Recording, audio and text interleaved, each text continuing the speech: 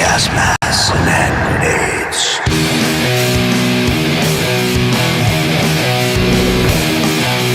Gas masks and hand grenades.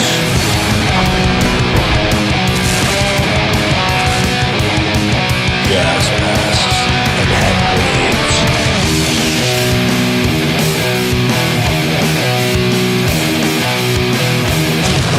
Gas masks and hand grenades.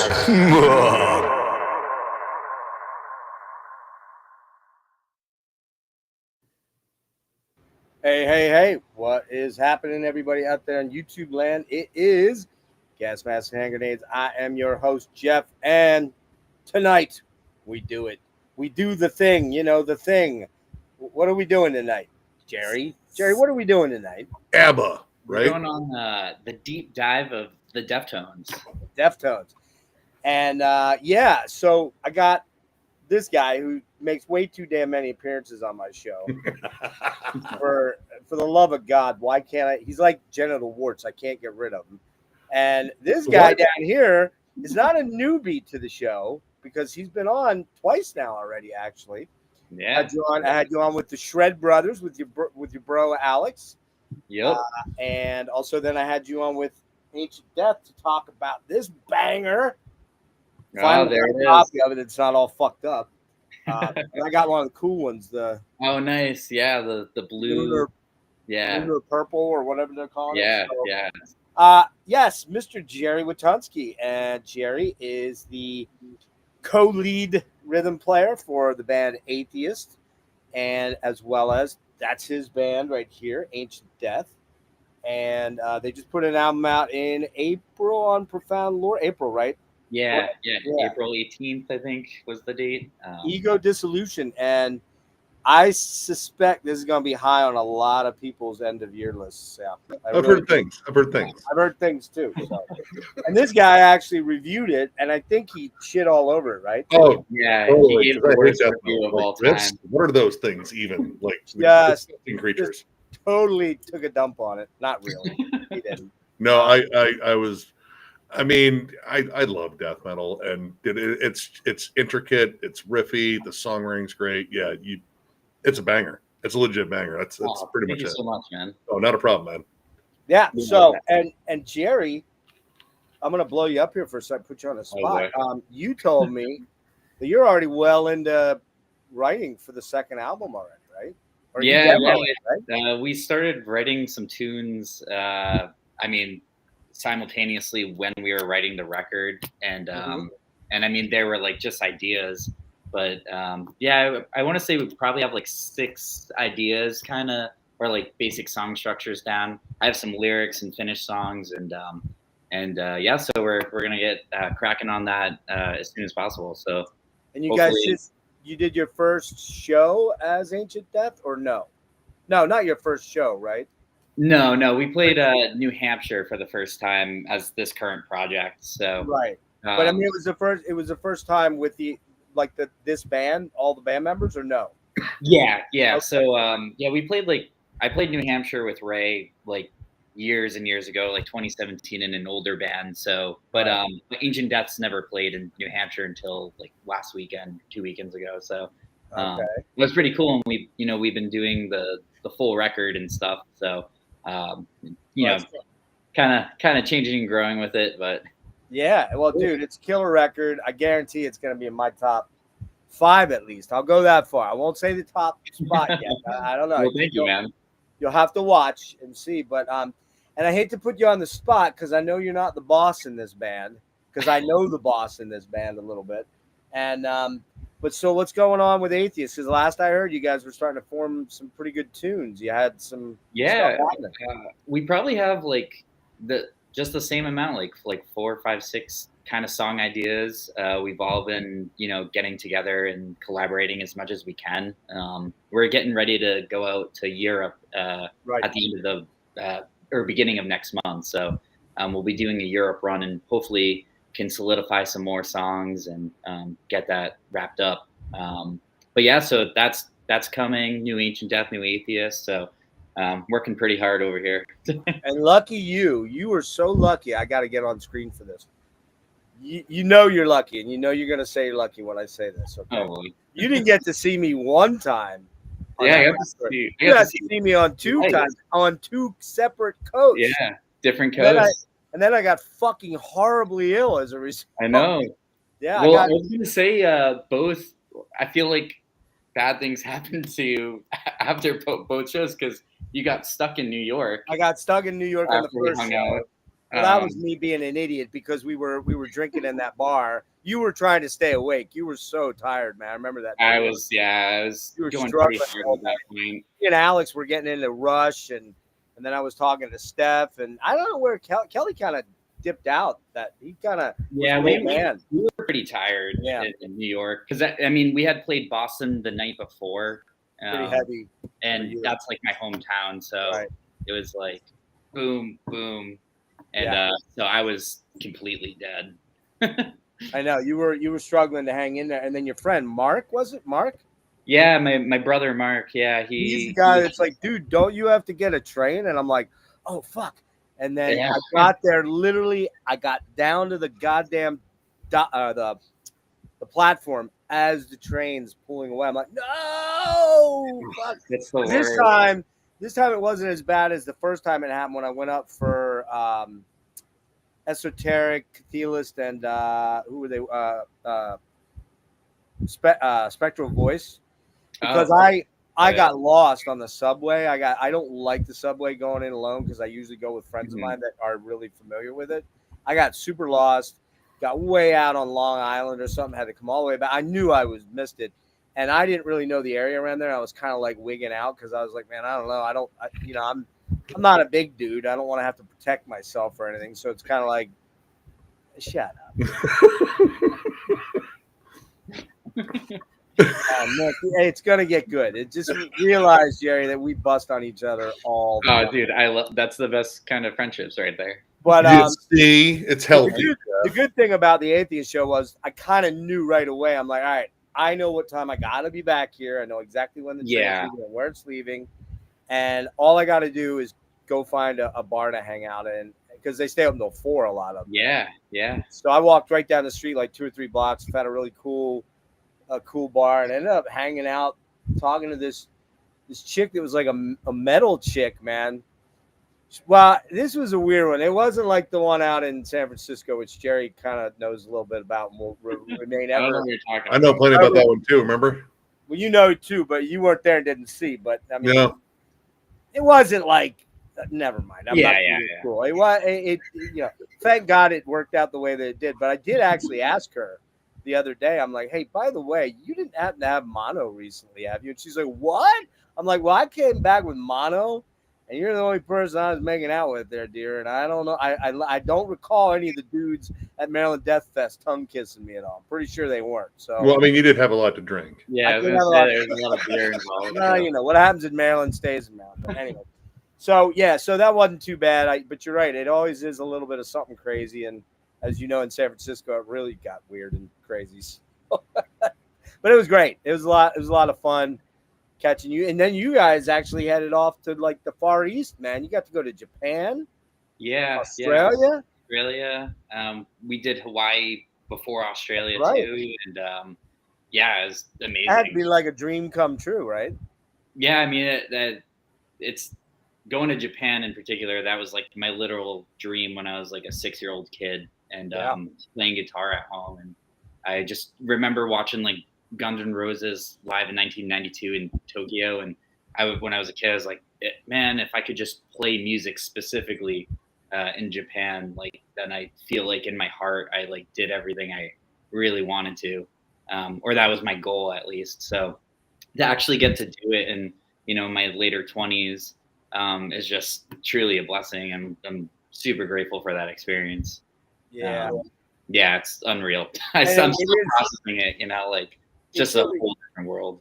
But it's really great watching you guys because you guys all get along so well. It seems like, anyways, from the access that I have, which was a little more than just every average Joe dude, and so it was kind of cool to watch just how, like Kelly's kind of the Papa Bear, you know what I mean? Yeah. And he just kind of watches over his youngins, you know what I mean, and keeps everybody. But I know he's a little. No, bit I mean it's funny. I feel like he keeps us young. You know, like you wouldn't think so, but he's. I mean, he's just has such a youthful heart, and I mean, the dude's a legend. You know, so it's like really really cool to get to like perform and be friends with someone I've idolized for the better part of almost 15 years now, and yeah, it's really special. And now it's cool because like that first year of joining the band, it was like, oh my god, I'm in one of my favorite bands ever, and I'm getting to know this guy like even more. But now it's like we're brothers, like there's a real friendship there, and we all. I think you can tell like the way we play on stage, like we love the music, like we love each other. So yeah, I'm really really lucky to have that for two bands. Often happen. The last story I'll tell, and then we'll get into this. When I got up to New York, I came up, and I think I ran into you first. I think you had walked out of the venue, and we hugged each other, and it was like, hey man, and then Kelly came walking out, and I go, dude, you look really tired. And he goes, oh great. So now I look old and I look tired, right? Just why don't you tell me I look like shit? Yeah, he was pissed. Dude, chill out, man. I'm like, I could never do what he's doing. I'm a little bit older than Kelly by a couple years, but not a lot. Like, I'm 3 years older than him. There's no way I could climb in a bus. No offense. I just couldn't do it. I mean, I have no idea how he powers through, but he does, Yeah. And I mean, I think it's just a testament to like who he is. Like you can tell that music and just like performing is in his heart, So that takes over everything, Sure. That and his kids, of course, like those are his. Oh, yeah, he's great dad. Awesome he's dad. The greatest dad ever. So. All right. Well, let's get into this, boys and girls here. Deftones. Yeah. Kind of thought of as like one of them are new metal bands, right? New metal, right? It's debatable at a point. Yeah. Early on, maybe. Early on, I think there's a point to it, but clearly one of the bands, or maybe the only band from that kind of genre. I kind of think like I look at them much more as an alternative metal band, because alternative metal kind of encompasses new metal and post metal and slam and all these different kind of things that you got to remember. Like, it's kind of funny, like for a guy like me that's really old, when there really weren't genres. Like the first early genres were progressive rock and then just rock and roll. There was no heavy metal in the 70s. I mean, there was no the only band that used that term was, believe it or not, Blue Oyster Cult, who I never really am like, oh yeah, I think of heavy metal, it's Blue Oyster Cult. Not really, no. But Sabbath weren't called heavy metal at the time. It wasn't until we got into the late 70s with early Priest and then the new heavy metal stuff that suddenly everything became a genreification thing in order to sell product, basically, right? And so when I hear that new metal term, I don't own a lot of new metal. I think I might have one Korn CD. I do have one Mudvayne CD. I did have one You Know Who CD. You got a lot of them, though. I know you. I do. No, I grew up in the 90s, and I started with like death metal and thrash metal and then groove metal, and then new metal was kind of in there too, as well as like hardcore and punk. If it was heavy, I kind of wanted to hear it, and Deftones got in there too. And the new metal classification, even then, because like I got into probably like Korn and Coal Chamber before I got into Deftones. By the time I got into Deftones, they already sounded different. Yeah. Like production wise, they didn't have that stereotypical like Ross Robinson production, the muddy guitars. And again, Chino, his vocals don't fit necessarily under one umbrella. There were things about them that stood out. And, alt metal is like a relatively new term, I guess you could say. Like within the last 10 years, I've started to hear it used more. Right. It was kind of hard to classify this band. Like even, as far as like calling them a metal band, that even kind of felt slightly off too, because there was a lot more in the way of like their influences. Yeah, absolutely. I mean, it's like kind of interesting for me because it's like, I was born in 1997, so I'm a pretty young kid, but I'm a 2000s kid, and growing up in there, like all that stuff was massive. It was huge. So some of the, other than the music my parents had played for me, like what I got was off of the radio, and CD singles were huge. Right. Got a couple of those. I discovered, like I would scrounge up as much change as I could, and I'd buy a CD, and my friend would buy a CD, and another friend would buy a CD, and then we all trade them and then burn them, and then you pass them to each other, so that way we each got 3 records. Right. Yeah, of course. We did that shit too when we were in our 20s and 30s, I guess. Me and my 30s. A lot of CDs for people. I was kind of a dealer. Yeah, you were. I still buy CDs. I own lots of vinyl, and I buy tons of vinyl, but I still grab CDs too. I mean, there's differences on both mediums, So Jerry, where was the first time you came in with the Deftones? Like, where was the first moment that you heard them? Do you remember? I actually, so I had just made a post about this not too long ago, but I actually discovered them. I'm like a skater kid, so I grew so up. Were they? Yeah. So I grew up in Quincy, and I was huge into metal and hip hop because of my parents, and so it was all like Sabbath and Pantera and A Tribe Called Quest and all that. So I was also in that skateboarding culture, and those bands were huge. And there was one particular day I had been with my sister, and we were at the skate park, and someone would always have a boombox radio or something, and I heard "Change in the House of the Flies," and I didn't know what it was. I've never had heard it before, and I was like, "What the fuck is this? Like, this is so cool." And it was like really atmospheric, and I was like a young kid. It was like the early 2000s. I was like, I don't know what this is, and I tried looking for it for a long time. I couldn't find out what it was, and then eventually, like, I had hung out with a friend, and their older brother used to have similar tastes to me in music, so he burned me like a compilation of songs, and that song ended up being on the CD, and I was like, what the fuck is this? And he's like, oh, this is the Deftones, and I was like, whoa. And so he ended up burning all the albums up at that point for me. Oh, nice. And so that's kind of how I went down that rabbit hole. What year was this? I don't know, 2006, probably. Like I was really young. I was pretty like, young. You're like 10, 11 years old. Like 10 or something. Yeah. 9 or 10.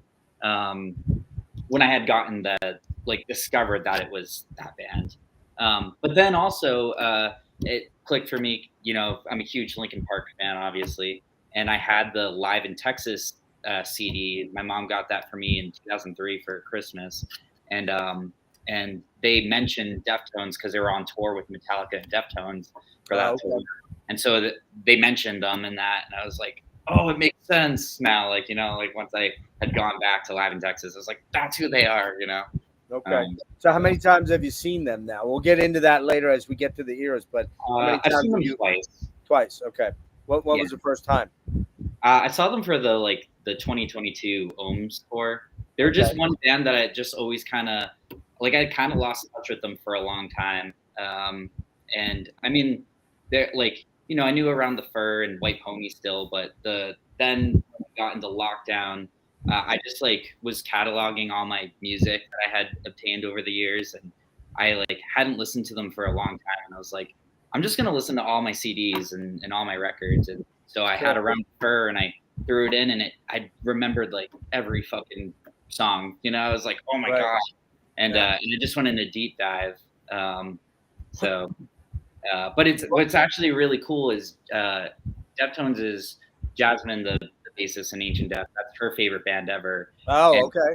And so we had started hanging out after lockdown, and she hadn't heard. She heard of them, but she hadn't never listened to them. And so I played her the first 3 records front to back, and then I was like, I wonder if they still play shows or anything. And oddly enough, they were playing the very next day in our city. And so I looked up tickets, and I was like, I can't afford this. I was like, I don't have that money. So I go to work the next day, and a friend of mine called me, and he goes, hey man, what are you doing tonight? I was like, oh, nothing. I get out of work at 5, and he's like, I got 2 free tickets for Deftones. And I was like, No way. what the fuck? So it just like from showing her that band to the next day, That's crazy. It was like meant to be, you know. So that was really special. And now it's her favorite band. So it's cool that we have that bonding. That's so cool, man. So pretty surreal. Nick, how about you? Where did you come in, and have you seen them? God, I've seen them 3 or 4 times. I can't remember. First time I saw them was on the White Pony tour in 2000 with Incubus and Taproot. Nice. Then I saw them at it was a radio station in Detroit, 89X. They had their birthday bash, and Deftones were the headliner. And then I saw them at the Taste of Chaos tour in 2006. So it's been a minute. I think those are the 3 times I've seen them. But they were touring on Saturday Night Wrist for that one, and I fucking love that album. By the way, just real quick, they're coming to Baltimore on the 15th of September. And I have to say, I was stoked until I saw the price of the tickets. The tickets are that'll do it. They're crazy. Fucking out of control, man. Like, I mean, $225 for a decent seat? No, like, I did that for a fest. Well, that's the thing. It's like, it's a whole other topic, but like resellers and all that shit. It's like, I was in a queue to the last time I had seen them earlier this year. I was in a queue to fucking buy tickets, and within like 2 minutes they sold out, and instantly everything was double the price. And I was like, yeah. I mean, I still, I actually got them as birthday presents for Jasmine, and I brought my sister and our friend. But like, I was looking at doing like, I live very close to the Slayer Exodus thing that's coming up in I think September or August. Was it August or September? Maybe September. Mm-hmm. There's the big reunion show, and they're doing it in Hershey, which is literally fucking 25 miles from my house. And I looked at the price of the tickets, and I'm like, unless I want to go to the very back, which I can't stand with my old man legs, you know that. I can't do that for hours anyways. I mean, that the MDF was the last time that's likely to ever happen again. And I looked at the price for like to get like a kind of like an upper bleachers side view. And they were like $175. I'm like, what has happened to the fucking concert industry? Why is everyone why are they destroying? Or I guess the bigger question is like, who the fuck has the money to buy these tickets? Like, it's not me anymore. I spent a lot of money on music, but I'm not going to spend, no offense, man, I'm not going to spend several $100s to see a band, even if, unless I'm in the very, very front row. Like, I paid $150 to see Opeth in DC from the front row. Steven Wilson, $150 front row. Yeah. I'll do that. That's different. But the front row, like, I looked at going to Journey back over the summer in July. I forget what it was, June or something. The front pit area was like $1,200 for a ticket. I'm like, you're out of your fucking mind, man. I don't care if Steve Perry came up and sang directly in my face to me. Like, that's not, it's just nuts. Anyway, that's why I miss like all those old festival tours and stuff. Like, they had like even like Mayhem Fest or stuff back in the day, and it was like, you bought a ticket for $35 and you got to see like 20 but Jerry, something's happened since COVID, man. Something catastrophic has happened because the price of tickets for these bigger arena shows and these bigger venue shows, they've gone, you guys, the Atheists, the Enslaved, I think we got Enslaved tickets for like 60, maybe 55, 60, somewhere in that range. Yeah. Or maybe they weren't even that much. I mean, you can go to good bands of that. I would love to see Kelly and Atheist getting $100 a ticket, but the freight won't carry that. But these bigger bands, like, I don't get it. I don't fucking get it. And it's crazy. I mean, like, it's weird too, because it's like not weird, but like Billie Eilish, for example. I mean, she's a phenomenal artist, but she also like put in place like you can't resell her tickets for more than like I think it's like 10% of what you paid for. I think so the Cure, she's like trying to keep it. So like the Cure did that too. The Cure, Robert Smith got super pissed at the fact that I mean I respect it. It's like I wish more bands took a hard stance like that. And she's a huge name, so it's like you know, like imagine if like Taylor Swift did that or something. Like it'd be insane. I think it could change a lot of stuff. I've always wanted to see Roger Waters, but every time I've gone to look for tickets for Roger Waters, they're $600. I'm like, nah, I don't. Yeah. I saw fucking Pink Floyd in 1983. Yeah, 1983 on the Momentary Lapse. It wasn't with Roger Waters, but I saw them for $30, $28, something like that. Yeah. My dad says the same thing. He's like, I saw all these bands back in the day for basically nothing. And he's my first Ozfest, I think it was like $40 a ticket. Yeah, Really? and I mean, you get to see all these. You know, I wish there was more festival type tours that kind of happen that are like truly like there's your 20 bands and like like it. I'm glad that I got to experience some of it, but I was like really young. Like I wish I was this age and got to experience it. Which that's a bummer, but at least YouTube exists, I guess. Get to see all the classic footage of bands and stuff that I. Nick, when was the first album that you heard? What was the first? The first album, I want to say it was 1998 because it was the year I graduated. Pretty much across like our radio stations, one in particular had this thing called the Buzz Brawl, where it had like two heavier tracks and they would compete against one another. And I kept hearing My Own Summer, Shove It come up in there, and that riff fucking stuck with me. Yeah. And I think I ended up seeing the video on MTV, and the 1 or 2 moments during that time they actually played music videos. And I was like, dude, this is different. This is heavy, but I don't know, like there's something about it. And that fucking chorus is just mean as shit. I want to kick over something. And I went out and I found a copy of their Around the Fur. And then I found out, they had another album too. Picked up that one almost immediately after. And I was a fucking fan. And by that time too, like people were starting to catch on to that band. And what I thought was, like, all right, I found this cool underground band. Granted, they're on Maverick Records, which is fucking huge. Like that's Madonna's fucking label. They still felt very underground. And by the time like the hype came up for White Pony, like I felt like everyone had like jumped on this band. Yeah. Like, fuck, well, there goes my little fucking secret. Because I had actually been hearing stuff from some of these dudes in other bands before. Like a favorite metallic hardcore album of mine is Stripes and Defiance. And Chino he's actually on that album. He does melodic vocals on a flat out chuggy metallic fucking hardcore banger, and it's fucking awesome. And they were kind of ingrained in that scene, but I became a huge fan like almost immediately. And again, it felt like it was kind of part of the new metal shit I was listening to, but at the same time it felt different. It was like that stuff, but also like Quicksand, Failure, Hum, and like The Cure and the Smiths too, like all kind of wrapped up into one band. My Bloody Valentine, a lot of that. Then the shoegaze starts to enter a little bit. It was kind of, obviously with White Pony, it starts to really make itself known. Yeah. But I mean, that's what really kind of always kind of set them apart. Was Chino's voice was very different than say a Fred Durst or even a Jonathan Davis or a Chad Gray or those guys that were kind of a POD thing or something. I mean, some of those guys could sing and all that, but they didn't have that unique sort of character to their voice where he could croon cleanly and he could then use some production tricks with compression or with, various different modulations and things to make his voice sound very interestingly different. A lot of sexual energy to it too. Like I always joke that when Chino sings, trust me, he's trying to fuck your girlfriend. Pretty much, yeah.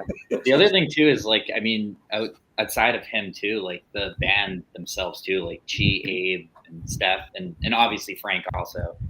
But you can hear the different influences they have in all their playing style too. Like Abe has like just hits the drums so fucking hard. I was just gonna say one of the most underrated drummers. Hard. It's like you can hear the dynamics, and same with like Chi's bass playing. Like it's off time slightly, so it gives it like this drunk feel. And obviously he was into the dub and all that stuff, and so you can like hear those influences in it, but they're still just like it's like so that on top of with Chino singing too, you know. And also Chino doesn't get a lot of credit for playing guitar.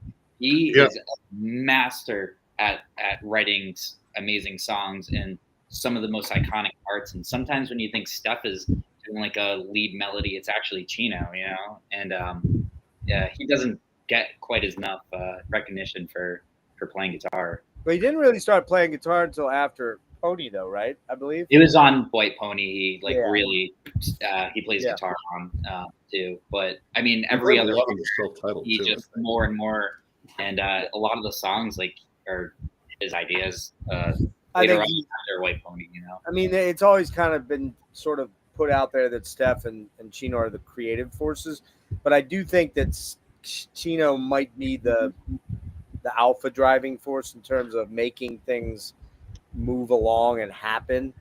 Yeah. Just because even in that interview that I watched with Steph about the new album, he talks about how he gets in his own way often, is like overthinking things, and I think that they were having a lot of issues like on Gore prior to Gore and like right after, like when the Eros, which we're going to talk about Eros. Yeah. We're going to talk about it because I've never really heard any of it. Have you? Have you guys? No. Yeah. There's like there's like some that are out. Like they were performing songs before She's Accident, so they've formed a couple of songs. So there's those versions, and then Chino released a song that was finished from that session called Smile. Is that Melissa or Minerva or not Minerva? No. There was Melanie was the live track. That's it. And they did Smile, and there's a demo of them working in the studio. It's called Dallas, and that one is fucking unreal. Like it really bums me out that she passed because it's like that. I can only imagine what the rest of that would have sounded like. You can. Well, the funny thing was Steph was in this, not in this latest interview, but in one I heard earlier, a couple years back. He apparently went to Chi and was like, "Why don't you just play like what I'm playing on the guitar?" And she's like, "Why would I do that?" Like, because I guess Chi often you can hear he's kind of playing something that's a little off to everything else. He's doing a lot of like different. Yeah. He was a big jazz fan from what I gather. He's one of my all-time favorite heroes. Like when I listen to Deftones, I'm actually always listening for Chi. Like his bass playing is like what makes me it's what fills my void, at least when I listen to them.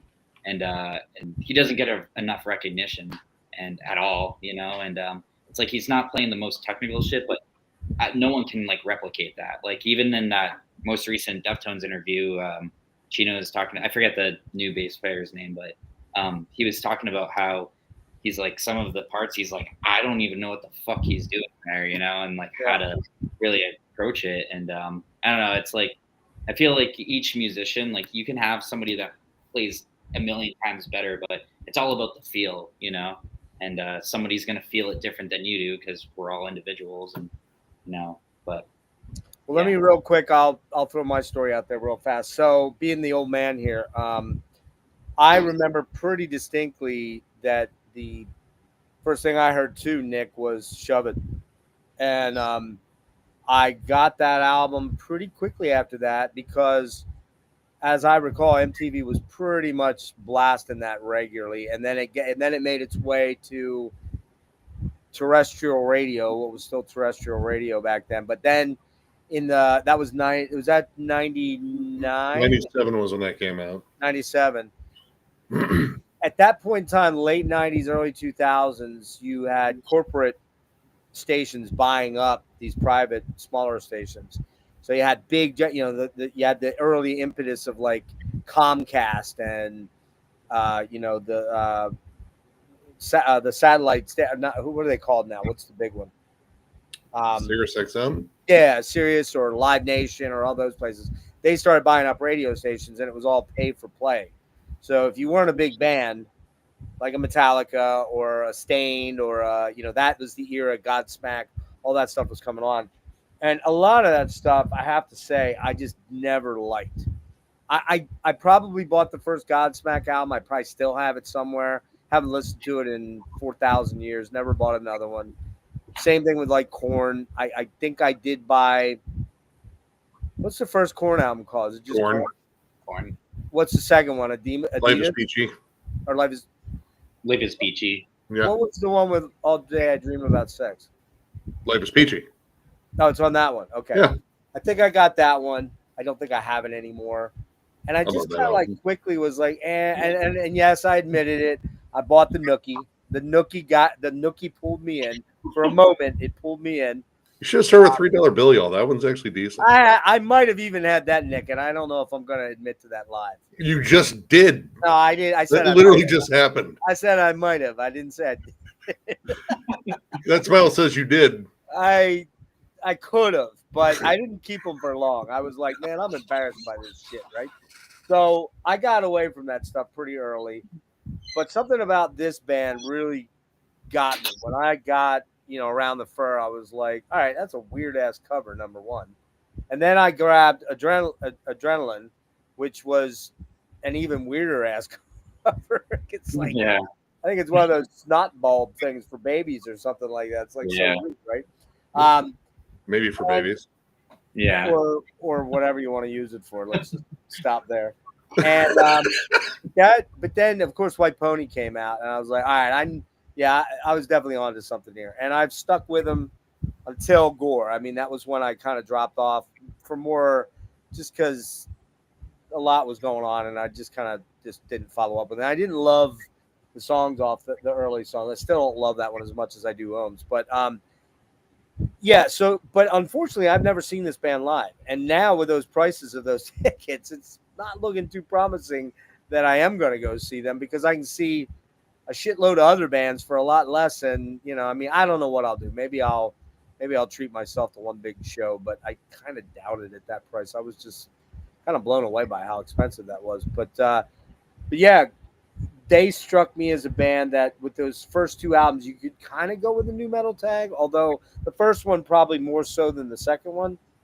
The second one, they start to morph into something different. And so that's where we'll start. Real quick, I guess I'll do the old Wikipedia thing real fast, and we'll give you just a brief read on what they say on there. Deftones is an American alternative metal band from Sacramento, California, formed in '88. They were formed by frontman Chino Moreno, lead guitarist Stephen Carpenter, drummer Abe Cunningham, bassist Chi Cheng, right? Chi Cheng, and keyboardist turntablist Frank Delgado, who joined the lineup in '90 and '99 respectively. I didn't realize Frank didn't come in till that late. No, he was extra on Around the Fur, and then he joined White Pony. Yeah. Right before White Pony, then, yeah. Yep. The band's experimental nature has led some of them, many critics call them the Radiohead of metal. I don't know That's fair. Huh? That's fair. Yeah, it's fair. I mean, I don't know if I'd say of metal, but like of all metal, I don't know about that. But of this alternative metal, I agree with that. So after the lineup settled in '93, the band secured a recording contract with Maverick Records and subsequently released their debut album, Adrenaline, in '95. Extensive touring and word-of-mouth promotion helped Deftones garner a dedicated fan base. Second album, Around the Fur, brought the band fame among the alternative metal scene, and it became the band's first record to receive certification from RIAA. The band furthers successes with their third album, White Pony, which marked a transition from earlier more aggressive sound to a more experimental direction. And they won a Grammy Award for Best Metal Performance. I didn't know that. How about that? All right. So you guys can all read Wikipedia if you want and go out and do that. But what we're going to do is we're going to start with the first album. And I own all the first batch of albums, but I'll let you guys do your showing. There you go. We'll let Jerry go first. I'll switch between Nick and Jerry on this, and then I'll go last. Unless there's an album I really want to talk about first, then I'll go first because it's my show. So there you go. That's how this shit works. You know what I mean? Oh, yeah. All right, Jerry. So Adrenaline comes out October 3rd, 95. Recorded at Bad Animals in Seattle. I'm not even alive yet. You're not alive. That's I'm true. not alive yet. I am, motherfucker. I'm I'm 29 years old. My mom's planting the seeds. Well, somebody was Because planting a out, seed, and my son needs to listen to this. somebody was planting a seed, Jerry. I don't know if it was your mom. I think. Heyo. Sound City, which is the one that what's his name bought, right? Terry Date, right? Bro bought that Oh yeah, okay, yeah. Same, the Neve console, I believe, from there. And it came out on Maverick, and it was produced by Terry Date and some of it by Ross Robinson. And we know Terry Date by which band? Who's he most famous for? God, dude, that dude's been all over the place. He's probably most famous for Pantera, but Soundgarden, Soundgarden, fuck, White and Zombie. You know who else he did? This is a little known fact. The very first Fifth Angel album. You know how much I love my Fifth Angel, man. Wow. He would produce that album. Oh, Mike Varney produced it, but the original recordings and engineering was done by Terry Date, which is kind of wild. So, so there you go. That's the facts and figures on the album. And Jerry, why don't we get into you and you breaking down the album? You can do track by track, or you can do favorite tracks or production, anything you want to talk about. So it's funny. So one of my favorite things, it's on kind of all their records with Chi for the most part. All the CD versions have hidden tracks or bonus tracks, and that I think is like a really cool distinction thing because before like the internet really blowing up in the mid 2000s, like I remember YouTube coming out and you could start to discover songs that way, but all I listened to as a kid was CDs. I had like a little portable CD player when I would skate, and but yeah, so all the CD versions have hidden tracks basically. So Jerry, that was also a very much a 90s and early 2000s. Oh yeah, I love it. I mean, like a lot they of all people did it because they're like, oh, it makes they're filling it up to the end of the CD of 75 minutes. But I'm like, I don't know. I can't tell you how many times I've like been at a party and my friends and I, like, we always listen to music, and so we'll toss in CDs. And there was one time, actually, the first time I was listening to Around the Fur, the first time I had heard the Damon track or Demon or whatever, I had everyone passed out and I was the only one still up. And MX finishes and I'm like, all right, and then all of a sudden I hear like little noise and I was like, what the fuck was that? Had no idea that the CD was going. And then all of a sudden I just hear go gum go gum go gum. Like, what the fuck? And so like finding hidden tracks, for me at least, is like always special because it's like an album you listen to a million times, then all of a sudden it's like, oh my god, what the fuck? Like, Yeah, right. Anyway, sorry, I know I'm going on to the second record, but yeah, Adrenaline I absolutely love. It's one of my favorite Deftones records, just the raw intensity, and you can just, there's something about how youthful and just in the moment they are. It's when you make your first record, it's like that's everything going into that. You know what I mean? Up to that point. And I actually brought this too. It's a bootleg, but it's demos from 92 to 94. Oh, nice. So I think is really important to talk about because some of these songs ending up on Adrenaline or soundtracks, and they're insane. Like you can just tell that there's something special there. So what? So what tracks are on there that made it onto the So this particular bootleg, there was 7 Words en Route, Nosebleed, Engine Number 9. They've done a bunch of different versions, and then they had other songs. Like Linus is the probably the most popular one. Hump, just plain Linus. So I don't know. And this is only 92 to 94. I mean, they were a band already for multiple years before that. And they had other tapes and stuff. But it's really cool to hear early versions of that. I'm a sucker for like home recordings and production demos because it's like a different feel, Well, it gives you it goes down to the very roots of where the songs began and how they built them up, Yeah. production wise, right? No, absolutely. But yeah, so there's great songs that they did that a lot of people don't know about. There's like Thing that was on the second Crow soundtrack, which is Love one of that my song. favorite songs. Oh, thank you. My stepdad's giving me more beer. Wow, it's a great stepdad. Yeah, there we go. Can't Speaking even of that, what are we breathe. drinking? What are we drinking? Can't even breathe was on the. Freaking highlights. I think it's important to mention to all my sober friends, I'm proud of you, and that's amazing. I love listening to Deftones fucking hammered as fuck. It's like every time I listen to them, I just like throw on the record and I get shit faced. Yeah. And just watch live videos and all that. But yeah, so but Adrenaline.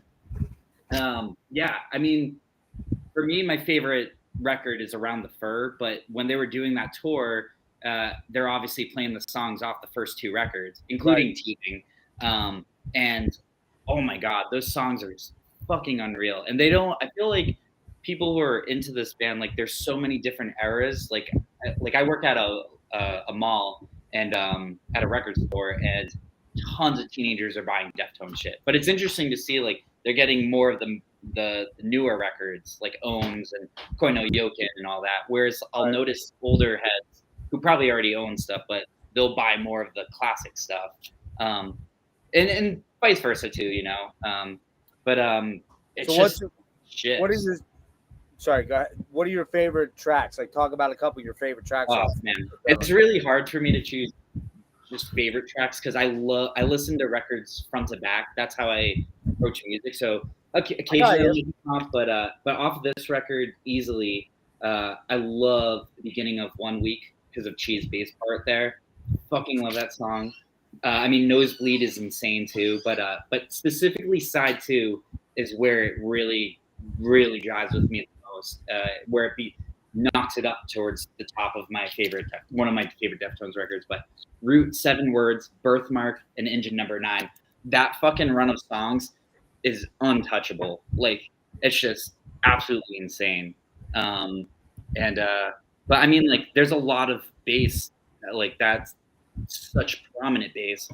Even though the production's kind of whatever, like I'm watching so many live shows and bootlegs and all that, it's like, you know, I focus in on those things. So when I listen to a record, it's not to sidetrack, but it's like Death's Human. Like even though I like the original mix too, it's just for the vocals and stuff, you know, there's no Steve DiGiorgio in there, like for me. So the remaster where it has it, you know, I've listened to the bass and drum tapes a million times. So now when I listen to Human, I can hear what in my mind, I know what Steve's doing. So it kind of sits in the gas. Whereas the average listener might not, but this just fucking holy shit. You know, it's a bunch of kids, fucking, you know, just creating something different and magical. And they weren't kids, man. They were pretty young. Oh yeah. They're 20s. 18, like I think 18, 19, 20 maybe. Maybe early 20s. I don't know. Well, let's see. Chino was born in 73. And this came out when? 95, right? Yeah. So yeah, about 18. Yeah. I think Chi had a kid already at this point. Like his son's in one of the photos with them. I think Carpenter's the oldest guy. Carpenter and Delgado are the two oldest guys. They're 70s, so they're 1970, meaning they're 55, 6. Now. Actually, the thing with this record too is I hear a lot of people like shit on like certain records because of production, and like this one in particular, it's not as well produced as some of their other records. But I think that's what gives it the edge and makes it what it is. I think there's just this raw intensity to it, and you know, it sounds really angsty and youthful and angry. You know, it's their most savage in terms of just pure feral, full of soul. You know, just you know. But there's also calmer parts already. Like you can tell that they were gonna go the route they did. I think. I mean, like you have like Birthmark, even like the beginning of the Minus Blindfold. For real's very atmospheric. So very. Yeah. So they already have those parts sort of in there, and Chino's Yep. already. You can tell he's starting to like. He's already doing that singing stuff already. In that record, not as much as they ended up going, but I don't know. I think it's a really solid debut record. Oh yeah, The for best. sure. It's probably like one of their heaviest too, honestly. Like it's just I would think you pound watch for like 5 pound. shows and it's like holy fuck, like they're just whipping themselves around, all of them. Yeah. It's insane. All right, Nick, what do you got on Adrenaline? Well, first, I mean, he brought up bootlegs. Oh man, look at you. Yeah, Oh yeah, this one like has like a bunch of soundtrack stuff and some, demos. This one has Linus, Christmas, the old demo versions of Gift, Yeah. Root, Nosebleed. Poor quality, like, but I got them. Yeah. Good luck finding those on Discogs. Yeah. But yeah, this was my second album from them, and I listened to Around the Fur like religiously even before I got this one. So production wise, it was a bit of a change. Yeah. But at the same time, I also listened to like a lot of fucking hardcore. Like I'm a Victory Records kid, so this kind of lined up with that a little bit. There's a lot of punk and hardcore in here. Like, I mean, that little fucking freak out at the end of Minus Blood, Blindfold, or 1 Week, which one has that little beep? Is that, Yeah, I think that's Minus Blindfold. Okay. Yeah, I think you get these little like hardcore freakouts. Nosebleed, Nosebleed's a hardcore song. Like that's just got hardcore energy written all over it. It's snarling, it's biting, it's angsty. And it kind of lines up with that a little bit more. Guitar wise, yeah. If I hadn't heard Around the Fur first, I'd be like, oh man, this guitar tone's fucking awesome. It's good. It's got a good crunch to it. It's kind of shimmery too, but when you get to the bigger production, it's like, they improved. But songs on here, they're fun. They're interesting. They're dynamic. Like, dude, Lifter is probably one of my favorites. Oh, yeah. It's got probably like their first like big fucking chorus. Like, dude, all right, this has got like a good fucking hook to it. That is a great track. It's emotive, but at the same time, it still kind of captures that sort of like biting nature. And honestly, this album might feature some of like Steph's best riffs. Like they're just fucking fun, clever riffs. Not super intricate, but they stick in your head. And an interesting fact to note is that he moves forward and starts using 7 strings after Around the Fur, I believe, for White Pony. I think and then 8s. Then he gets into 8s, and then he starts using all kind of different tunings on this album. From what I read, he's just in standard. I believe he's in standard on a 6. Yeah. Yep. If you can write a record in standard tuning and it still sounds heavy, that's a heavy fucking record. Exactly. You know what I mean? Like there's you know what I mean? And this is probably, I mean, all right, there's a couple of moments on Around the Fur where Chino does get into the rap thing, but this one I like his flows. They're very interesting. He keeps that sort of like emotional quiver in his voice. Kind of like something more vulnerable at times. Like he doesn't sound like I'm fucking Billy Badass from the fucking streets. Like, no, you sound like a angsty kid that's, I don't know, like trying to get something out. We're not really sure because you keep cupping the mic, but we're totally cool with it because you growl like a son of a bitch. Yeah. And so in other words, he doesn't resort to a "you did it all for the nookie." Yeah. No, those two have never been comparable at all. Like, his flows too that you just mentioned, like it's interesting too. Like they don't always line up with the beat. And I think that's part of like, I feel like Abe's a really tight drummer, so he's just always doing his thing. But I love Abe. I'm probably going to go on a tangent about Abe just because, like, I used to just kind of compare him to like great pocket drummers, like Jean Paul from Clutch, Chad Smith. He's still that, but he's more like he has like low key like some hidden stuff that he does. Like, dude, that was a lot of cool ghost notes. He does a lot of cool fills. Everything he does crazy quick fills, polyrhythms. And he's just like, boom, he always hits the snare like on the his nuts. drums always sound fucking great. Like they're like the most pristine sounding fucking drums. And I like they do early on, especially even in the later albums, they use a dry snare. It's not that you don't get that flappy, overproduced like 80s you know, Yeah. kind of like big reverby sound. Sounds like a snare. It's a tight snare that you're just getting that pop. Well, what's also really interesting about his drumming too is I noticed that he will reuse certain parts, but he makes them different. So like things you would think are so much more. You would be like, why didn't I think of this? The beginning of Lifter is the exact same part as the beginning of My Own Summer. Or Yeah. Dude, he has like iconic drum parts too. Yeah, but Like the beginning of fucking Around the Fur. Oh yeah, it's like or Digital Bath, of course. Yep. You know, it's Dude, like, Digital Bath. What's the other one that? I'll fucking figure it out later. Yeah. Dude, he's a beast of a drummer. But yeah, this is an absolute killer debut. God, dude, I don't know where I'd rank any of this because I love a lot of these albums. We'll rank at the end. Did you rank You them? son of a bitch! You're gonna make me do that? It's like picking my Didn't you do children. that? and that's picking favorite kids. You guys all have to rank them at the end. I don't. Oh, let's just forget we had that conversation. No, that's part of the deal. But yeah, no, this album's amazing. Great starter point for, just getting into the band, but just a great album. Like even if this is kind of like on its own little island because everything kind of changes a bit after this, it's awesome. Yep. Yeah, I'm not sure. I can't remember whether I know I got Around the Fur first, and I may have gotten White Pony next and then grabbed this one. I can't. It was either this one or White Pony, and I just can't remember how that went. I know Around the Fur was first because it was, you know, My Own Summer was the big hit, and Shove It, and you know, it was just one of those things where not Shove It. What am I trying to say here? Be Quiet and Drive. Yeah, Be Quiet and Drive. Those two songs were the ones that pulled me in, and then I liked the rest of it. And then I think that I probably went back and got this one, but I may have waited until the next one came out and then went, oh, you know, I really need to own that first one. I will say it's probably my next to least favorite album, but here's why. Mainly because I'm not, hang on, and you don't know this, Sherry, about me, but Nick does. I'm not really a hardcore, a punk guy.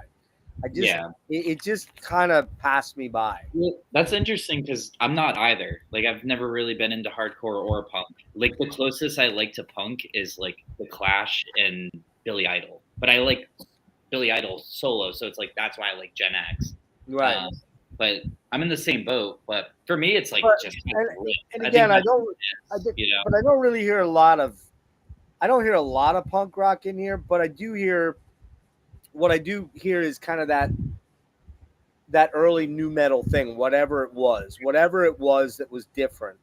I still enjoy this album. So let me put it to you this way: it's still like a 7.75 out of 10. That's a pretty good mark for an album.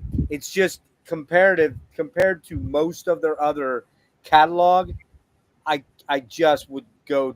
I would pick 4 or 5 other albums or 6 other albums way before I pick this one. That's just mainly that's what's special about a band like this is the fact that like, all of us are going to have maybe some similar feelings about certain records, but the fact that we feel different about other ones, like you know, that like all goes down to it depends on the time of your life when you heard it. You know, it's all that stuff. It's it's where you were at in your life. It's like the other influences that were around you, the things you were listening to, you know, all that kind of stuff. I mean, it's just how it is. It's just how it works.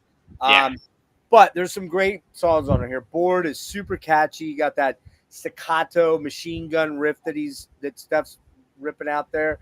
Chino's vocals make this band ultra unique right off the bat. This one's kind of okay, and I'm going to drop this now because all through the while, this never hit me until I was doing this deep dive where I was listening to every album back to back to back to back and then going back. And because what I do is I listen to every album, I note each track, then I go back and listen to the album without I got to make notes and things pop in my head. And I just kept coming back to Chino's so unique, but he reminds me of something. Who does he remind me of? Because that's just the game I always play in my head. And you guys are you're probably gonna like want to leave the fucking stream when I say it. I'm gonna get the Yeah, X button here. Just highlight it. I'm gonna just right. say it. Chino and Billy Corgan have some similarities, man. They That's have fair, some honestly. similarities, man. When Billy was at his Chino's best, better. in particular on Gish and Siamese Dream, which I still think are great fucking albums. They started to lose me as they got more over their top. I like up to Melancholy. I like Melancholy. Melancholy's got some good stuff. Adora has some okay stuff. But, you know, I will say this, though. Billy Corgan should never, ever try to sing Black Sabbath ever again in his entire fucking life. Please, Billy, don't ever do it, man. He's never been a great He's singer. not a great singer. And that's the difference between him and Chino, though. Chino is a very good singer. Billy, they just have some tonality similarities is really what it comes down to. Yeah. And it's more like when Billy's doing the high stuff, it's more nasal and more lung power. Chino's doing it more from breath. It's more of a breathy, and it's much more dynamic and more emotionally evocative. Whereas Billy's can almost be like, oh man, it's nasal. But I still say that first album, Gish, is a fucking monster of an album. Oh yeah, that's great. It's good. Guitar tone on that album is sick. Major fan of like vocalists that aren't technically good singers. Or they're so distinctive to that particular band.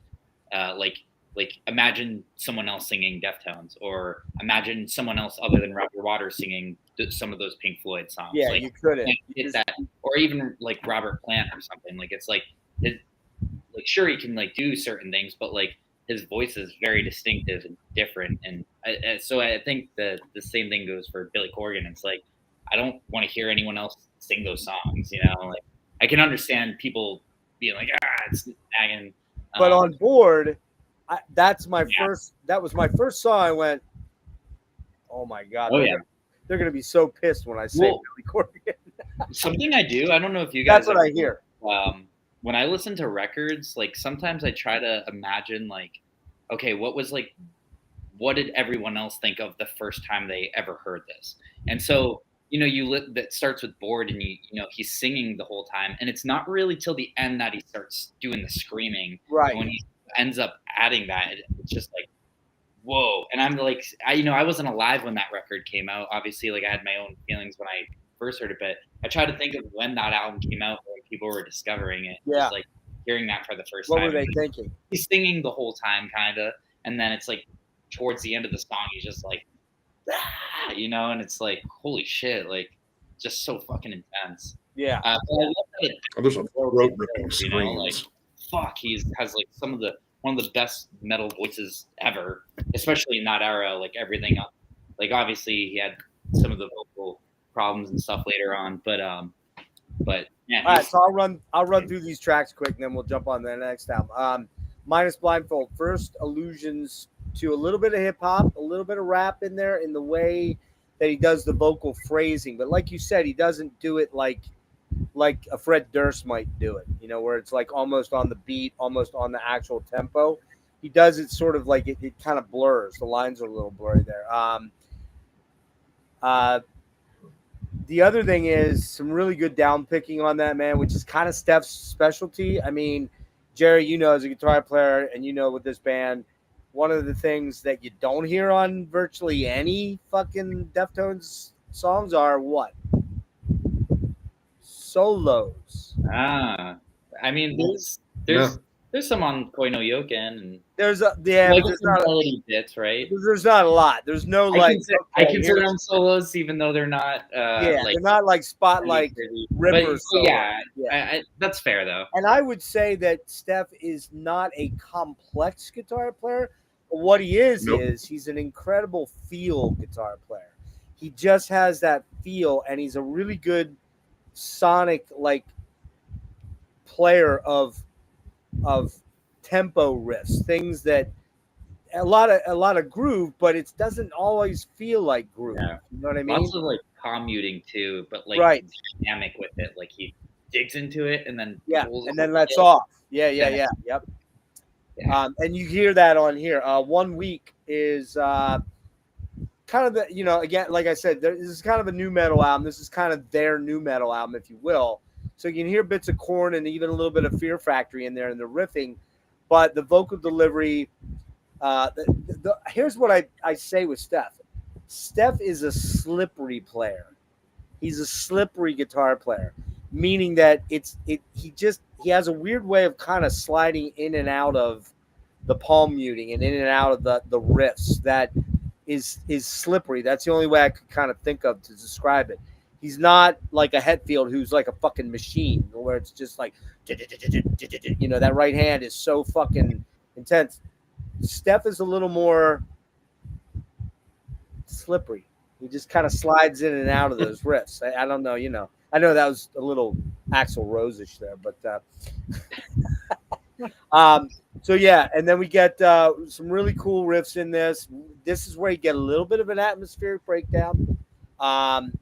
And this is the first track I heard on the album where I'm like, okay, I can kind of now see where the artistic side starts to creep in a little bit from the more just balls to the wall new metal band. Nosebleed, again, that's a cool track. Hang on here, let me read what I'm. That's not. There's some atmospheric moments in Nosebleed that kind of pull away from just being full on aggression and full on savage. You know what I mean? Lifter, that's like you said, Nick. That one has like that first real big like giant chorus, other than maybe Board. Board has a little bit of kind of. Yeah, Board's close. I don't know. Lifter's I like always Lifter done it for a lot me. better. Yeah. Rude opens with those staccato arpeggios and then some diminished sort of chords. Then it gets kind of atmospheric, and then the riff kind of reminds me a little bit of Inspector Gadget. Dun, dun, dun, dun, dun, dun, dun, dun, dun, dun, dun, dun. If you listen to it, it's kind of there, just sort of. That's not Inspector Gadget. What is that? Oh, that's Hall of the Mountain King. Yeah, what's That's Inspector Gadget? Yeah, that's what I meant. That's what I meant. I was humming Hall of the Mountain King, I think, from Gustavo Holt. Yeah. Something like 7 words. Savage fucking heavy. I love that song. It's so heavy. But here's what I say. But I do hear a little bit of the nookie in here. Dude, when that breakdown hits, dude, I've watched people just lose their shit. Here's what I say. This is a nasty track with a little bit of punk infusion there that I could see Gen Xers moshing to this one hard and heavy at Ozfest. Yeah. You know, that part where he does the squeal like a pig thing. Squeal like a pig. Yeah. Oh, dude. I don't usually enjoy rapping styles in music for the most part because unfortunately I was, yes, old man, piss on my lawn. I grew up out, rap was only happening when I was already basically out of high school. It was like the Run DMC, Aerosmith happened my senior year in high school, I think it was. And I just could never get my head around rap. But Dennis reminded me last night, I do own some rap albums. I like Dalek, which is really cool, fucking like industrial hip-hop, trip-hop. And I really like fucking Deltron 3030. If you don't know that album, guys, you should get that album. Oh, yeah. That album fucking killer, man. Del, the funky Homo sapien. I'm a huge like 90s hip hop head, so I love all that stuff like De La Soul and. But that would be your era. That's your era. Like it makes sense that this. Yes. Makes a little bit of the infusion of that is in here. Like, yes. Grew up on Sabbath and Slayer and Pantera and all that. Yeah. So to have, and then I had my own band stuff, but then my mom's side of all that 90s shit, it's just like this fucking blurs all of that, a little bit. And they're on, like. And you can hear a little bit of that in 7 words, a little bit of the rap kind of vibe to it. Birthmark, all I said was stank face bruiser, man. Heavy and yet, the stank face, that. That's truly one of my favorite ones off the record. Great song. That great way that she bends the fucking bass notes. And live, like, dark. There's a video of them playing it in '98, like at the Bizarre Festival. It's actually my favorite track. Just fucking going insane. Like, that's my favorite track, Jerry. That's my favorite song of the album. So, but I really like For Real a lot too, man. That's very atmospheric. Great vocals from Chino. Dark and kind of twisted. brooding and menacing, schizophrenic to a degree. That's a very complex track, and you can kind of hear future things in that track right there, where they're going to go. It's a failure worship track. What's that? A failure worship. It sounds like failure. Like I know they're at least Chino's a big fan of Ken Andrews. I need to check them out then. So yeah, he likes those lush ambient sounding ones, and you get those like really like kind of like shimmering fucking like almost shoegazy kind of riffs on that one. That reminds me of the hidden track Fist, which is fucking unreal. That's a really I love the drumming on that track on Fist. It's got great drumming on it. Mm-hmm. It's very emotionally connected. That's like probably the most like intense emotionally connected song that on the whole album. And then for Engine Number 9, I'm not as big a fan as you guys. I don't like that song much. Let's fucking go. Engine Number 9 is where it's fucking at. Wipe did. It's a good song. I said solid, but not one of my favorite tracks. All right. I gotta say too, something that I really think we should like talk about too is the way they perform the songs live. Because that, like, for me, like, you know, I'm a performer and stuff, so I understand how, I've never seen them. my own songs translate different than a studio thing. But seeing old footage of them, specifically from that like 97, like around the Fur era, but even before then, like, you know, doing the adrenaline stuff too. There's like a show from 96 up until 99. Those songs are insane. Like live, like every show you watch, there's hundreds of them now. You can just see everyone losing their fucking minds. Like, see, I wish John was here because he saw them here in a club in Toledo. Yeah, they played a small club in Toledo called the Main Event, and he says, like, dude, I thought the place was gonna be destroyed. The energy was insane, and this was like on around the Fur. Yeah. Oh my god. So yeah, my dumbass fucking missed that show in my own hometown way back. I mean, I just like it's just crazy. I mean, like I feel like a first record too, it's like so personal, and you can tell that when they play this, like when I saw them the last time, they ended with 7 words, and I've seen them on the 2022 tour and earlier this year, and there's something about their energy right now that feels the most like they've like the old school band with Chi. Like I feel like they haven't really had that same energy live necessarily. Like amazing shows, but Jerry, was Steph at your show? Huh? Was Steph playing at your show? Steph, yeah. Carpenter. Oh yeah. No, yeah. Because he's not playing overseas. He's not he flying. Doesn't go overseas. Yeah. He played. Okay. I wasn't sure. And then I saw them without him. And I don't think Frank's out with them right now. I don't think he is.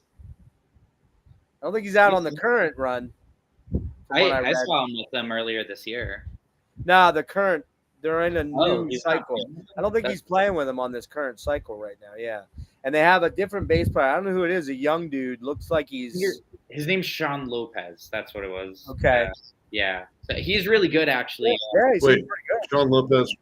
Yeah, he fucking killed it. I mean, he really, and he does the like Chi's vocals, that kind of cool open throat singing. So that didn't happen the first time I saw them. There wasn't that, and that's like my favorite. Like Chi's my favorite part of that band. So his vocals in particular, I love, and that bass playing.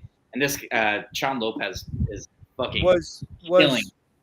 Was she primarily a backing vocalist? She was backing though. Yeah. Yep. He did all the big background growls. But he did a couple tracks on studio, but they mostly left it to Chino for doing it. But that's why I prefer sometimes the live versions, because he's like hands down one of probably my top like vocalist influence. Like him, he's one of them for sure.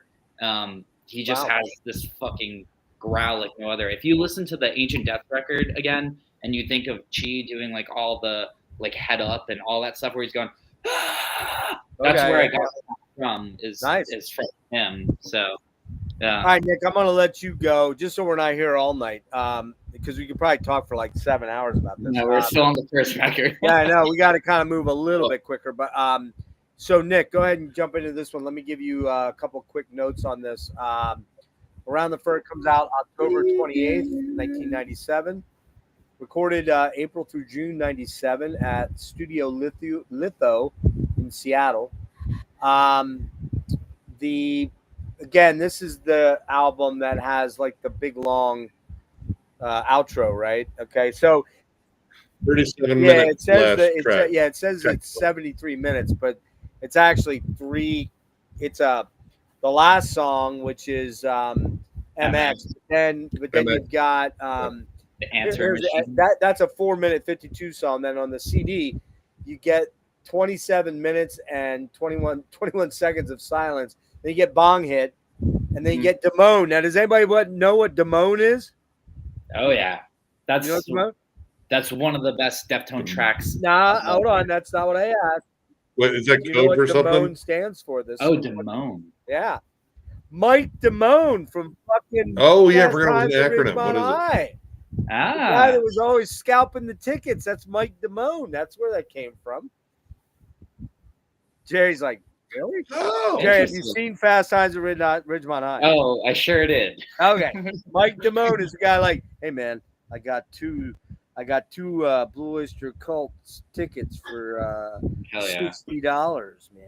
Come on, man. And he also gets to bang Jennifer Jason Leigh, so I kind of fuck that guy. Anyway, it's not PB Cates though. yeah. it still Anyway. wasn't TV.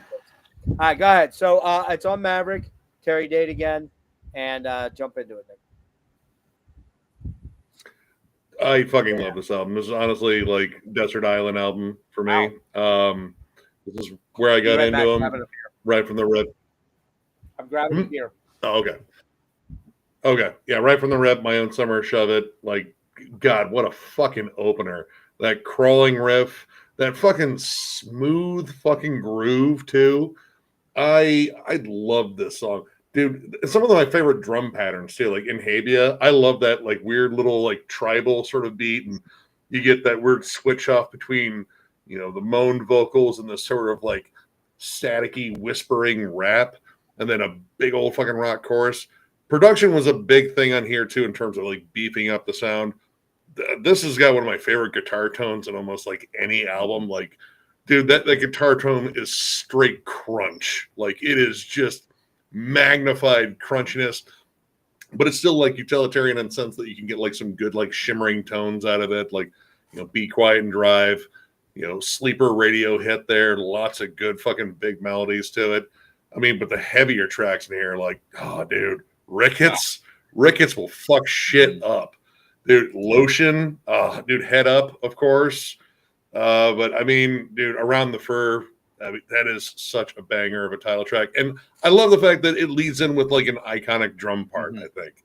Like, you know, not many people like, all right, yeah, metal's got its moments there with like iconic drum buildups, like Flattening of Emotions, fucking, you know, Painkiller and shit. I think this is low key kind of one of those because it's just that isolated fucking groove and it's just infectious right from the rip. Then you get that broken down riff. And honestly, it's like one of the more like lyrically like straightforward songs. It's just about like, you know, fashion and bullshit and all that, and it's got a lot of vitriol to it. It doesn't have like, again, the weird sexual energy that I feel like Chino likes to exude in a lot of his songs, but I fucking love this album.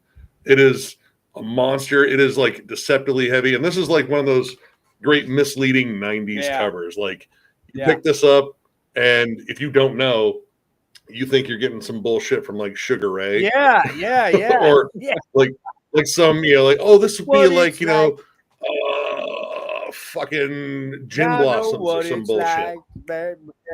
Yeah. You don't expect fucking like instantly getting slammed in the face with giant riffs and some dude screaming his that girl guts out. is a friend of Steph's. Her name's Lisa something. She's in healthcare now. And allegedly there was this story that she sued them, but she did give them permission. She's like, I don't know what you're talking about. Like someone actually had an interview of her a couple years ago. Like, we heard you sue Deftones. She's like, no, I gave him permission to use the cover. Like, what are you talking about? So yes, a little bit of boobage there. You know, I mean, there's always good. Yeah, I mean, no, those she should be proud of those. Those look pretty nice. This is also the first one where Frank Delgado steps in, which he becomes more of like their secret weapon in terms of adding those lush synthy textures, whether he's doing it with like traditional DJ equipment or he's just doing like flat out synths and such. He is like legit become like one of my favorite things to kind of seek out in the songs. Like, all right, where is he adding all the extra stuff? Because it becomes necessary. It adds that layer of atmosphere. But this is still more on the raw side. Like this is riff driven as fuck, and I love the shit out of it. Like we might just go ahead and say it's my favorite. I mean, it's tough about competition, but this one I always come back to. I'm never disappointed, except for the whole 27-minute break. All right, that does it's a little lame. I have to like. Mascara is not necessarily my favorite, but I do like it as a nice kind of like introspective, more vulnerable song, I guess. But Which one? Like the 27-minute break is annoying. Oh yeah, Mascara. I love that song, man. It's good. It's a good like moody jam. It sounds like a heavy metal Cure song. There's actually videos of them playing that where they dedicate it to Robert Smith before they play it. Makes sense. This is for Robert Smith. Yeah, this is called Mascara. Makes complete sense. It sounds like Head Up is how Soulfly was born too, which I think is kind of cool. Max Cavalera guests on there. Right. He shouts Soulfly, Fly Free, like that's where the name Soulfly came up for his band, and so it's got some other significance there. But this album, just jam it. It's amazing, start to finish. I love it. By the way, if anybody's watching in the chat, I didn't go look. I'll go look. Jerry, your turn. I just want to make sure that particularly friendly person that seems to like to come around and harass me lately is not in there. So, Jerry, go ahead. Jump into this album from your perspective. Absolutely. Hands down, easily my favorite fucking Deftones record.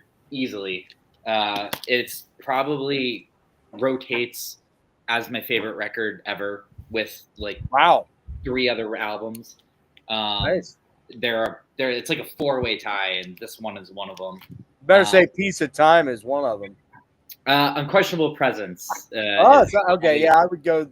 I'm there with you on that too. That's on there. But yeah, I mean, everything Nick said, of course.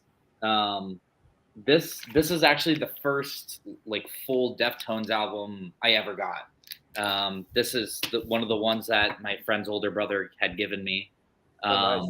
And it just changed everything. I mean, it's unreal. It's heavy. It's soft and beautiful. Really, like lyrically too. It's so vulnerable. I think it's probably honestly the most vulnerable Chino's ever been.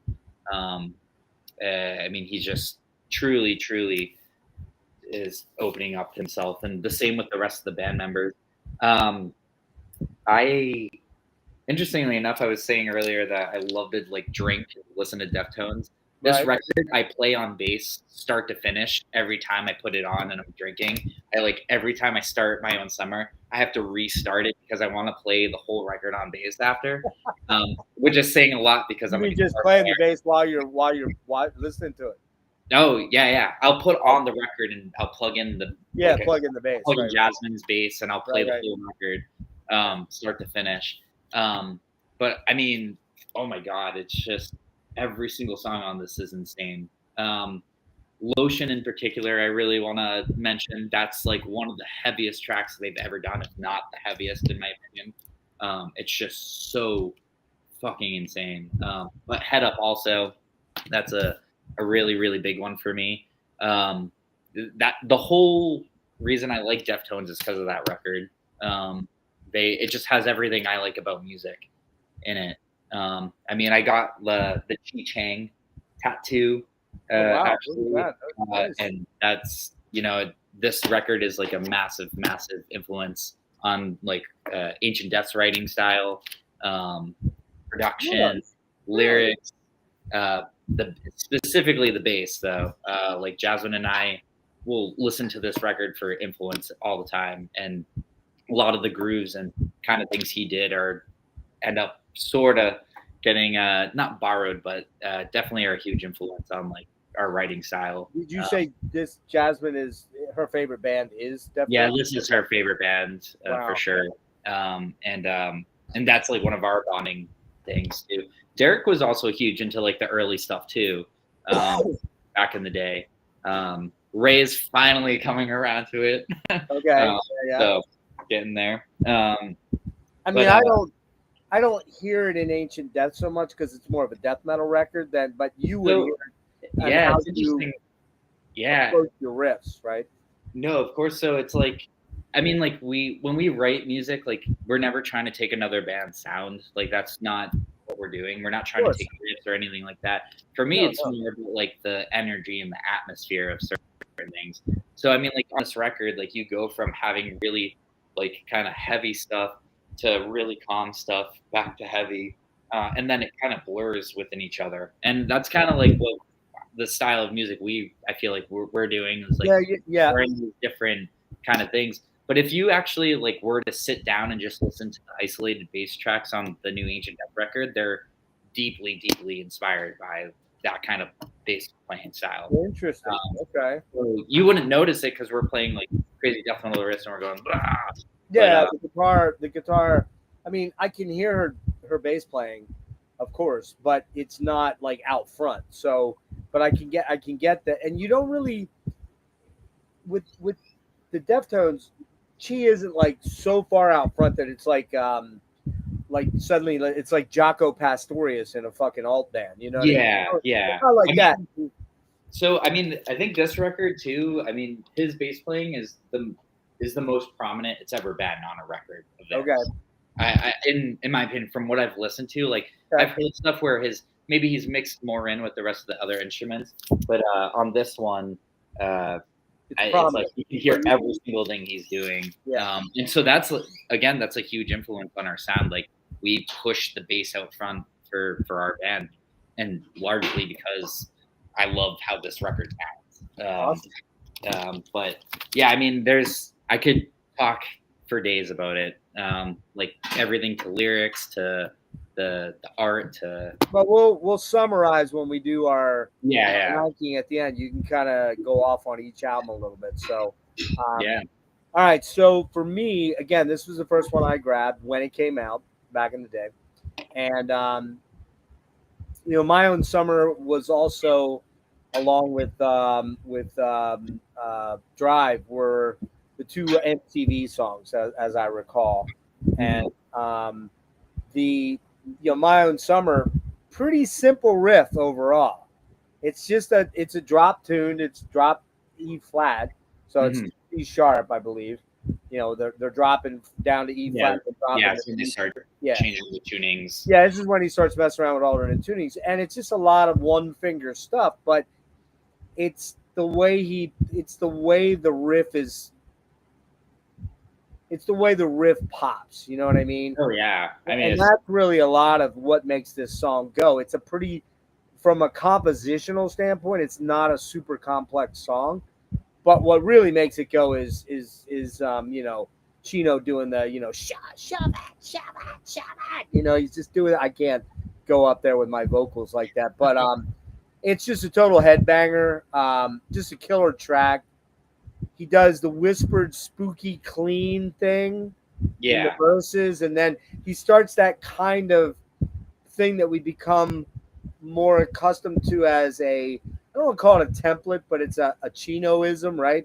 Where he does the whispered sort of, the whispered clean during the verse, and then he comes in either crushes on the chorus or the other way around. He comes in savage on the chorus, then goes into the real high, anthemic sounding choruses. Labia, man, the weird thing I would love to. I threw this in for you as a guitar player because I'm wondering if he thinks the same thing. Listening to that song, that propulsive riff, I swear to fucking God, it sounds like Morbid Angel. It sounds like Morbid Angel with the lurching, because Trey plays a lot in drop tunings, right? Trey plays that drop tuning, right? And he does that sort of lurch, that almost like the music's being dragged from the notes being dragged from the guitar. Listen to that song, Jerry. After we're done tonight, listen to Labia or Labia. I don't know whether it's Labia or Labia. I call it labia because I they're think it's so labia. fucking sexual, and even though it's spelled differently, but I think I'm like, Chino sounds was like trying. he's like moaning it. I think Chino was trying to tell us something there. Yeah, I get you, Chino. I get you. I totally get you. But listen to that song. Tell me it doesn't have a little bit of a Morbid Angel guitar lurch in it. I think it does. I mean, the thing with them though, I mean, I'll have to listen to it for sure to because I've never made that connection. But I mean, they're also metal dudes too. Like, Exactly. That's the thing, and they talk so much about how much they like other styles of music that I think sometimes it overtakes how much of metalheads they are. I mean, like she started off of like Iron Maiden and Judas Priest. Same with Stefan, and like they love that shit. You know what I mean? And that's why they're heavy as fuck. Nick, they were huge Vulgar Display of Power fans. Yeah, there's another one that guy. I'm working with Terry Date, of course. Yeah, there you go. But I mean, this to me is the heaviest Deftones record, easily. Like, I agree with that. They get to that level on songs, but as a whole, I agree. Front to back, it's the heaviest fucking thing to me, at least, that they've done. And it's like we were talking about the genres earlier, and not to sound like super pretentious or anything, but I feel like for me, when I listen to bands, sometimes it's like, oh yeah, I love like these death metal bands, or I like these kind of shoegaze bands or whatever. But Deftones to me, like they're one of those bands I've never really classified. They're just Deftones. You know what I mean? Like they're just, and obviously like you could break it down and be like, hey, they have this sound and this sound and this sound. And sure, of course. But to me, it's just like they just have their own thing. Like I don't think any bands really, even like on Adrenaline too, and the rest of their material, no bands really sounded like them. Now you have like copycat bands and stuff, but that's but at that time, and especially like them coming out, like even still, if you put those other copycat bands next to them, it still doesn't hit the same way. You know what I mean? It's like at all. And that's no diss on those bands, but they just have their own thing, Yep. All right, to go back to the tracks quick. Mascara relies on a clean tone arpeggio. Chino's atmospheric vocals, then weirdly, could almost be a heavy metal Cure song, is what I said. It's got that vibe to it. Around the Fur, man, I really love this track. It's got this. And you'll appreciate this, Nick, and you probably will as well. It's got a crab walk vibe to it. Like the Abbott crab walk. It's like that lurching sort of funky, weird sort of. It's an instant headbang. As soon as that beat comes on, I'm like, oh, fucking stank ass groove. Let's go. It's a killer track. A lot of cool atmospheric samples on this one. Really love that track. One of my favorite tracks on the album. The chorus is so goddamn heavy. Yeah. Yeah. Crickets is a pretty genty new metal song, I think. I like it, but it's very genty and new metal for me. I like the drum pattern on it, how it's a little bit off time. I was just gonna say, the rhythm in the fucking track is hyper tight. It's so good. Oh yeah. So good. I mean, that ending section in particular too, where they're just the band, even though they're playing almost the same parts, it sounds heavier. They didn't change anything, but it's just the way they're playing it. You can tell that they're just fucking ripping it. Leaning into it. Goes off like a banshee at the end, just like I hate her. I hate her. It's like holy shit, like fucking think too much, drink too much, piss too much. Yeah. And then we got the big hit, I guess if you could say it. Be Quiet and Drive. Huge earworm, man. Super earwormish. It's hard to not listen to that song, and even though it's kind of repetitive and it's very hypnotic, and it has that shimmer of Ghosts of Summertime Past, man. Like that song, it's summertime in there, but it's like where it's got that summertime feel. Like that's a top down, windows rolled down, cruise through the get on the highway and go about 90 miles an hour, not drunk, although I may have done that once or twice, but don't do it, kids at home, okay? Just saying. Stupid idea, but I probably did it at least once. Just a fucking epic song, man. I love how it sort of has a false ending, too, at the end there, which is super Yeah. cool. I mean, to me, that's their first shoegazy song. Yep. Like, Yeah. it's their first full true gazy song. Like, It's what I call a night drive song. Like that's the one where Yeah, Night Drive. you Yeah. drive at night, you see the lights pass. Yeah. Yeah. Like it's just got the vibe. It's got Absolutely. that evocative vibe. If you listen to any other Deftones record after that, I feel like you can trace it all back to that That song. Yep, Yeah. I agree. No. Lotion, lots of fucking rage in that song. Gnarly, angular, but still lush. The chords under the chorus are really killer for that song. Steph has a habit of playing a lot of open ringing tones, kind of like Alex Lifeson sort of stuff. But the way he phrases some of them is unique. So you get, and it's also a product, Jerry, and you know this, of whatever processing he's using. He's using a lot of chorus, some delay, sometimes some flange, some phasing in there, and he gets this washy sort of. Oh yeah, I mean his open chords. This is going to be a weird distinction or similarity for me, but it reminds me of Alex Lifeson. Not in his technical. I'm going to say that much later, but open fucking chords. And the way that Stefan does that, there's always these ringing chords. He stole it from Alex. Minor sounding. Yep. But holy fuck! Every time I hear it, I'm like, man, it reminds me of Alex Lifeson. I'm gonna bring that up. I'm gonna bring that up on a song coming up where he pretty much rips Lifeson off completely. And I will, Rush is my favorite band. I know that's your favorite band too. Alex is my god of guitar. He's the guy, right?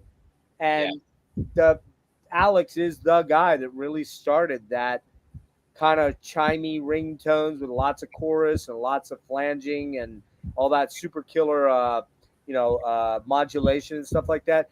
And Steph definitely took that to heart and incorporated it into his sound. Die the Flu, mostly a vocal-driven song, super dark and menacing, shimmering. And you'll start to hear me say those words a lot. Dark, shimmering, menacing, ethereal. Great fucking track. I love Die the Flu, man. I think that's a fucking killer track. Head Up that's kind of that's the most rappy song on the album for me. And I know Logan wanted to go hard on that and say that was the track for him.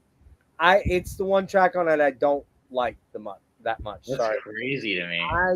That's like it's interesting because Lotion too, but Head Up might be my favorite Deftones song. Like just everything about it. It's hard to really pick one. It's definitely one of my top ones. But Jerry, you got to remember, man, whole. I know, but whole song. You got to remember though, including the outro. You're 30. You're 30, right? 28, 29, 30, right? I am 59, and I didn't come up in that era. No. That's a fair point, actually. I try with rap, and I'm rarely ever taken in by it. NWA and Fear of a Black Planet and Public. What do they call it? Public Enemy. Public Enemy was awesome. I just don't get into it. But I'm an old man. Go ahead, call me an old man because it's true. But I mean, that was going to happen anyway. It was going to happen anyway, right? MX is a cool track. I like that quite a bit. I love that fucking the vocal trade-off thing. I love. Yeah, I could definitely do without the long spaces, though. I mean, there was a time that was cool when you were a young guy. But now it's get me to the. I mean, it does suck to have to when I play it in my car, I have to. You have to hit the fast forward button. My car doesn't let me rewind it from track 1. So I have to hold it the whole time, and it takes 3 minutes for me. Yeah, I'll do it every single time because I want to hear that fucking song. But it's cool. It's cool. Somewhere out on YouTube, there is a couple-year-old video, maybe 3 years old, of Steph playing MX. Oh yeah, he does. And then he sets. Well, hang on. He sets the. Did you see it? He sets the guitar down, and then you hear him do a bong hit in the background, and then he comes back, And he does the exact same. It's like 35 minutes long, but he comes back and he does the end of the track with Damone. Long fucking rip. No, but I'm You know he's watching the fucking video and I'm after watching him. Hang on, I'm watching the video and I'm watching him doing the song, and I scooch ahead to the end, and I'm like, why is there 25 minutes of this video left when there's just an empty chair? And then I'm like, oh, he's doing it like on the album.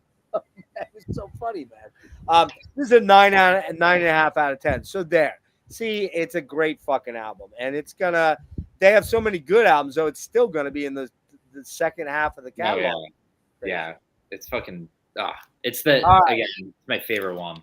I'm gonna go first on this album. All right, since I'm up. White Pony. Somebody can show it. I have a very different version. Oh, you have the special. Oh, you get the red one. You guys have the special. Is that one with the Boys Republic on it? What was that? Is that the one with Boys Republic on it? No, so this is the promo version for this is only 1,000 copies of this were made. Wow. And this one was it came out 2 months before the original release date. And it on the insert it actually says the White Pony. So it's still the White Pony at that point. Yeah, Nick, I think yours is out of yours is definitely like 10,000. Yeah. This one right, that has this one I just got because it had Boys Republic on it. Well, hang on. There's So there's 4 versions of the CD. There's the black one, which was limited, I believe, 10K copies.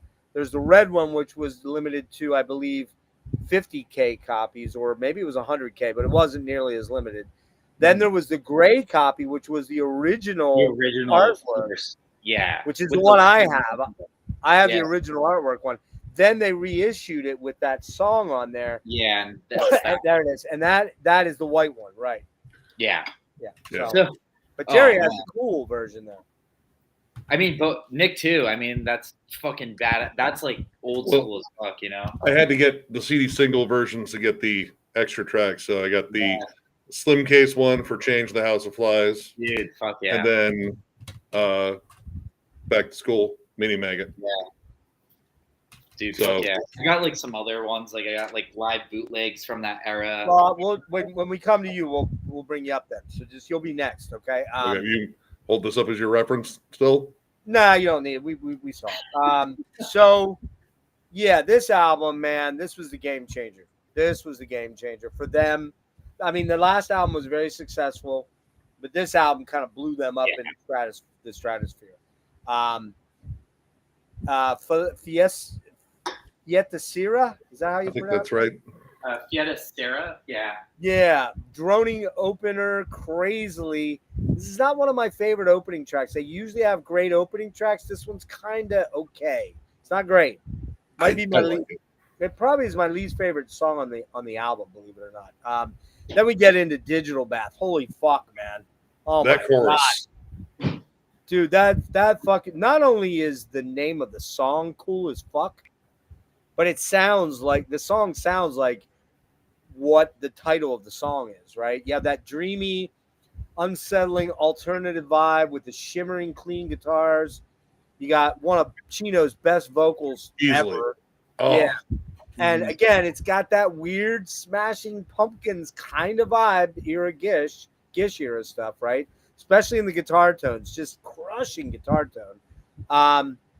Chino sings the verses, but the chorus is so fucking heavy and brooding, man. It's just like, it's just, and then Chino's doing the sort of what you call the sexual moan, the wail. Oh, it is.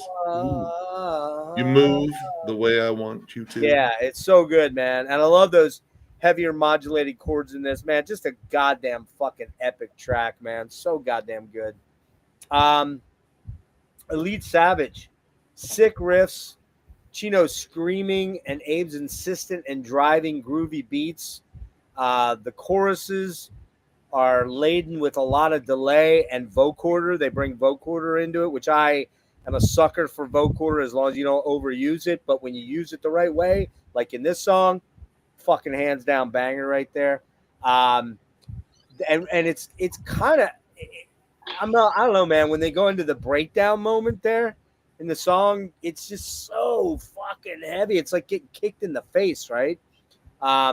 RX Queen, that has Scott Weiland on it. I love the intro drum beats. Those chime, yeah, that drum beat is killer, man. It's infectious. Yep. I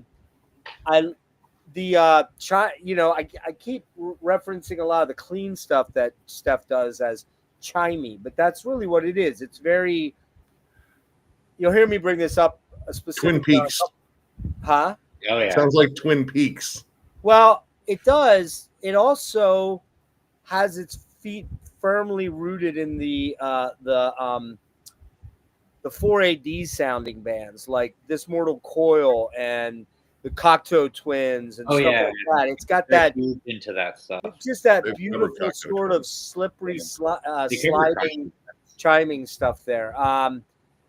Yeah, pretty cool track overall for RX Queen. Street Carp. I love the name of that song, Street Carp.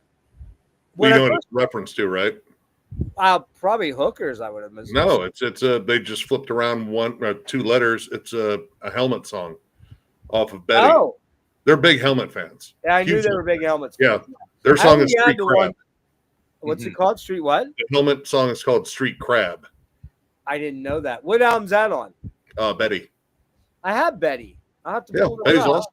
I don't remember that song. It's on there. I only got that one album. More anthemic type Deftones track, more beat driven.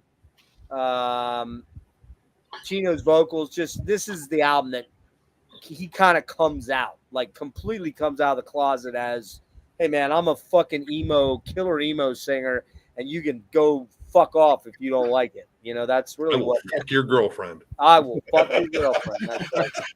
I hope your girlfriend's not watching this, Jerry, or any of your family. Well, Chino's not watching this. Like, he's right. I'm a single guy, so Chino can do whatever he wants. You can't fuck my girlfriend. We don't have to worry about that then. All right. Teenager, dreamy, trip hoppy intro, saturated with distant swirling atmospheric synths, a cool shuffling electronic glitch. I like that glitchy stuff that's going on because I love glitch type electronic music. Those affected beats, the weird lurching sound effects, and the dreamy otherness side of Chino and the Deftones. I love that song, Teenager. I love it. Yeah, it's a great song. Man, and then we get the Knife Party, man. God, fucking what a song, man. Oh, yeah. Here's a crazy thing, though. And I'm going to draw a weird comparison. You're going to be like, what is this guy high? No, but I might be in a minute. But the thing is, the very beginning of this song sounds a lot like I Will Follow from U2. That chimey. That's actually not off base. Yeah. I think they're U2 fans, actually. Oh, I'm sure Chino's a fucking massive U2 fan. But then you get into it where it gets more insistent. Chino's drawing your ears in with that killer earworm chorus. Go get your knife. Go get your knife. And you're just like, man, I love that song. Doesn't matter how many times I hear it. Fucking love that track, man. Korea. Fucking what a fucking gnarly track. That's probably the most savagely heavy song on the album. Yeah. The choruses are just fucking they're just like, it's like getting a fucking curb stomping with this song. Like, give me more, man. Just fucking crush my fucking jaw, right? Love that album when he does the scatting, does a little bit of the scatting in it. About third way into the outro there, and man, what a fucking massive track. Like, if I had to pick one track I could not do without on this album, that's probably the song right there. But we got Passenger with Maynard. This is the song though, and it's not just because of Maynard. This is the song that kind of has the Tool vibe to it. Oh yeah. A little bit. That drum groove, that swing pattern. Very I never knew that he sang on it until later on in life. And so I was always like, Chino can sing like fucking it sounds like Tool. And I thought that forever. I had never found out it was Tool. I was always like showing friends and being like, doesn't he sound like fucking Maynard? And then Yeah, one day I was at the beach and a friend of mine was like, that is Maynard. And I was like, oh, okay. Man, I mean, swear- that part where Maynard goes, like, roll the windows down this cool night, air is curious. You get into that and you're like, fucking A, dude. Like, that is so damn good. And the lyrics to this song are killer. And I haven't quite figured out whether the song is about having sex in the car while driving or driving your car into a bridge abutment and killing yourself. It might be about both. I'm not sure. It has that vibe. I'm not sure. I swear that, with every female Deftones fan I have ever met, Passenger has been their favorite song. Well, This one too. yeah. Yep. There we go. Hey, what's Legit. up? How you doing? I swear that holds sway with like every chick I've ever met. Oh, I love Deftones. Your favorite song is Passenger. It's like, fuck, how did you know? Is that Jasmine? That is Jasmine. Jasmine, you What's can up, jump in Jasmine? here. H and Yeah, Death we Metal love rules. Jasmine. She just came in. She's completely invited in. Jasmine, we love the Ancient Death album. We love your contributions the most. I'm just gonna say it outright. I love. That's the leader of the band right there. Oh, really? No. She wears the pants. You know what I'm saying?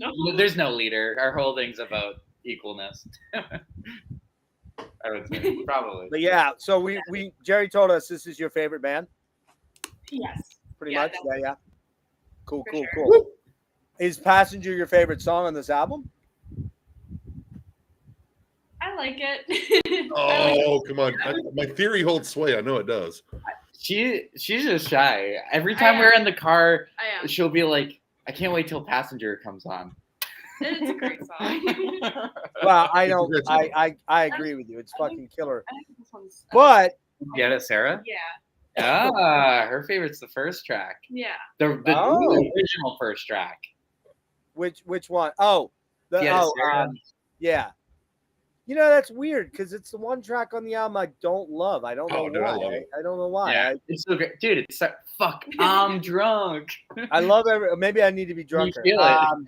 But here you go. The last two tracks, I'm not including Boys Republic, which is a great song.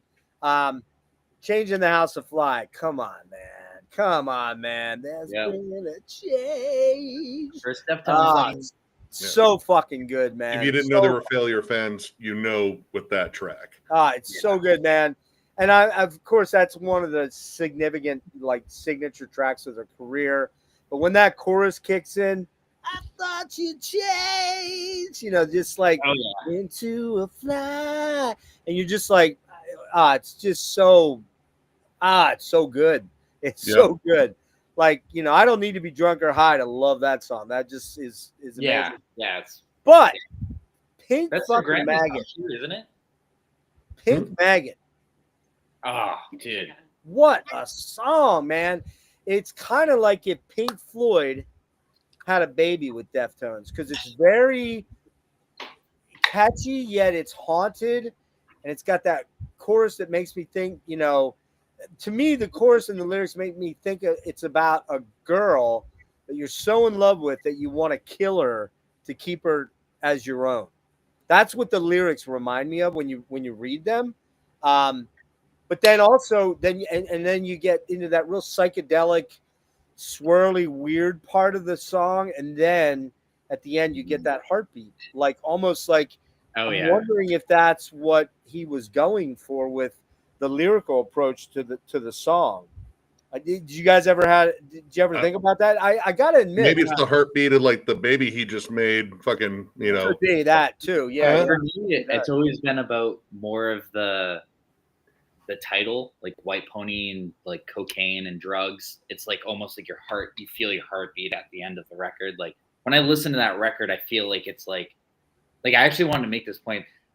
Adrenaline feels like you're hanging out with your friends and smoking weed when you're a teenager. Right. And then Around the Fur feels like you start drinking at parties and you're hanging out with your friends drinking. And then White Pony feels like you start doing cocaine. There's this, that's how I feel when I listen to the records. And at the end of that, Chino was doing a lot of cocaine then too. Yeah. All of them. Yeah. Especially during this record, they were doing lots of cocaine. And, but I mean that, for example, the chorus to Pink Maggot, that push back to square now that you need her. Yeah, so obviously they redid they did the Yeah, back to there you go. school. Hey, welcome Scout. Right. But Um, what's weird about that is push back to square now that you need her, like knee with your knee in yeah, the you're throat. in the road. Because there you go. Because back to school, we are the leaders. It's like a weird lyrically. One of the things I really like about Chino, and I don't really listen to a lot of death metal vocals. Or lyrics. I'm sorry. I just don't. Usually it's about eviscerating somebody or time, not whatever. It's just or Yeah. drugs or whatever. But when I listen to Chino's lyrics, they're so interpretive. You really have no idea what the hell he's talking about, but they're very No. lyrical and they're very poetic and they make you think of what the music makes you think of. You know what I mean? Yeah. But No, that absolutely. song, man, goddamn. That in Korea, Change, fuck. Every song but the first song. I love it. Love the first Oh song. man, the first song's so sick, dude. I love the first song. Dude, I was that giving it- I was opening giving it- barrel roll, like, let's go. It's Oh, one of we- those. It's one of hang on, their though. best We intros. forgot to in mention my one- opinion. Well, we forgot to mention one thing. We forgot to mention the production. The production of the album's fucking amazing. Unreal. It's so good. Like everything shimmers and shines and pulses through when it should. It's just one of those perfect sounding records. That said, because I don't love the opener, I'm giving it a 9.75 out of 10. 9.75, bitches. Come on. Don't be Oh, crying. man. It sounds like you still like that opening track with that score. All right, Jerry, I'll let you go next since Nick was mean there. Oh, All right. We're This- talking. Hands that this was actually really hard for me. So Around the Fur, I know I was like, is my favorite Deftones record. This one is right there with it. I mean, a thing that a lot of people don't realize is like when you have records, like you do, this band did Around the Fur, and when they were doing that tour, they had already begun to start playing some of those songs live in Right. '98. So the beginning of Pink Maggot, when it's the really calm, like just gritty, dark intro with Stefan and Chino, they were already playing that on the Around the Fur tour. Like that was there. Korea was another one. That was like the first song they had for this record. I think this was Really? originally supposed to be called White Pony, and that it's the one that sounds the most like Around the Fur to me, and it makes sense, at least for me. But yeah, I mean, as soon as you put it on, it starts with that guitar part, and he just, like I said, like he just starts like "fuck, I'm drunk," and then he just goes into this whole thing, and you're just like, okay, is he like getting kidnapped and like like has a ball gag on and he's choked, like, but he likes it, or does he not like it? Like, it's like what is going on? But one point I want to make is at the end in Pink Maggot, the last thing he says is "I'm meat" or whatever, which he says in the first song. So when I first got White Pony, I got the reissue version when I was younger. They were like the second pressing onwards that had Back to School as the first song. So I always thought that was the original first song. But that's a short version, right? It's an edited version, right? It's like the record company wanted them to make it because they were like, we want you to make a single that will sell more records and Right. or make us sell more records. And Yeah. and if So you they don't cut. do it, we're not going to fund the record. And they were Right, like, they "Okay, edited we'll that do out. it." So they took Pink Maggot and made Back to School. I see a lot of things online of people being like, "Oh, they hate that song," and they hate the being forced to do it. But they played it live on the Saturday Night Wrist tour. They played it 5 other times, so Well, they obviously like the song. They're right. They hated the fact that they were forced to edit. Yeah, which Yeah. is like Wasn't- Metallica with like Escape off Red Lightning. Yeah, They didn't exactly, do it yeah. for forever until the 2010s. I think they played it for the first time. But for me, when I listen to it now, knowing that, I listen to Fiat Sera first. Like I always skip Back to School. I'll play it after Pink Maggot sometimes. Right. If I really want to hear it, because for me, it's like this is the intention that they had initially, and to me, Right. that's really important as like a musician. Yeah, of course. What did they want? Not what the record labels want and everyone else. Even though I love that Back to School, and it also like the connection between the two of like I'm her new meat and Fiat Sera, and we're all meat, or like I'm just meat basically. So that was really important. Digital Bath tied for me with Head Up is my favorite Deftones song. I just like sometimes I'll just pick up a guitar and want to play it. It's so emotional. It's just so fucking amazing. It's so heavy, but in a way that's just emotionally heavy. Elite, obviously, fucking brutal, fucking absolutely brutal. I mean, this record's perfect for me, start to finish. It's a 10 out of 10 record easily. But yeah, I mean, like getting Korea. I mean, like I said, like that was like they were playing that in 98 and 99 already. Wow. That fucking song is so unreal. And I mean, like I'm really, really grateful to get, this copy of this record. Like it's cool, man. Such a turning point for that band. I also wanted to show this. Where'd you find that at? I actually found this on the last Atheist tour. I was in kidding. Pennsylvania. We played a show at a church, which Pittsburgh. was really cool Out in because Pittsburgh, yeah. Atheist playing in a church was something I didn't. Yeah, what's that called? The proving grounds? I don't. Yeah, I remember. think it's called the record store was called Preserving. Preserving Grounds. That's it. Preserving Records. Yeah. And so I got this from there, and whenever I go to record stores, I'm a collector, so I always ask for weird things. And I was like, hey guys, this is going to be kind of a long shot. I was like, do you have any cool, weird Linkin Park or Deftones memorabilia? And the guy was like, look in that box right there and look for the red record. And I went, I already know what it's going to be. And it sure enough was this. What? Can I ask what you paid for it? I don't feel comfortable saying. All right, okay. It was a lot of money. They cut me a fucking deal. Tell us after we end. Yeah, I will. I mean, I looked it up online now. It's like a $1,300 record. Yeah, I've been trying to find I know my address and come here because I've been looking for a Tribulation album. And I just found a Tribulation box set that they're asking a lot for. I'm somebody that's like, I collect records, but I buy them to listen to them. But this one is one I was like, I'm going to listen to it once, and that's it. Like, I want to hear the original promo version, like how it was intended. So it's cool. It's just a white gatefold, or not gatefold, just a white jacket. And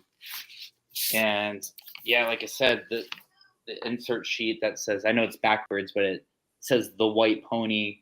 And it even says on the bottom, where is it? Is it on this one?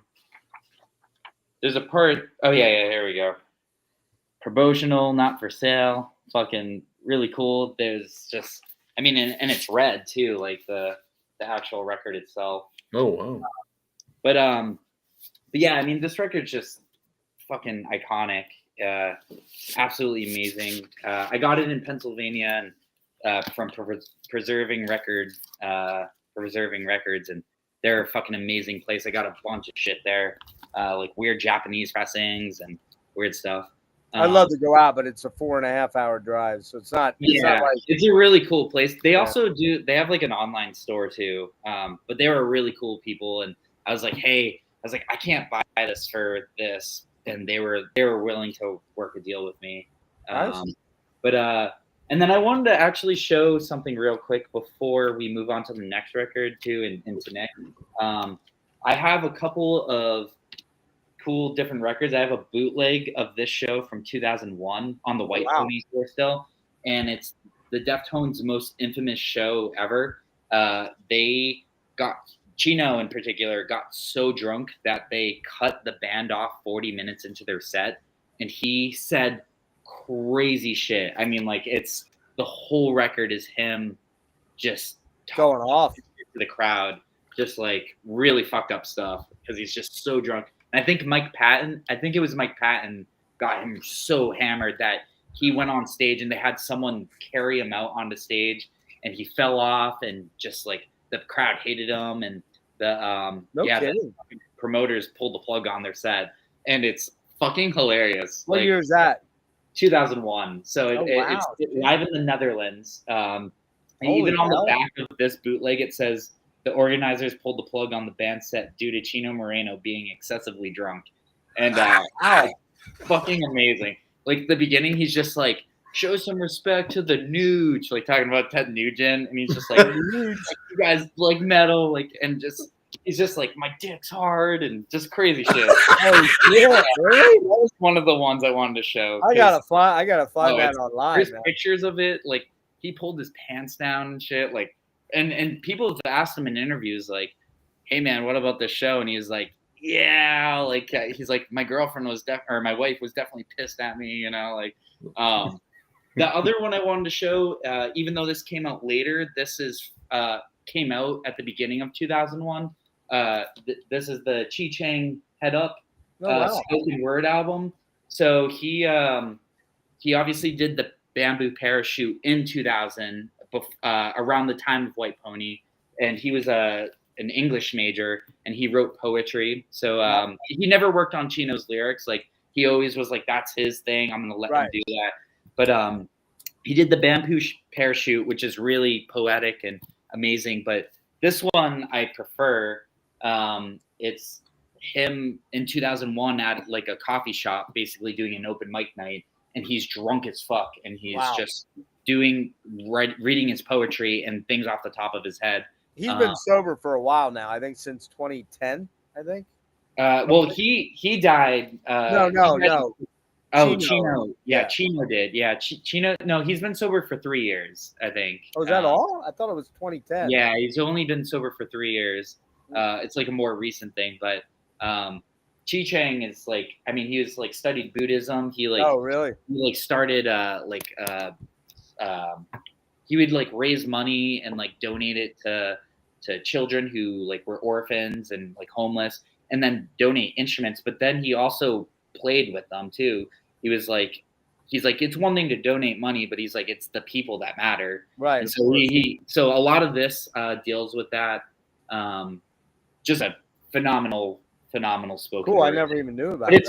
It's cool. It's like that whole year. I mean, like from Around the Fur, like I said, like they did Around the Fur, and they were already writing this White Pony stuff. And to me, that's like their most creative period for me. It doesn't mean it's their best, even if it is my favorite, and kind of everyone kind of agrees. But most people, they really hit like a stride of just like, we're going to do good, like great things, you know. Yep. But all right, we'll let Nick jump in quick on his take. Well, mine kicks off with whatever it is. But yeah, this is the one with Boys Republic, which I think should have been added to the album. Yeah, I agree. It's a good song. Solid, just big kind of rock song, honestly. Yeah. But this album, when it came out, I really wasn't prepared for how much it changed, because I've been going back and forth between the first two albums. Like, all right, this is heavy, it's riff oriented, it's got some fucking fat grooves, you know, the hip hop elements too. This completely changed the game. And, you know, immediately I was like, what happened to the guitar tone? It's not as big and chunky.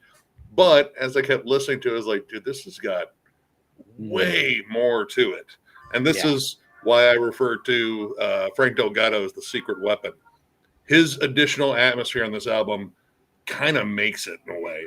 Like, you know, Digital Bath, RX Queen, all those like additional soundscapes in the background. It just gives this album this kind of like weird, I don't know, like just like atmospheric vibe. Like there's a fog hanging over the album ever so slightly. And this album is a real adventure from track to track. Like the tracks are vastly different at times. Almost sound like they're pulling from all of their influences. You got a lot of like, you know, post-punk energy stuff, you know, like Knife Party in particular.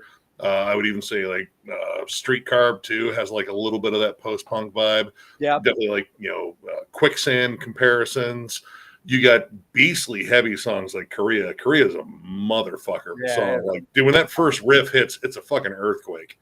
Like it's just But also Elite, which I almost call like an atmospheric Earth Crisis song. Like it's just got this big fucking stupid heavy groove, this crawling mean as shit fight me riff, and Chino's just growling his guts out on it. Like there's like larynx meat being spewed onto the microphone as he's doing all that. But honestly, some of it's the softer, tender stuff on here that I really like. Like Teenager, all right, I kind of do skip that one. It's a little too light and airy for me at times. I Like, love yeah, that song, man. it's all right, it's fine. But give me Digital Bath and RX Queen, Change the House of Flies, Pink Maggot, even Passenger in some of its softer moments too. Like I like that kind of like lush, but kind of like dark, brooding energy. Like it sounds pleasant on the surface, but underneath, that kind of like iceberg effect. Like now there's something kind of brewing underneath that makes it sound sinister. And this is one where Frank like switched out like turntables. He just kind of ditched them for the most part. Went with like synths on here, and the synths on here, like that moaning synth on top of Changing the House of Flies. It's almost like a whale call. Yeah. Yeah, it's so cool, man. This album is beautiful in a lot of respects. Granted, again, it was a big change in gears for me, so it took me a little while to really get into this one. Like everyone was just fucking hyping this shit up. It was like, I don't know yet. I like it, but I like that old sound too, and that's what I'm used to.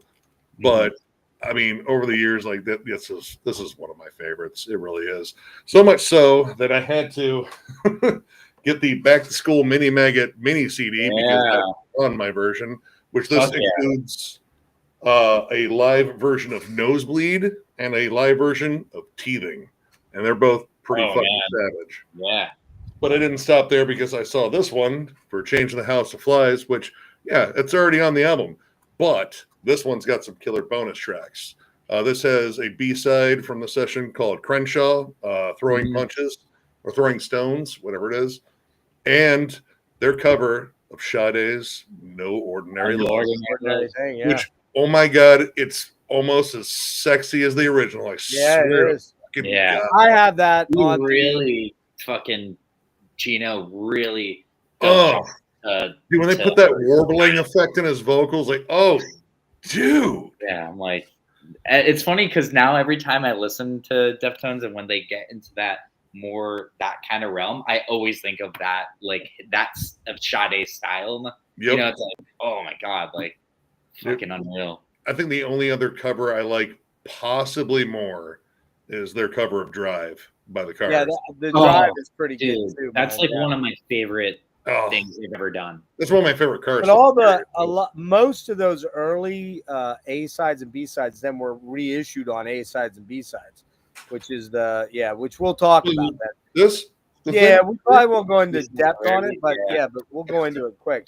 A lot of that stuff's on there that's there. So go ahead, wrap up with. But it's one of my favorite Deftones albums. I don't know if it tops out Around the Fur. Around the Fur generally holds sway in this house, but again, like as this band kind of moved on, there's some later albums that might even rival White Pony. I know there are. It's hard, but making good music. It's funny too, like that you mentioned the teenager thing, like not being a fan of it, because it honestly makes me think of my friends and I arguing about like Volume 4 and Changes being in Volume 4. Some of my friends don't like Changes being in it. They're like, it ruins I love it. And for me, it's like that record's heavy, and then it goes into this really emotionally heavy song, and then goes back into the that style. But that's what like White Pony does for me. It's like I remember being like when I was a kid, I was like, fuck teenager, like it's not crazy. But the older I've gotten, the more I actually enjoy the insertion, because it's like it pulls you away for a second, because it's like right before it, it's all right, Streetcar, and it just then it pulls you back, and then it comes back with Knife Party, and it's like, but I totally understand too. It might have also come down to the fact that I knew what was coming next too. It was I'd much rather listen to Knife Party or Korea. Yeah. Also, it's funny. Actually, sometimes I would skip past Knife Parties. Like, no, let's go Korea. Let's fucking go. Right? I know. It's funny too, because like whenever I'm on tour, like I said, I always like collect records and shit. And White Pony, I always look for the original CD that has the original spelling of Night Party, because you can tell which one. PRTY. There's some reissues without Back to School, but Knife Party says it fully instead of like PRTY. PRTY. I don't even know what happened to my original. Did you find one? I had an original CD at one I've seen point. like a third pressing of it, and I've almost bought it, but I've like, I'm like, I can wait. I didn't pull mine out, but I'm 99% sure mine is original. So Probably has it on. You should send it to me. Nah, shit. I might. As a gift. And Nick, you should send me all your bootlegs and Oh man, what do you want to know? See, well, we can do a trade because you got that red vinyl. Jerry, hang on a minute. Let me. I will totally give you all those bootlegs for that red vinyl.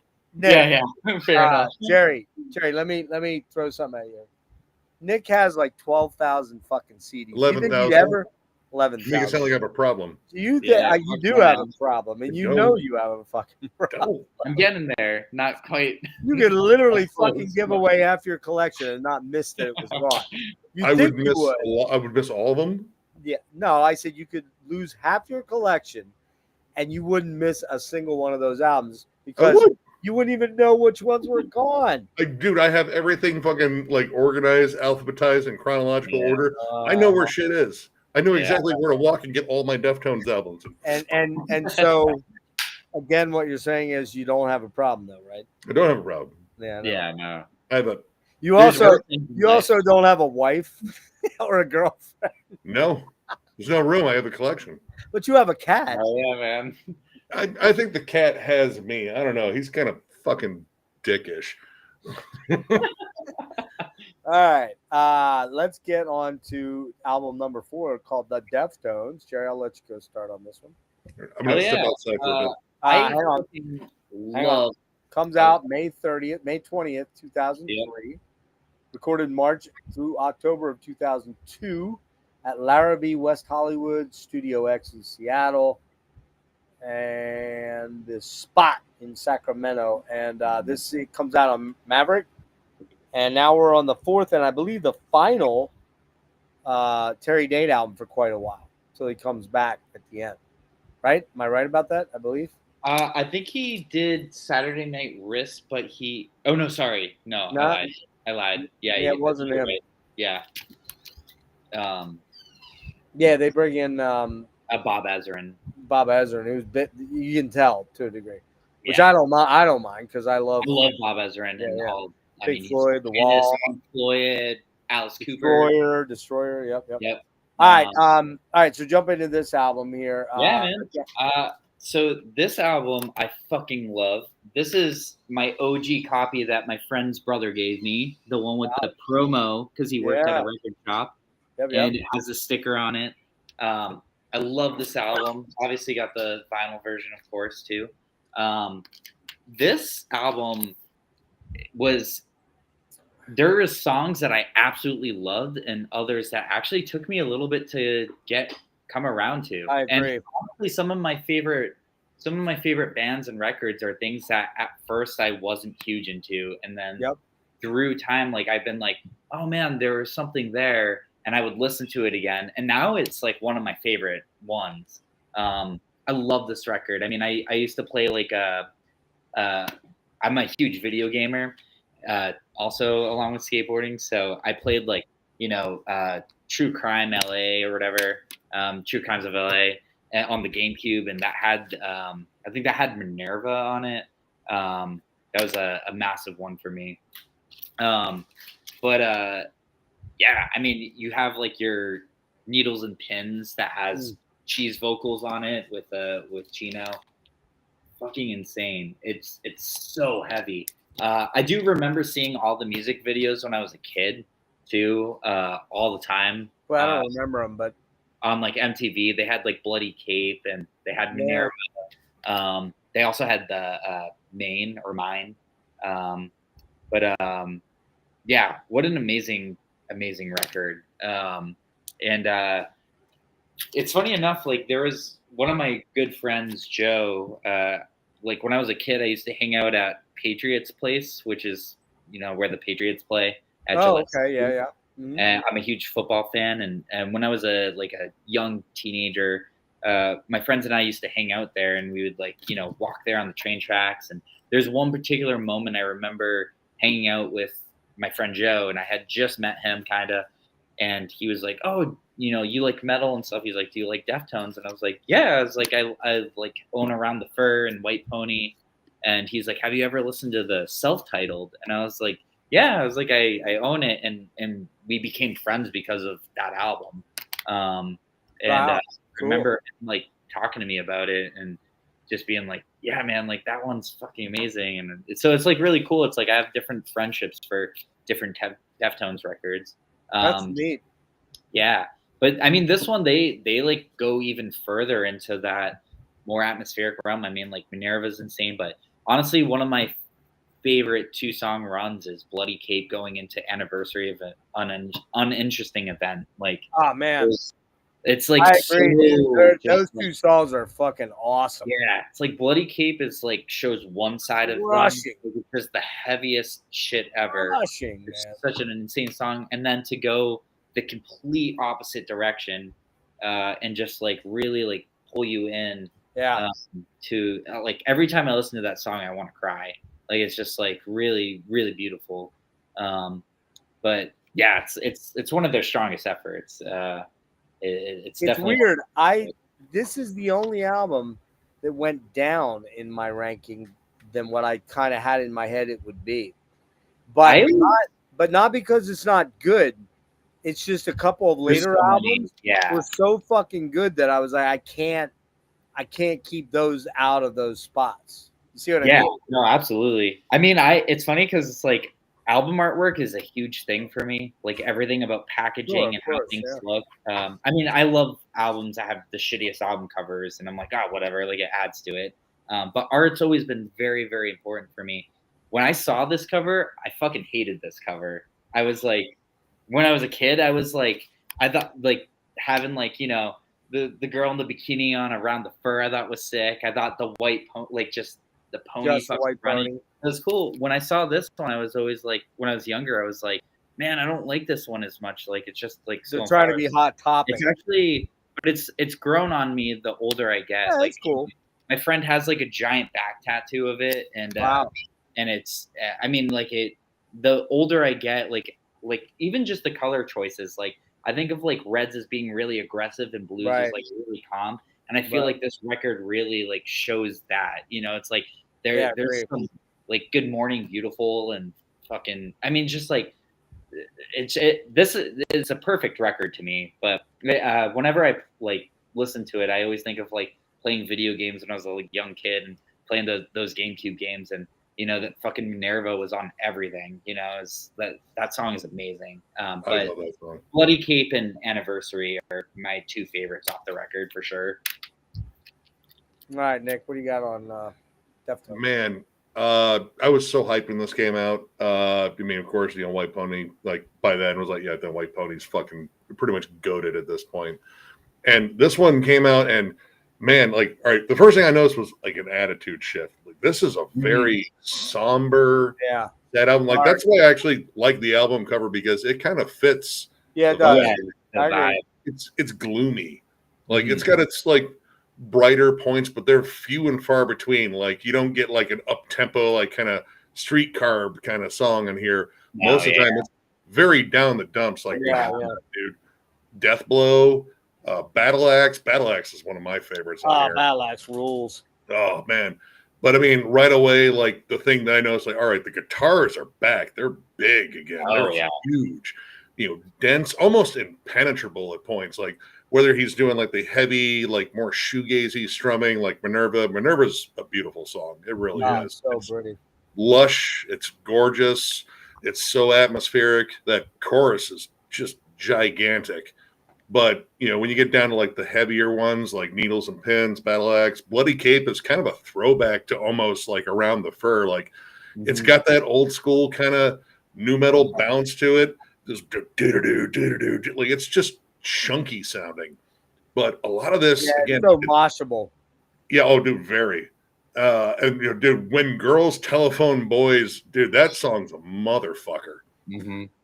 But again, like the vibe on here, like it feels more like it thrives on like negative emotions. Like it's either sad or it's angry. It doesn't have the brighter spots, which makes it kind of a unique listen, because generally Deftones are like a mix of emotions.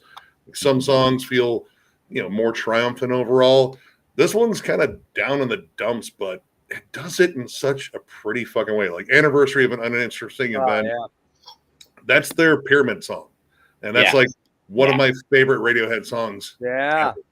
It's just kind of just mopey and melancholic. The beautiful piano on there. God. So ethereal. Yeah. Oh, dude, it's haunting. You get that ghost noted beat behind there. Like, oh.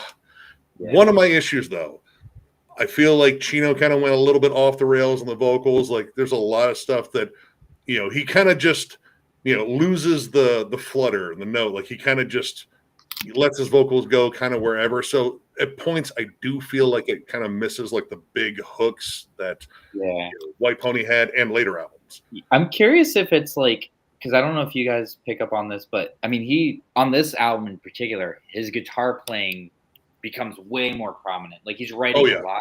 So I wonder if like part of it is like him because he's playing guitar so much too. Like, yeah, he's. Like it could be. That may be a very good point. Like I did see something that.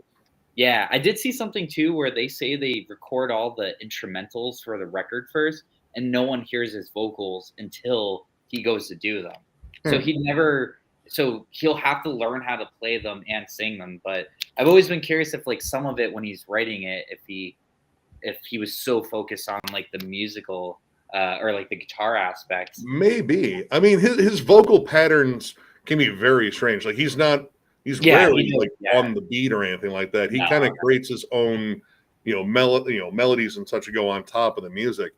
But I mean, this one, like you can definitely tell the songs where like, Steven was definitely, the main guy writing the riffs, and then the ones that Chino was like, right away, like I picked Death Blows, like that's a Chino song. That's 100% a Chino song. Same thing with Battle Axe. God, man. But you hear like the heavier parts and like Bloody Cape and when Girls Cell Phone Boys, like that sounds like Steph's writing.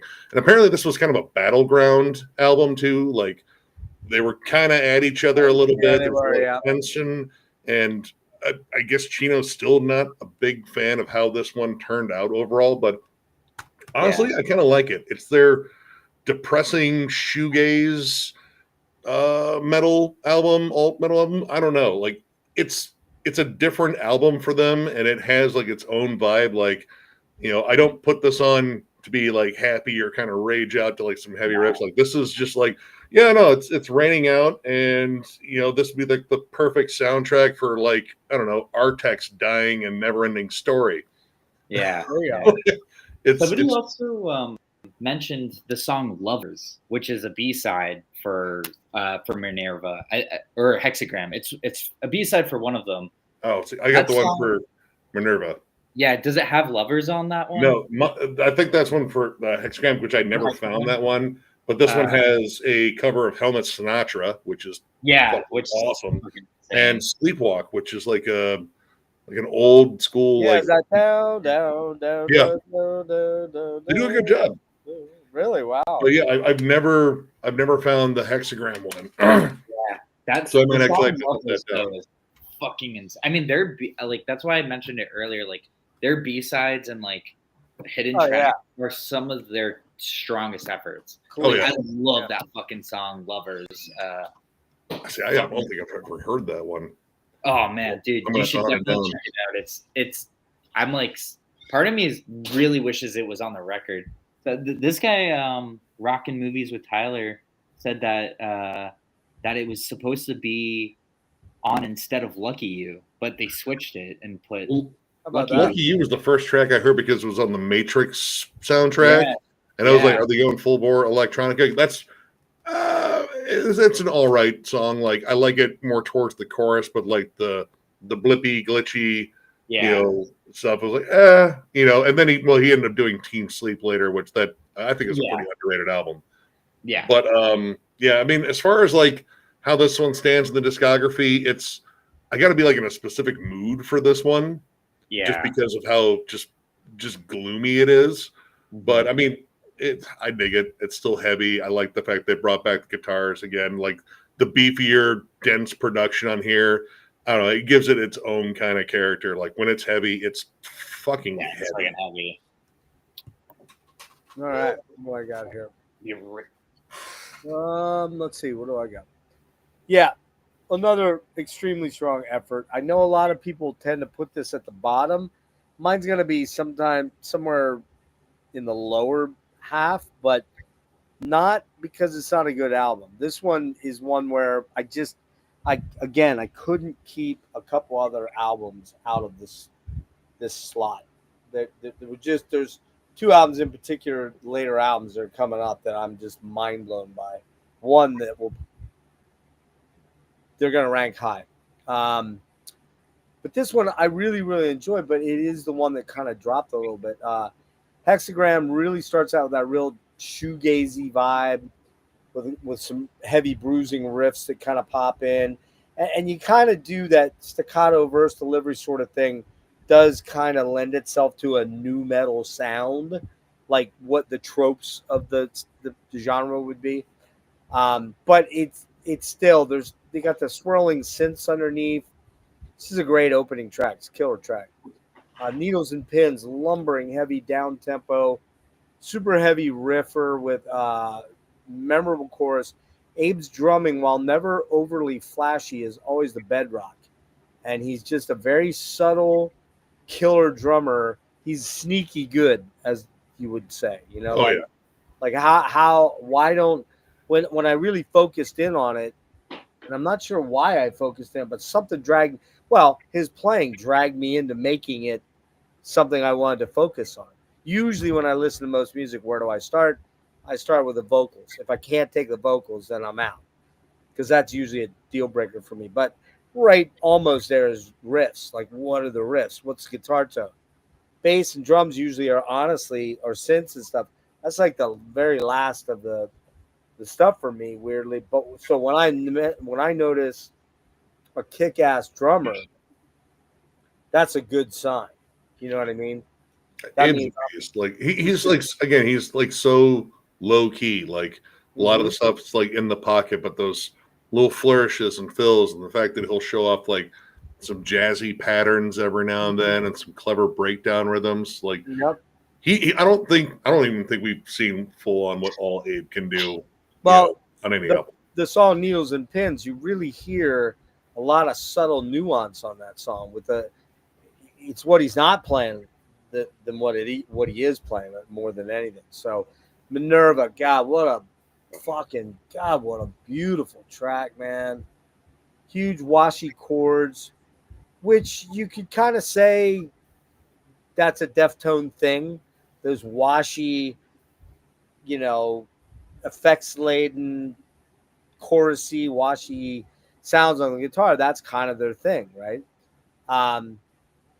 But yeah, Minerva's just wow. And I guess the song I'd have to most kind of point to would be Changing the House of Flies. It just has the vocalizations are very kind of there, Good Morning Beautiful, kind of a jangly metal popish sort of pumpkin. This is what made me think of Pumpkins, Gish, or Siamese Dream on this song. Yeah, you get that. Yeah. Death Blow, pretty cool brooding track. When Girls Telephone Boys, ugly Chino effects landed screams over droning, chimey, riffy sort of chords. Then Steph locks into a gnarly, heavy detuned rhythmic riff. It's pretty goddamn ugly and savage. Great track, When Girls Telephone Boys. Great fucking track, man. Battle Axe, killer track. Love that song. Just fucking menacing. That's all I had to put on there, right? Lucky You, super cool, trip hoppy electronic mostly track, really ambient and meditative. Awesome. I dig the overlapping and intertwined vocals from Chi and Ray Osborne of Tinfred. I like this track. Lucky You, super. What's it called? Lucky You, super cool. I like that. I like that song. But man, Bloody Cape. One of my favorite Deftones videos too, dude. Because they don't have my favorite videos ever, but that's I have this. I have in capital letters, fucking earth crushing riffs. Chino's plaintive cleans into screams. You gotta be headbanging and moshing to this song, or you're dead inside. Probably the heaviest track on the album, possibly one of the heaviest tracks in their whole catalog. Like, period. I mean, it's heavy. Yeah, it's heavy as fuck. Insane. And the uninteresting event, piano keys, cool ass shuffle. Abe, by Abe. It's very dreamy and beautiful. I'm not crying. You're crying. Yeah, it's Sobbing. here's what I brought. I'm sorry, what's that? Sobbing. Yeah. Well, here's what I brought up. It sounds like it has elements of The Cure, The Smiths, the Cocteau Twins, This Mortal Coil, and Dead Can Dance. So there's a little bit of everything going on there from that gospel shoegaze thing. Absolutely fucking unbelievably gorgeous track. Just jaw dropping and shows kind of where they've come from adrenaline to this. Not that adrenaline was bad, just mind you at all. It's just that the complexity of what they're hearing and creating in a room or separately or with whatever demos and files and stuff, they're just building these fucking masterpieces, and that's one of those songs. Moana, Love that song. Moana, chimey, clean chords, pumpkins like again. I can't unhear it. Really heavy, catchy track with a catchy rap. Worm. What the fuck am I writing here? I don't know. So it's like Chino's lyrics. Yeah, I have no idea what I was writing there, man. It's kind of like a whole bunch of words that don't make any sense. Words out there, but really a stellar track. Chino shines on this track overall. This is it's a 9 out of 5, guys, and this is gonna be one of my lower albums. Like, I don't even know how that works. Like, how's that possible? You know? I don't know how to rank that one in particular because again, it's a mood album for me. Yeah. Like, Wow. I don't come back to that album as much as I do other albums because Right. again, it's a gloam of despair with big, heavy fucking riffs. Yeah. See, I I like love sad music, like really, really Oh, depressing. yeah. Just I mean, that's really one right heavy there. It's definitely in my middle. I feel like my first 4 Deftones records are kind of solidified, and then everything. I don't like ranking stuff really. Like, it's hard because it depends on the mood. You guys are trying to weasel out a ranking here. It ain't gonna happen. You'll have to rank the album. But this one's like definitely in the middle for me. All right. Well, we'll get to that to the end. Let's move on to the next Yeah. album. B-sides and rarities. We're not going to get into it deep because I didn't use it as a must listen to. But we can give you that. That came out October 4th, 2005. Yep. On Rhino. Terry Date again. What you got on there is you got Savory, a lot of covers. Savory by Jawbox. Yep. Fucking love I don't know the original, so I don't know. it. The original's insane. Is Really it? good. Okay. This is a good. We got an acoustic version of Change in the House of Flies. I don't remember how it goes. It's all right. I didn't listen to this one, so we got what's that? Wax and Wayne too. That's a Cocteau Twins song too. That was Yeah, I'm gonna run through all the tracks. Simple Man, Skinner. I remember that. It's not bad at all. He sings it pretty well. As far as I know, like Chino was not for that one. That was more of a Steph cover, and Chino was like, "Fine, I'll fucking sing it." Yeah. Sinatra by Helmet. I don't know the song. I don't remember it off the top of my Need head. to listen to fucking Helmet, dude. I'll have to go back to it and remember. First 3 albums. That's really all you need. Sade, no Ordinary Love. I'm gonna tell you straight up. I am a slut for Sade. dude. I would gladly give up all my metal to listen to Sade all day long. Hell yeah. I'm not That's lying. all Atheist listens to on tour. Oh, We man. watch live videos of Sade on the tour bus. That's it. Sultry as fuck. Oh my god. She's the most metal motherfucker ever. Absolutely, yeah. Okay, so we got Teenage Idiot version featuring Michael Harris and Daniel Anderson of Idiot Pilot. I don't know what that is. Idiot Pilots. It was like a electronic alt project. I have one of their albums. Yeah, it's all right. Yeah, I don't really know it. Crenshaw Punch, I'll Throw Rocks at You. That was the B-side. track on what? It was a B-side from White Pony. White Pony.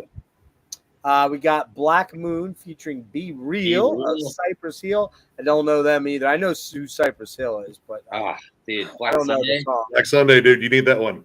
I never listened to that album, man. I Dude, know what that you're album talking. is one of the greatest The records. Chronic? Isn't it called The Chronic? No. That's right. No, this is the one with Hits from the Bong on it. Oh, dude, Yeah. that's like my Oh favorite yeah. band. I gotta listen to that. Yeah, I gotta listen. Inside of the Brain. Sorry. Oh, Inside of anyway, the the best. brain. That whole record, front to back, is a Yeah. perfect record. No, I All right. still love it. Great cover. I remember this of Cure's "If Only Tonight We Could Sleep," which is one of the greatest Cure songs of all times. Although most Cure songs are the greatest songs of all times.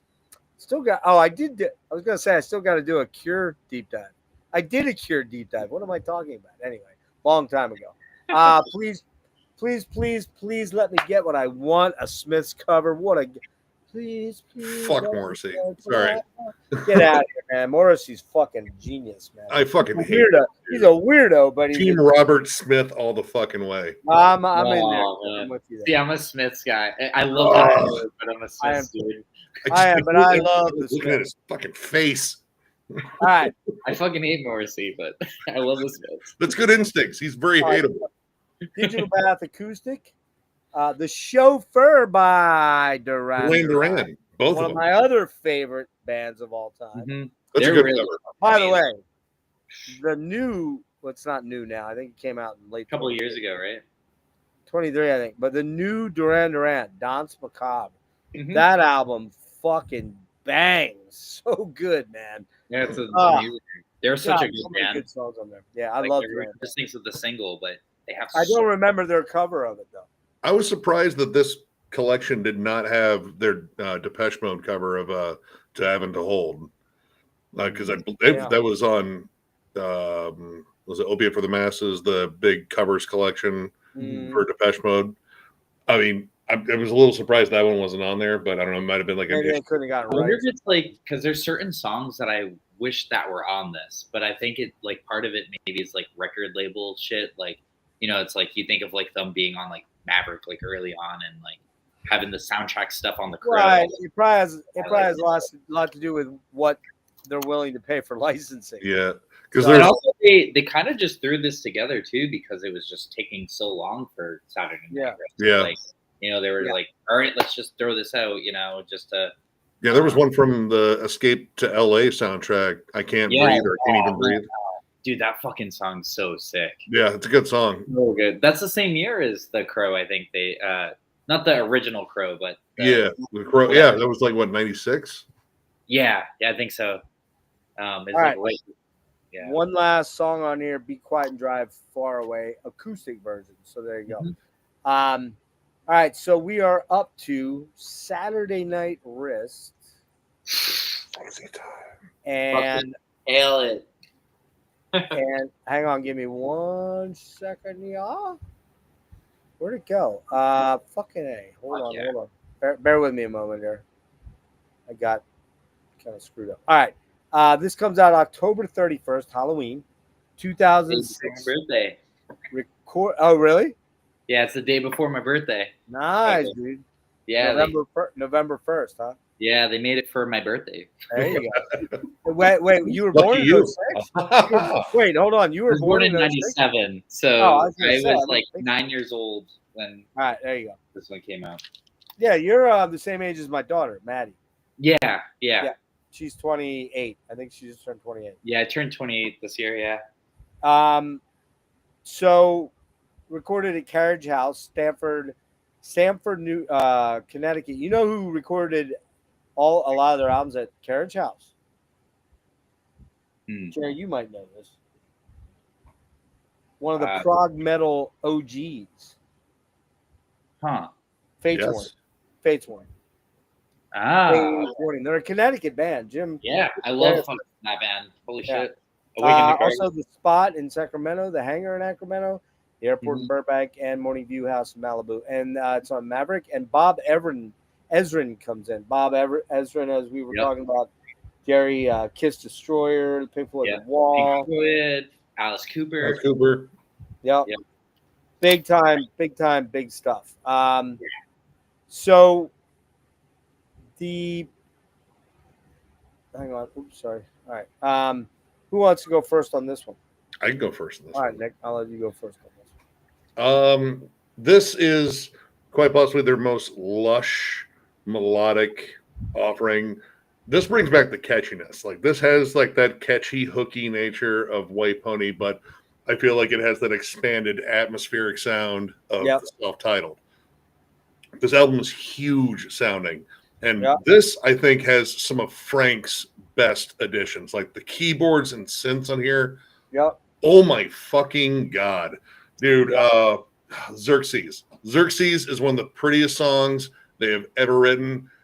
That might be one of the catchiest choruses they've ever written. I love that song. I love how it's mostly driven by the synths and the bass. Yeah. Yep. Chino's fluttering vocals. It's such a beautiful song, but you still have like heavy bangers on here, like Rapture. Rapture is scathing. It's kind of violent and spastic, but it's still got good catchy riffs. And Rats, Rats, Rats. Love that song. Again, kind of spazzy and violent, but out of nowhere, that stupid heavy moment just comes in, and all of a sudden you're getting like Sepultura level tribal drums, almost death metal chugs. This band, I don't know, they were on something for this one. Like it was just like, you know what? Let's kind of throw everything we got out there. Well, I mean, it's the Konami code. I'm not saying the whole fucking thing, but yeah, up, up, down, down, left, right, left. Yeah, there we go. That is one of the best instrumentals I think this band has ever done. One of the few instrumentals, actually. I think that reverb on the snare, lushness, it is so beautiful. Like all the delay on the guitars. I love that song. But possibly one of my favorite songs in here is Beware. That song is menacing and dark, but you know, at the same time, it has like a lot of ethereal beauty to it up until you get down to that bone crunching end where it's just I love that fucking track, man. Yeah. But yeah, Combat, Pink Cell Phone. One of my favorite tracks on there. I love just like that electronic boogie, and stay for that hidden ending because you gotta stay for that. That shit's the best. The dialogue part. Yeah. I bought my mom this album because she loves Deftones. She's a big Deftones fan, and when that one, you know, when she was listening to it in the car, she wasn't in the car with me for that one, but when she got back from a drive, like, okay, so the album you got me, the ones, why is there a thing about filthy hand jobs? Butt sex. Like, what was that all about? Like, I don't know. It was a fun joke though, wasn't it? You laughed. It's like, yeah, I 100%. The best part of that whole thing is the best. She's laughing. No. The best part is when she says, "British people." That's why British people have bad teeth. Yeah, that's so fucking good. I like to hear her So- laughing in it's it so too. Like, twisted. it's just like, It's Butt fucking residue. Yeah, the butt. That was a term I never thought I would hear on a Deftones album. Yeah. So yeah, we get a dose of comedy as well. But God, it's just kind of does everything that I want from a Deftones album. It's one of their most well-rounded offerings. And again, the secret weapon that is Frank, he shines on this one. Like this is, in terms of like his best contributions to their atmosphere, this is it. Got again, fucking Combat. The only thing I don't like about Combat is the long intro. Like, all right, they could have shortened that up. But when it gets down to it, like that's got kind of old school Deftones vibes on it. He gets a little rappy on there. Kim Dracula, dude, what a fucking catchy ass song. That's Be Quiet and Drive Part 2. That's Shut the Fuck Up, I'm Driving. Yep. But yeah, I love this album. In terms of like ranking, Listen, stop doing this. I know. To I'm yourself. trying to think now, but I don't want you to. I want you to at the end. We're gonna go through a ranking. So get prepared. Why are you gonna make me fucking sweat this one out? I don't know, but yeah, I love this album. This has been a favorite of mine for years. Pretty much every track, except for Mine. I'm not the biggest fan of Mine. I don't think Serge's vocal part really works particularly well there. Yeah. But everything else, literally everything else, is top tier Deftones in my mind. Absolutely. All right, Jerry, what do you got? This is one of my favorite fucking albums ever. Love this album. You know, we end up saying that to almost every album. It's like every album I listen to is every album I listen This to is is the like greatest my album of all time. favorite fucking album. When I play it, that's the greatest album at that It's the moment. greatest album ever, right? But in all seriousness, truly love this. So do I. Start to finish. It's a perfect record for me. And Hole in the Earth is one of my all-time favorite fucking songs. Like, Dude, the chorus to that is just every part of that is just fucking heavy, magic, man. beautiful, atmospheric, ethereal. Like, And the way he sings that, there's a hole in the air. one of the it's so amazing. And I mean, there's a Chi interview of him like right before his accident where he's talking about it's like his last interview, and he's talking about the making of the record, and he's like, it fucking sucked. He's like, it was like blood, sweat, and tears, like truly.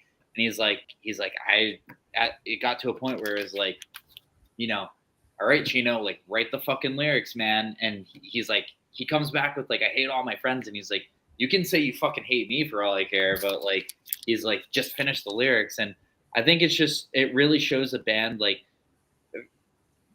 at their most fucking awful time, like that they knew at that point, like they just like were not getting along. This is the album. Some of the This greatest. is the album that Chino stopped doing coke after this album. So yeah, and so, not this drinking. This is the last Chi album. This is the last Chi album. Yeah. So for me, it's like this, man. It's like it really bums me out that he had his accident because like obviously with Eros, once we get into that, like there's just so much that they expanded on. So like to me, this is like probably like even if it's not my absolute favorite one, I think it really shows like even with the tension, they could just create such amazing songs. And that tour they did is fucking unreal. Like every time I've seen the live video, it's like, holy shit, they're fucking in it, Hole in the Earth is amazing. Rapture, of course, Beware, just like that when it fucking gets into the fucking heavy ass shit. Fucking dude, it's so bottom heavy, dude. Riffs ever. Cherry Waves, obviously one of the most amazing tunes they've ever done. I can't believe I'm going to say this on camera. The next Ancient Death album stole the main bass line for one section. Oh, I'm not going to say anything, just a little bit. Main amazing.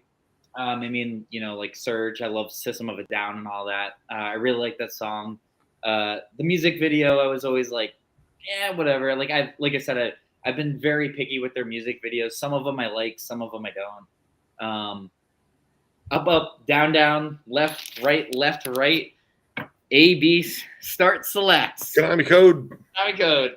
What is that? What is it? That's the Konami code, dude. How you have 30 lives in Contra and Life Force. Yep. One of my favorite fucking songs they've ever done. Actually, interestingly enough, it's a Chi song. He wrote that song. Fucking amazing. It's like I can't say enough about it. It's like when I'm like really depressed or feeling upset or just having a really hard time, that's like a song I always throw on, and it really just fills the void within my heart, and it ends that side A, right? And it's just, oh my god, such a beautiful song. And it's interesting too. Like, I usually listen when I think of albums, I think of side A and side B. I think that's just from like even though I like grew up with CDs, like my dad had his whole record collection, so it was always like I would have his records, and I would listen to his albums, and so I'd listen to side A and then side B, and they're two different vibes, and that still holds true for me. That side A is fucking unreal. But once you get into side B, Xerxes, oh my god, It's so pretty. It's so pretty. Fuck. Rats too. Like, Jesus Christ. I love Pink Cell Phone. A lot of people I always see are like, oh, I could do without Pink Cell Phone. I think if you take out the outro, that song itself is perfect. It's like Teenager or the anniversary of an uninteresting event, or even on this record, the fucking Konami code. I love it. And I think the outro is hilarious. Like, whenever I show friends this record, I let the whole album play, and every time it gets to that point, we always are cracking up. You know what I mean? It's like that's what music should be. It's like sharing moments, and it should be everything. It should be anger, sadness, happiness, and fucking comical. Like it should be all those things because that's what makes us who we are. You know, Combat is one of my favorite songs ever. It's like, what side are you on? Like it's just like fucking just nails everything I want. I also want to note, like, I know you mentioned the intro, Nick, to Combat. You weren't huge on. For me, I love it. Like, there's something about like Deftones don't get enough credit for the transitions they have. Like, whether it's the outro of songs or the intros of songs, and they do it more later on. But this to me is like, I love the change from you go from a song like that into a next part. It almost like amps me up a little bit. And, you know, it's like you're waiting, like, you know, like if you're like in a party or something and you're like, all right, like I'll skip into Combat because I want people to hear it. But if you're like alone, like for me, it's like it really transitions everything perfectly. I think in a live setting, it probably would work. Like you play that before everyone. Yeah. Like in between songs. And you know, it's like I totally understand it though. You know, it's like it's not. Hold on. That's like one or the other, but hold on though. Nick is I hate interludes kind of guy. I'm not an interlude person. So, okay.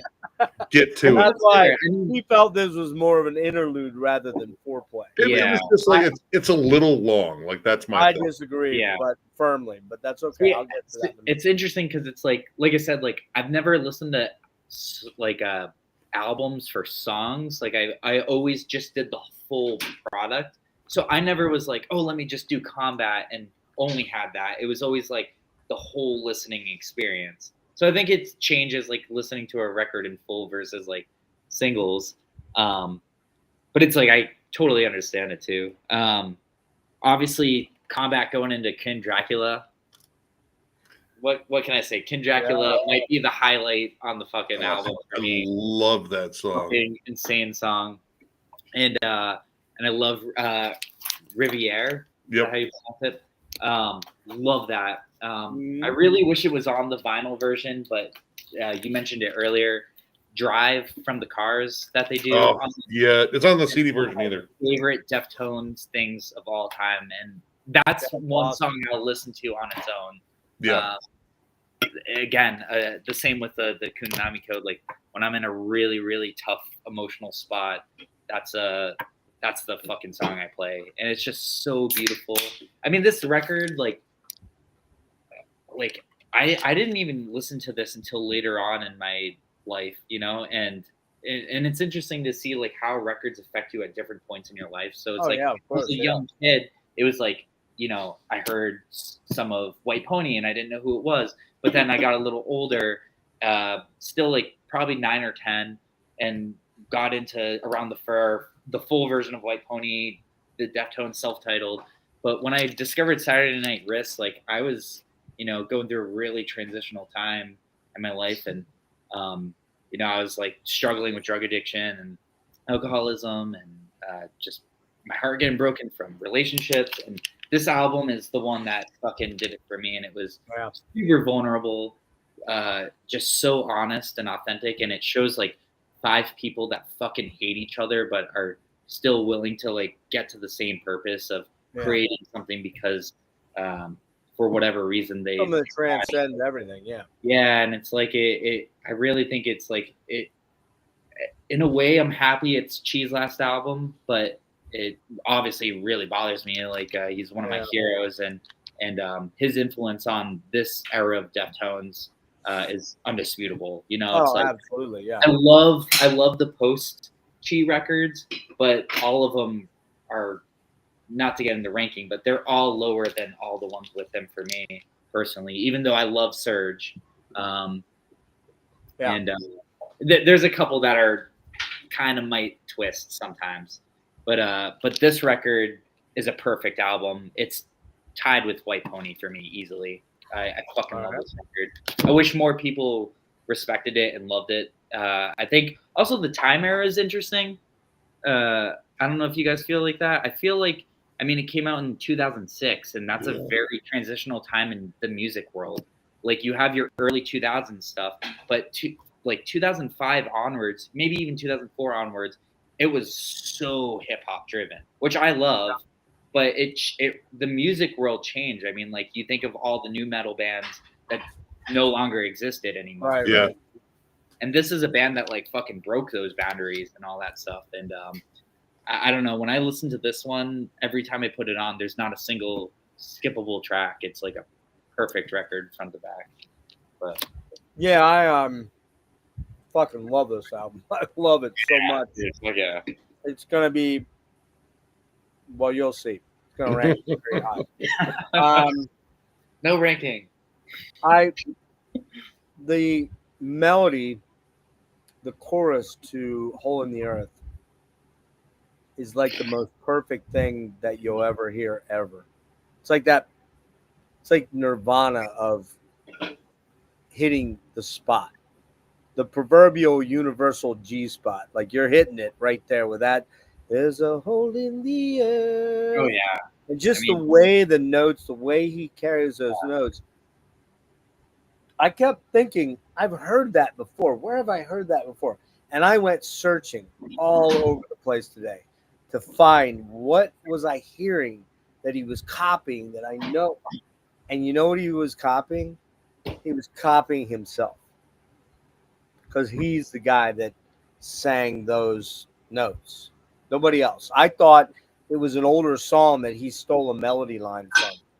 And it wasn't. You know, it was bugging me. So I spent like a good hour just like, did Chino's rip off Hole in the Earth melody chorus line from another song? And it's like, we think you're fucking dumb. Is that what Google literally singing about hating his GPT was like, you're kind of fucking hammered, aren't you? Well, yes, but that's beside the point. But yeah, Tell me a comforting lie. but seriously, man, Hole in the Earth, just one. Man, it's one or two for my favorite Deftones song of all time. Fuck yeah. It just yeah. It almost like makes me want to cry. It's like just the way he emotes those notes. Rapture, punky, drivingly insistent, quirky, weird. It's so goddamn heavy and insane. I love it. The intensity of this song is massive for Rapture. The ranting vocals. Yeah. Beware. Nick, I think you said you love this one, right? Yeah. Oh, that fucking song. Man, Oh. Drifting. That's a Neurosis song almost. It almost is, yeah. Little hurt. Drifting and dreamy into that big hit until that big chorus hit nails you. Super massive chorus, and those chordal riffs and samples and the spoken word melodies are just gargantuan. It's another fucking masterpiece of a song, man. Oh, the end is so goddamn heavy. It's unreal. Cherry Waves, another massively crushing chorus. Such shimmering heavy beauty, like a narcotic blanket. This song feels like heaven. I'm not even bothered by the auto-tune that he uses. He uses a little bit of auto-tune there in that one little spot, but it's like the perfect use of when you should use auto-tune to kind of distort and make something weird for a moment, you know? The synths in that song are beautiful. Yeah. Yeah, normally, like I say, auto-tune would be a no-no, but this song, it's killer in the effect and the way that they use it. Massive banger of a song, Cherry Waves. Mine was Surge 10. I wrote Tankanian, but it came out as Tanzanian. So, Tanzanian. Tasmanian. Gotcha. I love this track, man. Washy, massive washy chords. They have that weird alt metal meets 80s sound. And again, I hear like The Cure, Cocteau Twins in those verses. A little bit of even Sisters of Mercy and Fields of Nephilim in there a little bit. Just a little bit. Awesome track. I don't know. I didn't know what that stood for. What's it? Konami called? code. Just say What? Konami code. I always think of Konami the code. name.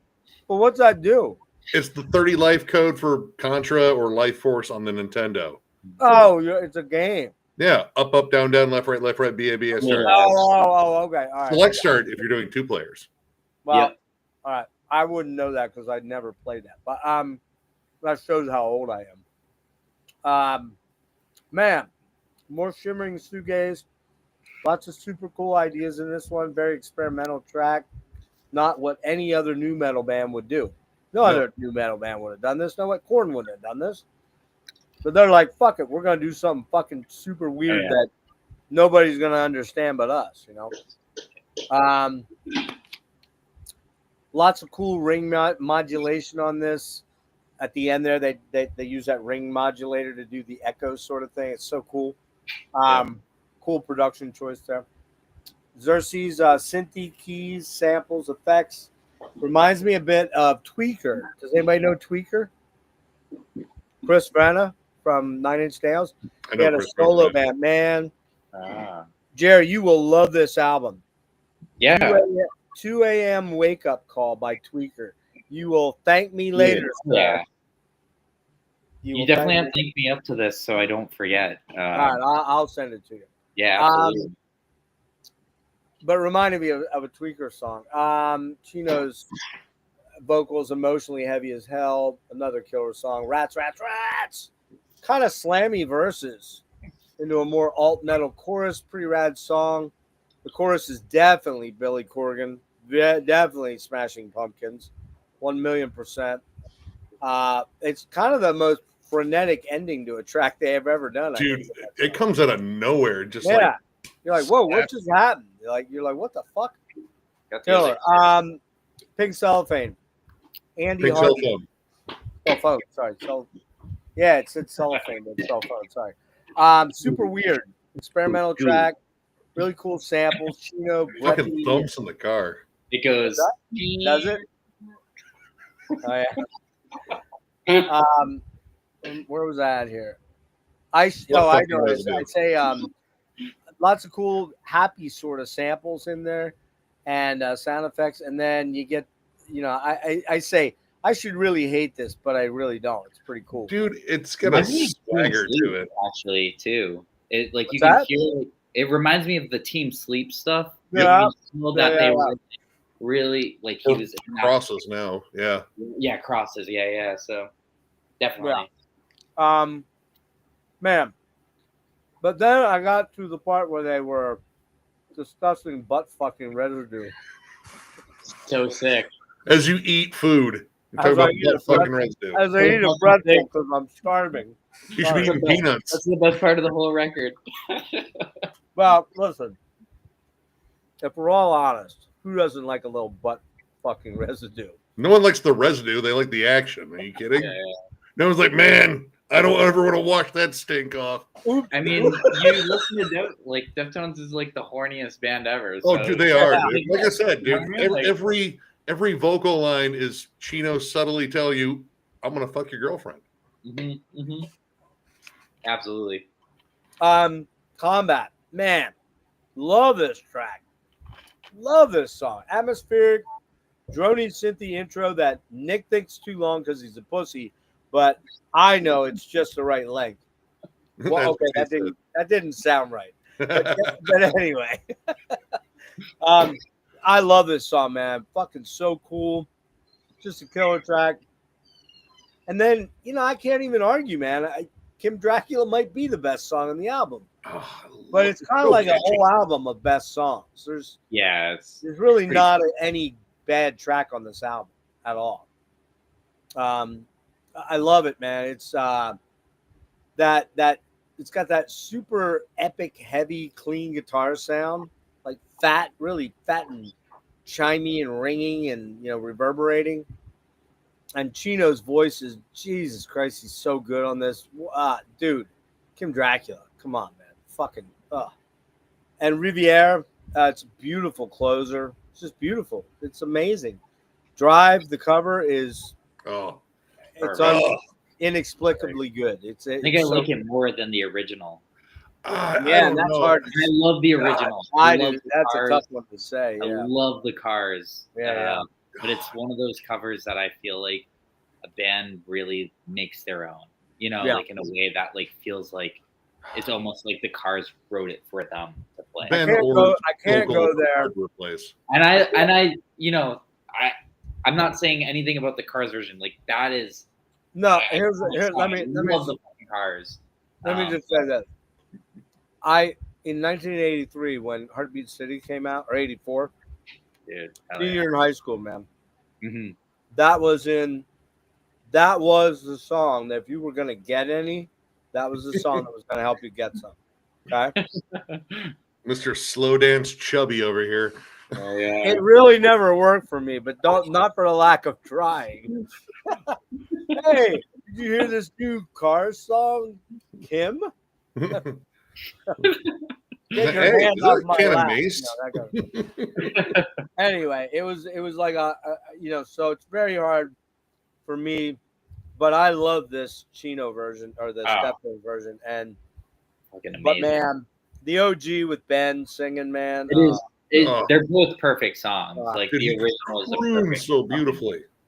man. My dad. This is a fun fact. I won't get into details, but my dad used to party with Rick Ocasek back in the day. Oh yeah, It's fucking Yeah, cool. yeah, well he's Yeah. a Boston guy. Yeah, yeah. And so my dad was born in Boston and grew up there his whole life, and some of my upbringing was actually in Southie, and but he used to party with fucking Rick Ocasek.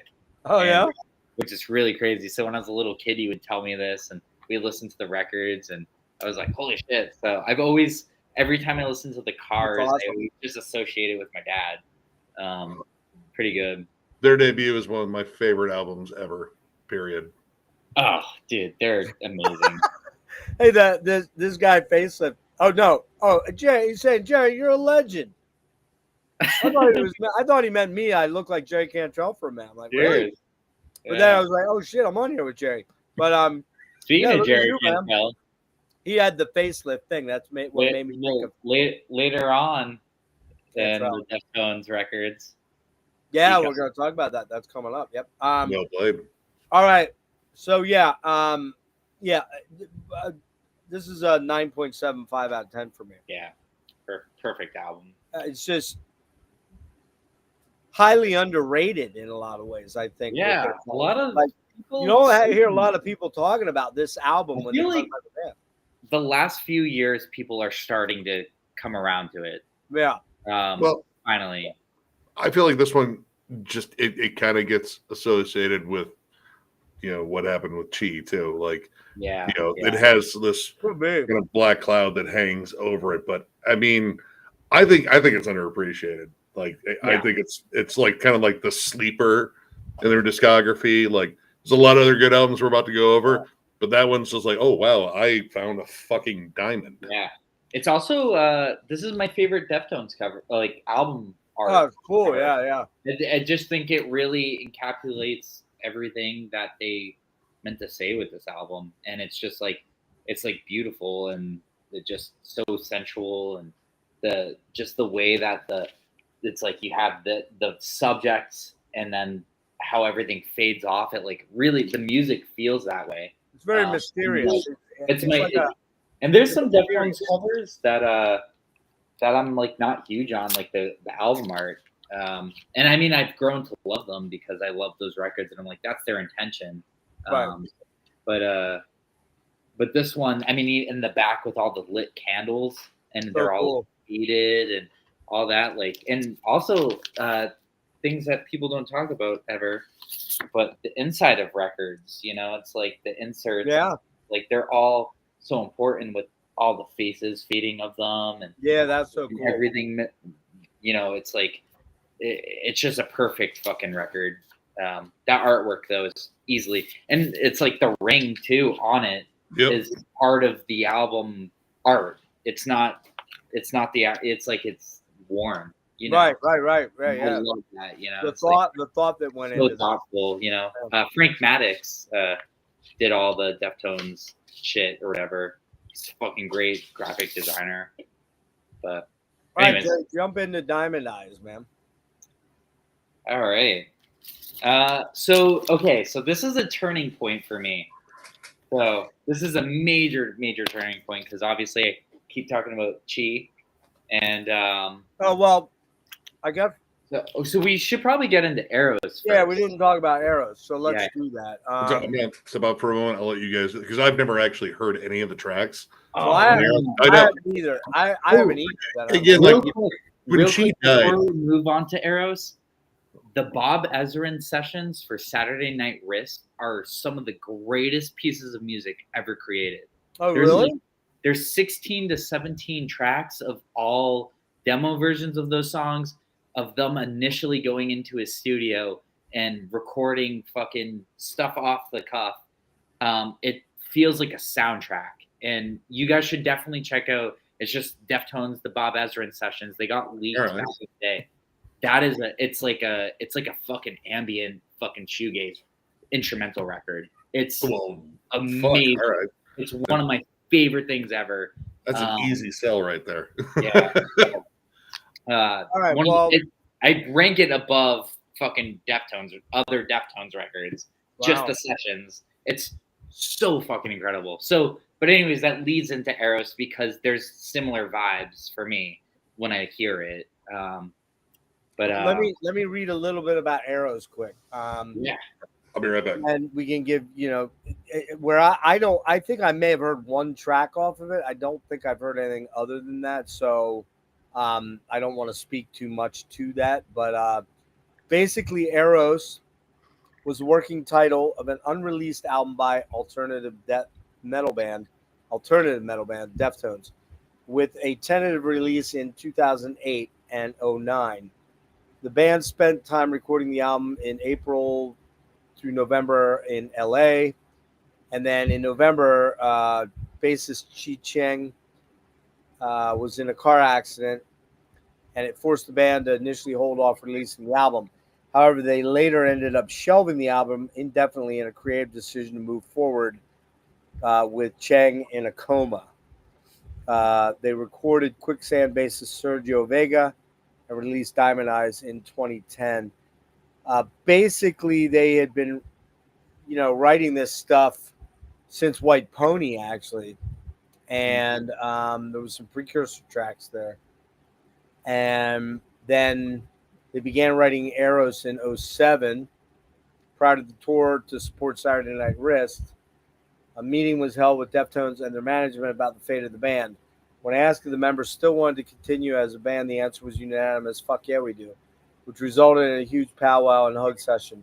The meeting was a major turning point for band morale, hoping for a rapid turnaround from their previous album.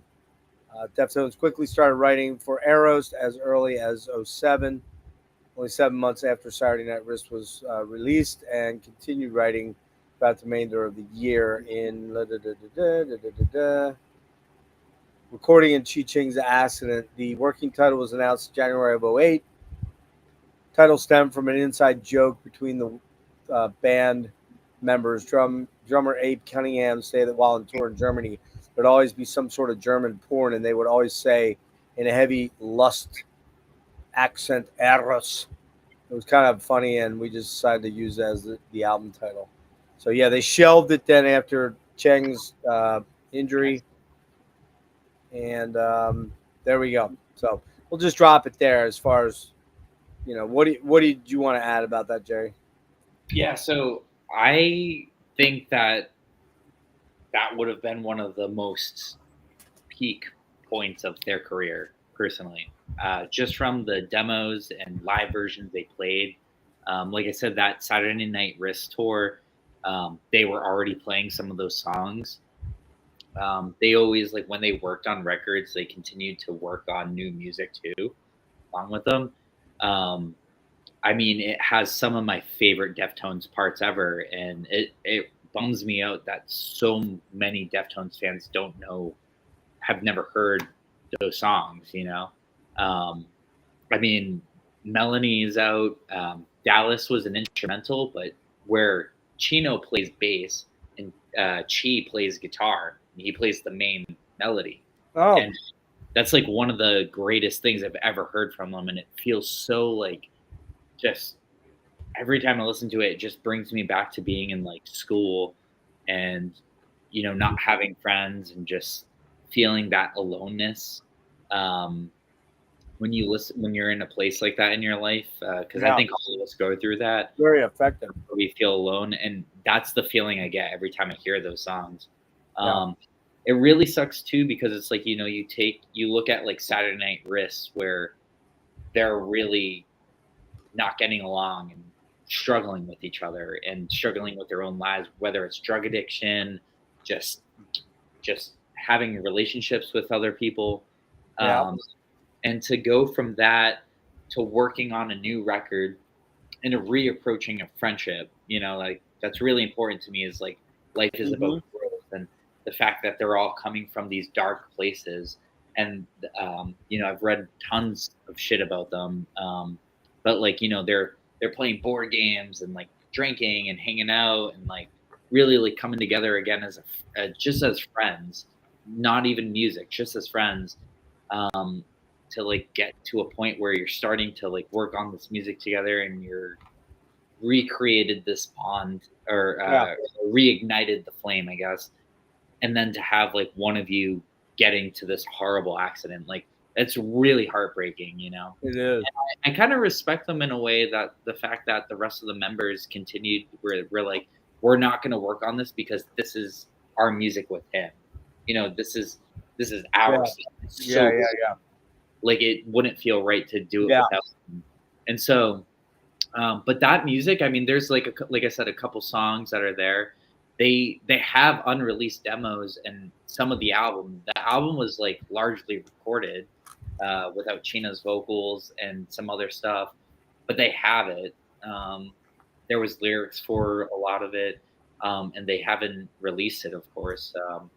And But I think that would have been probably one of the most greatest Deftones records ever. I mean, if you look at like just their growth as a band, like with Saturday Night Wrists in particular, like holy fuck. So it really bums me out, because for me it's like Cheese, like the big, that's my selling point for that band. But I think even though it's not an official album and it's not fully released, I think it would have easily been one of their best records of all time, easily. Um, and that's why I say where the shift comes for me. I love all the post Cheese stuff, but there's something always missing. And I think part of it's heaviness. I think part of it's like, I love Surge, and I love he does justice to the songs, and he creates his own identity with them.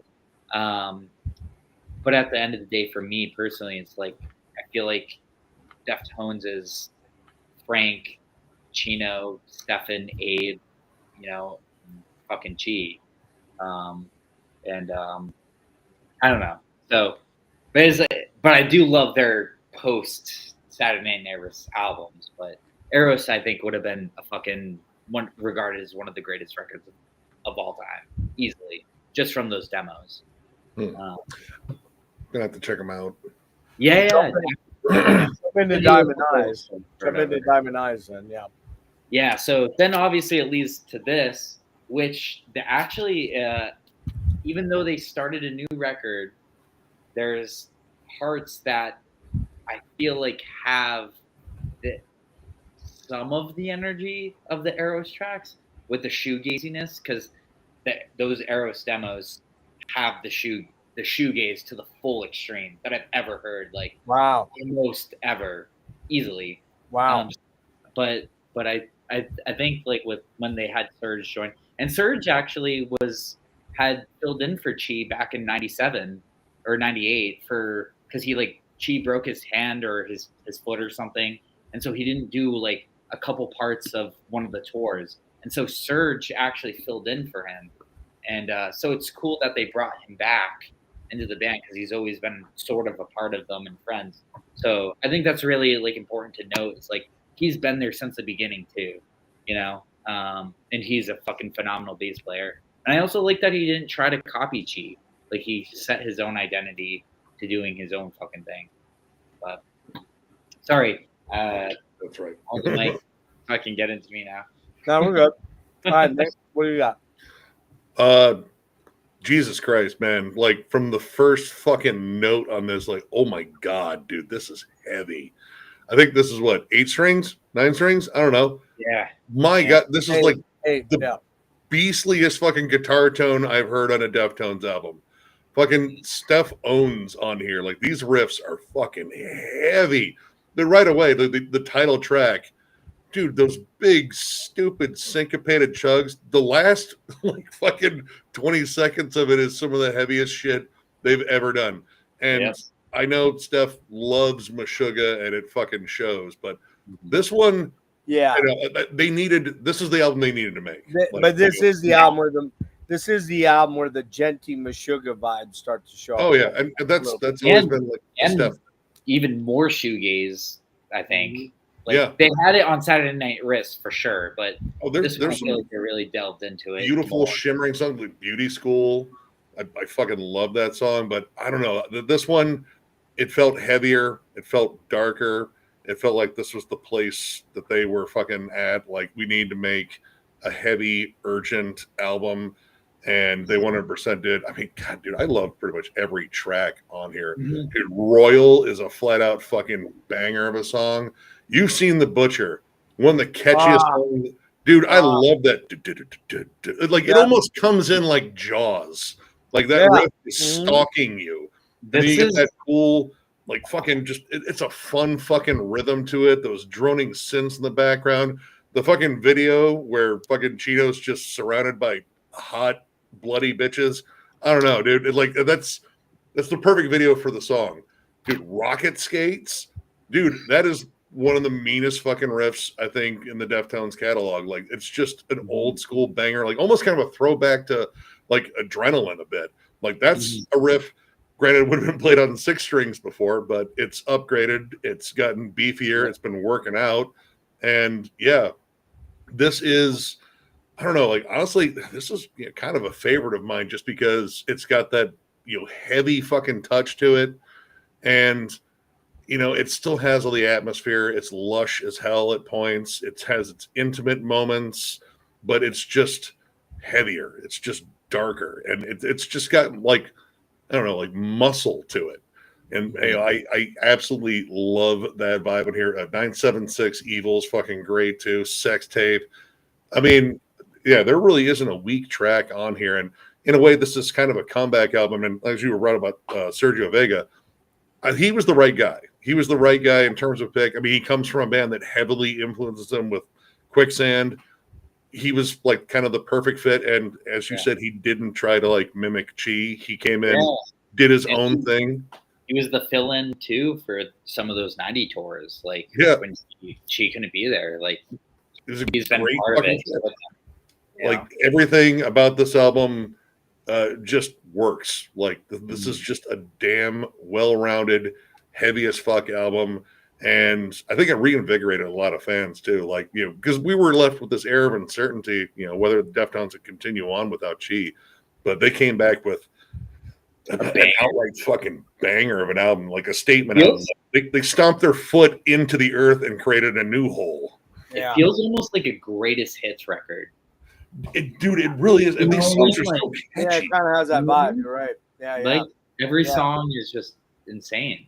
Yeah, it's been a favorite of mine. As soon as it came out, like one spin through, I was just, I'm starting it over again.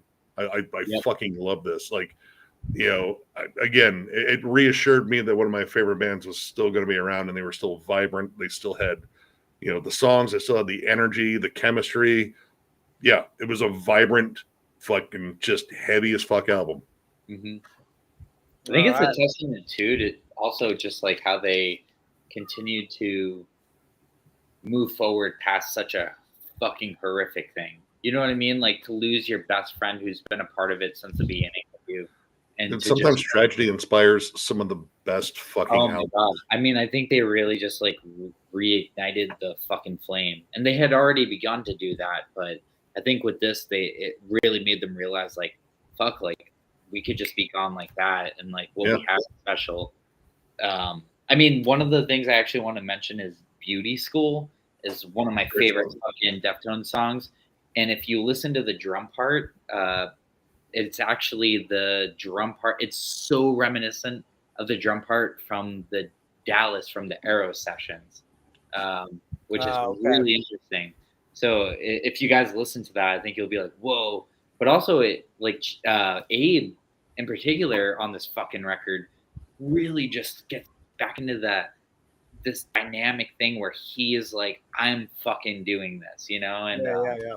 and That was great. like I Yeah, said, it's like the greatest hits record. I love this album cover Yeah, too. it's cool.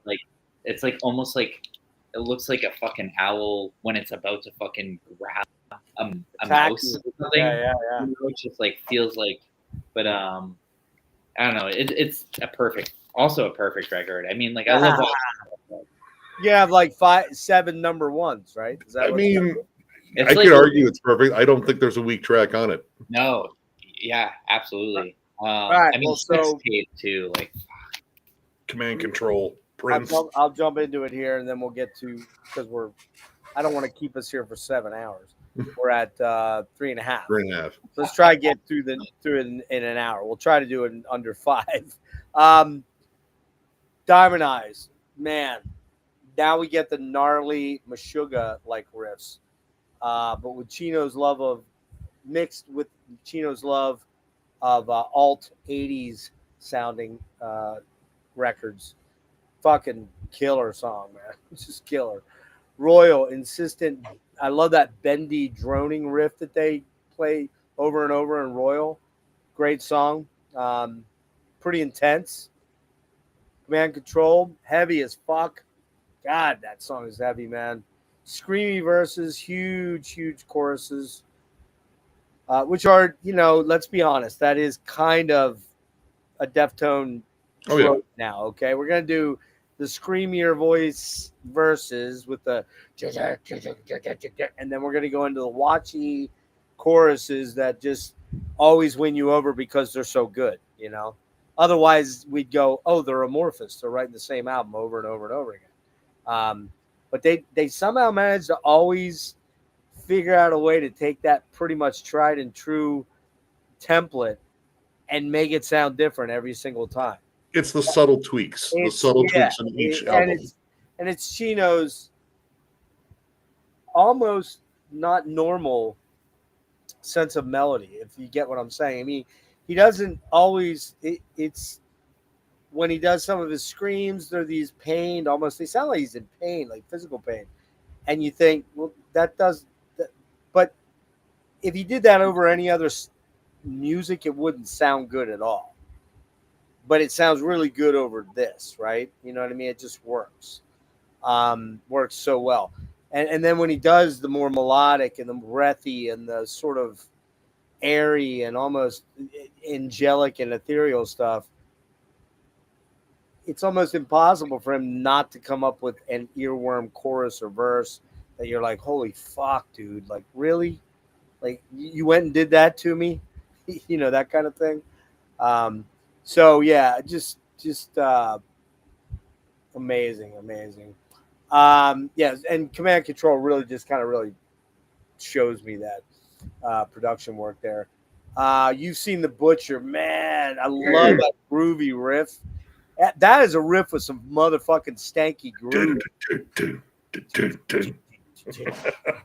Dude, like it's the Jaws theme. Like it's sneaking up. It's gonna bite a chunk out of your fucking ass. Here's what I said though. I really like compositionally how they put the synths and the keys in the background because they really offset the weirdness of the riff, the lurching. It's like then you throw in these kind of spooky, weird, otherworldly samples and he's got the swing to the meter of his vocals too. Yeah, it's like woo, woo. And you're like, whoa, that's where the band that wrote Adrenaline never was gonna write this. You know what I mean? But they did because they became better musicians and better sonic crafters and better creative forces. And Beauty School, dreamy, chiming. Love that Smiths song. meets The Cure kind of vibe. Chino in his super what's it called? Shoegazy. Yeah. pop chorus sort of mode there. Really wicked, Oh, beautiful song, really progressive and lush too. I think. it floats on the air. I love Yeah, it. yeah. You guys got to definitely listen to Dallas. That's the. It's like I said, it's like Abe took the same drum part from that initial Eros song, and it's like, Okay, yeah. I'm gonna It's go really- hunt that Arrow stuff down. I Yeah. just didn't have time, and when I thought of it, I was like, ah, shit, it's too late now. it's really fucking amazing. But Prince, another super solid Mhm. riffy track, very riffy, and kind of has that huge groove thing going on with this one here. Chino's vocals, big, huge.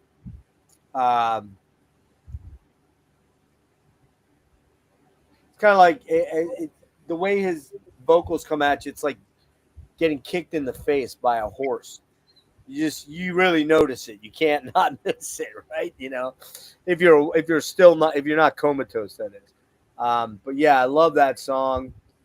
Rocket Skates, crushingly heavy rhythmic track. That Mountain- sliding bass. Boo. yeah, yeah, and the staccato, cascading sort of riffs and gallop that he's doing in there.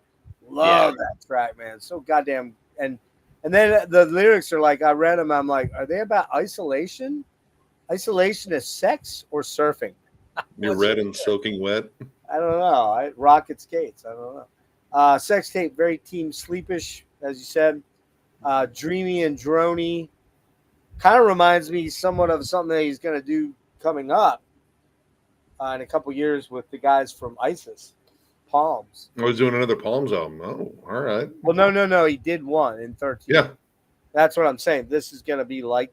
Oh, okay. I thought you were talking about he This was doing song another reminds Palms me of album. that. Like, Yeah, oh, yeah, fuck. That's cool. Yeah. I wish. But yeah, man, it's kind of reminds me. You know what it reminds me of? Very 80s British influenced, and it very much has a Cranberries vibe to it.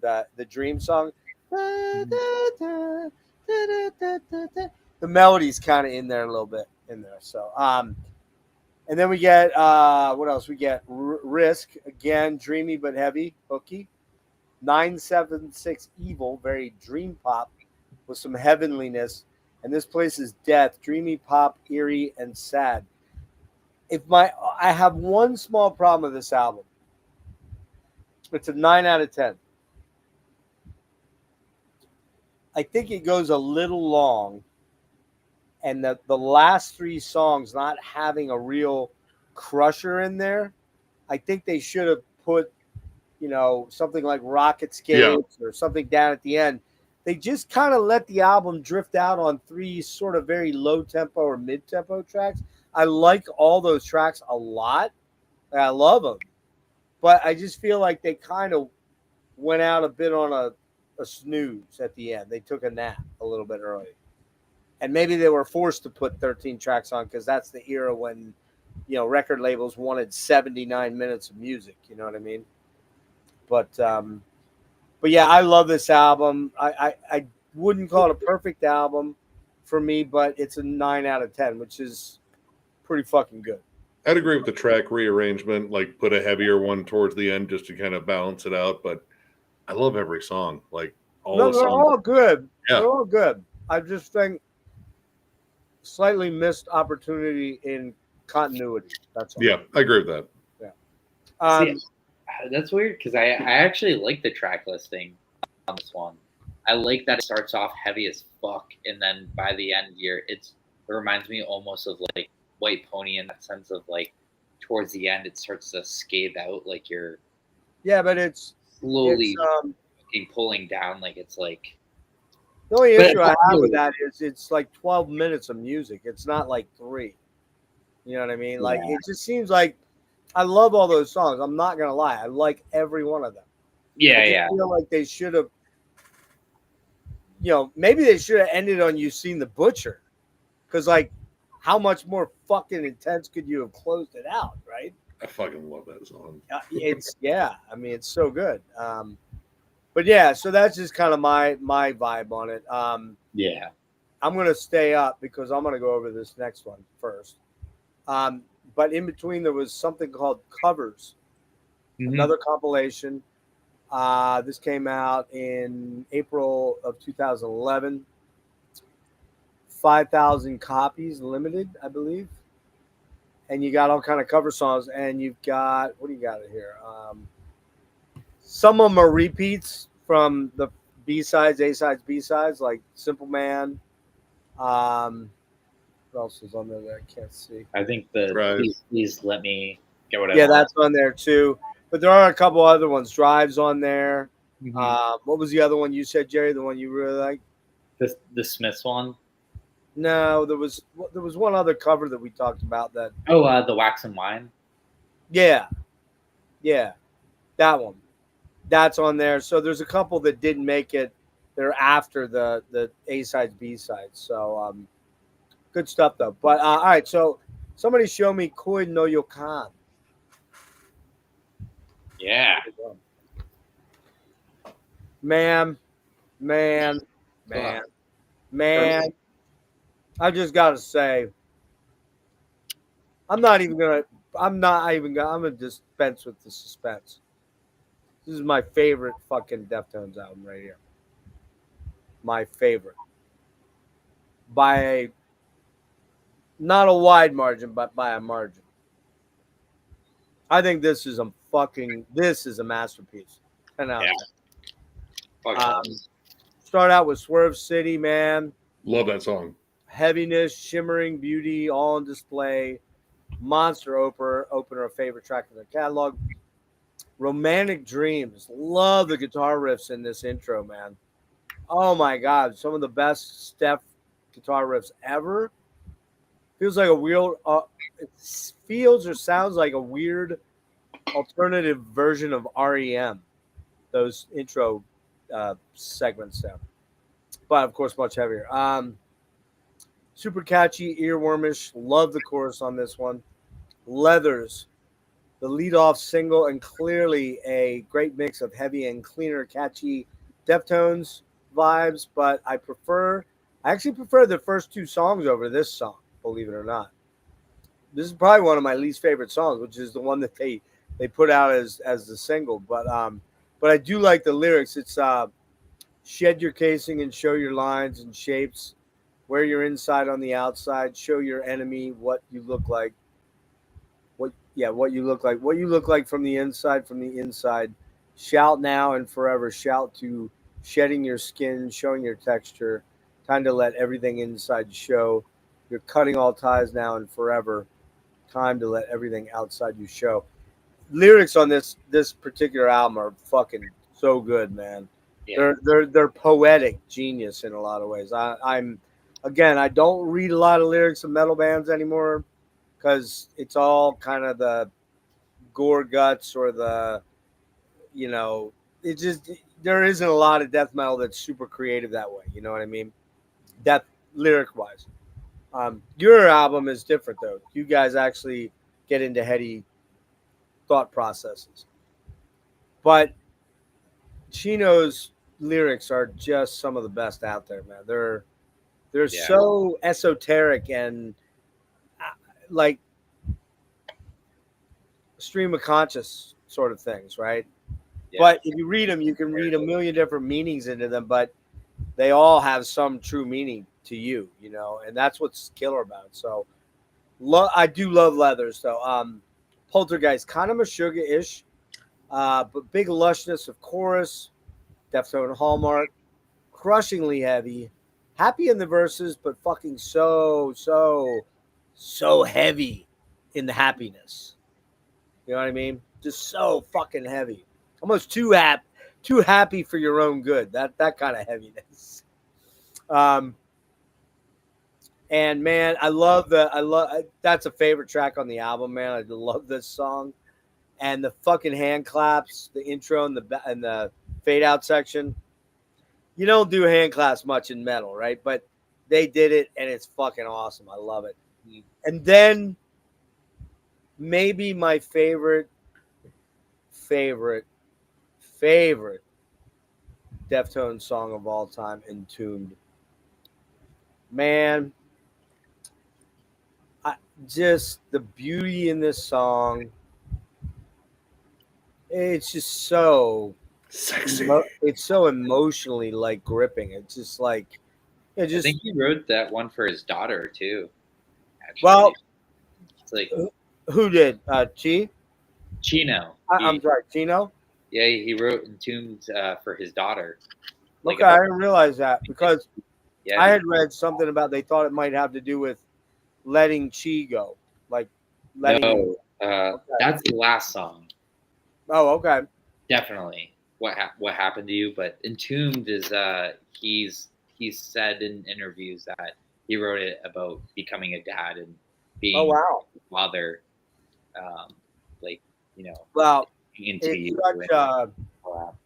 This But song that's is, the amazing thing about music. It's like you can have so many different interpretations of course, of someone's lyrics, and whatever your interpretation of it is honest and true to you. exactly. Yeah. That is the real meaning of it. Yeah. However you feel about it, you know. Bottom line is, this song is like Perfect. Yeah. taking a narcotic. Okay, I mean, I don't want to endorse any kind of drug taking, of course, No, but but narcotics are amazing. They until they aren't, and they kill you. Um, but just that feeling when you take that first, I don't know, like say a Vicodin or something like that. Don't want to be triggering, but I've never had a problem with opiates, thank God. But I know why people could or would have problems with them because yeah, I would never want to leave that state if I was in that state. Just say it's audio dopamine. It is. This is audio dopamine, but it's audio heroin. This song is just so warm and enveloping and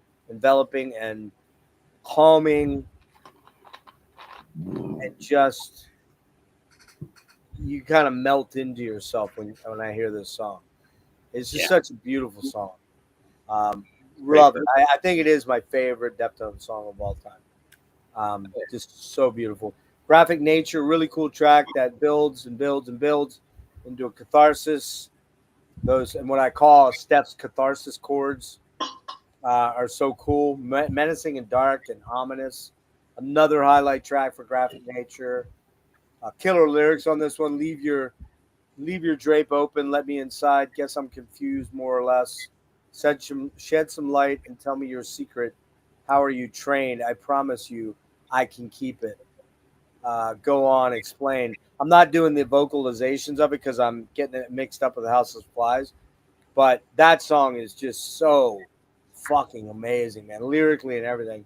And then, like, you could argue maybe the second best track on the album is Yep. Tempest. And, yeah. Tension and Release. This song is massive. The depth of the production is so good, super dark and mysterious. It reminds me quite a bit of Tool, kind of Stinkfist or Parabola or Schism. That how Tool always has that, or down, down, you get. It's just one of those kind of songs. Another massive Chino track, and then that transition around 4 minutes where they go into the moaning bends, those bends where he's not bending down, he's bending up, he's going, oh, it's so fucking cool. Yeah, again, great lyrics on that one. Gauze, another banger. Love the trippy sound effects, samples by Frank. A lot of modulation on that, and there's a lot. He's using a lot of diminished chords from what I can hear on the second verse there. Rosemary, God, man, holy fuck! Like, oh man, I mean, come on, like, I don't know, one of the crowning achievements of their fucking career. Like, that is, no new metal. Mudvayne's not writing a song like that. Sorry, it's just not happening. Throw a Berber Dang in there. Come on, man. Slipknot ain't writing that song right there. I'm sorry, it just isn't. Yeah, it's one of the best songs ever. Yeah, it's just that it's Easily. just again, it sounds like I'm being an elitist and go, well, Slipknot can't do it. And what I'm saying is these guys came in around the same time as all those bands I mentioned, and they progressed and developed into something almost completely different in a lot of ways. I mean, they're not different, but by this time, they're the Pink Floyd of this genre of metal, right? Easily, right? That's Then we, fair.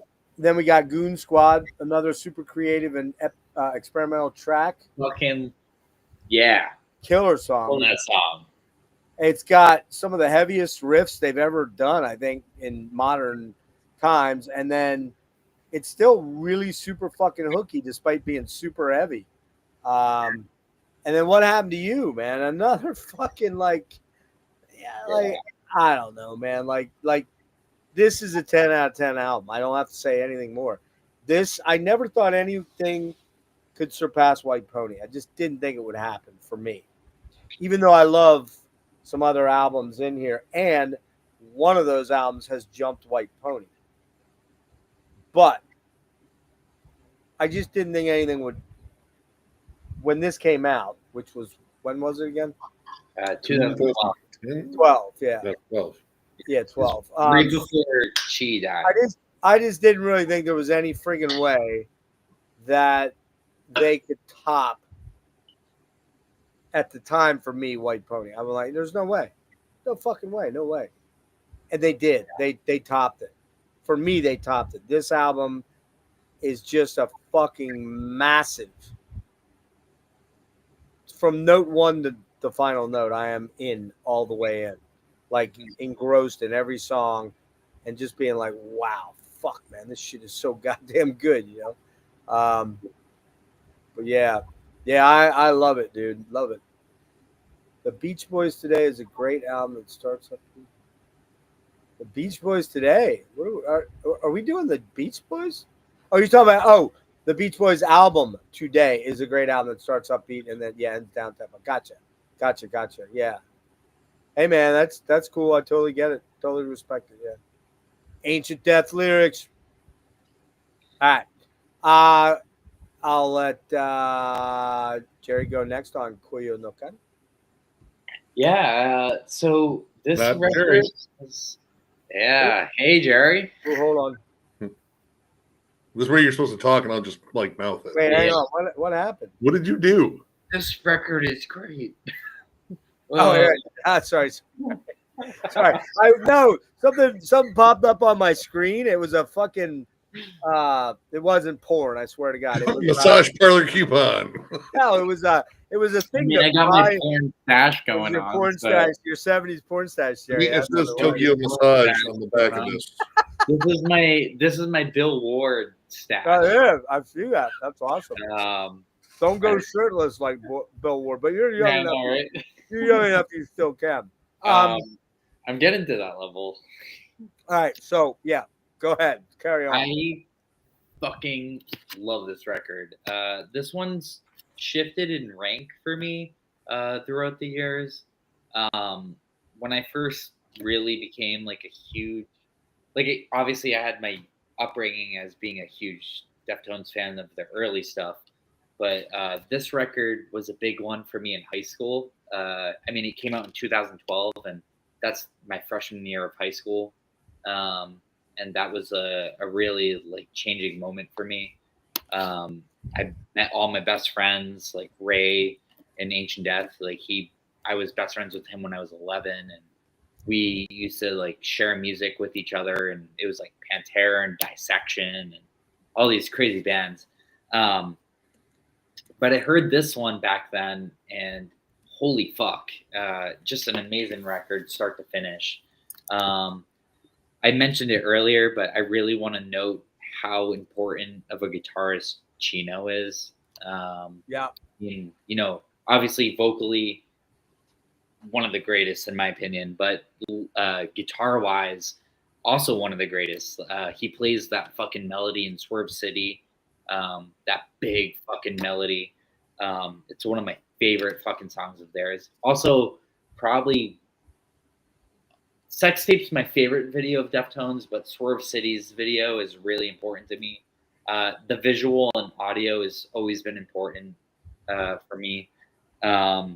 This record, though, is perfect. Lyrically, he's so metaphoric and vague, but it just like connects so deeply with my own personal life.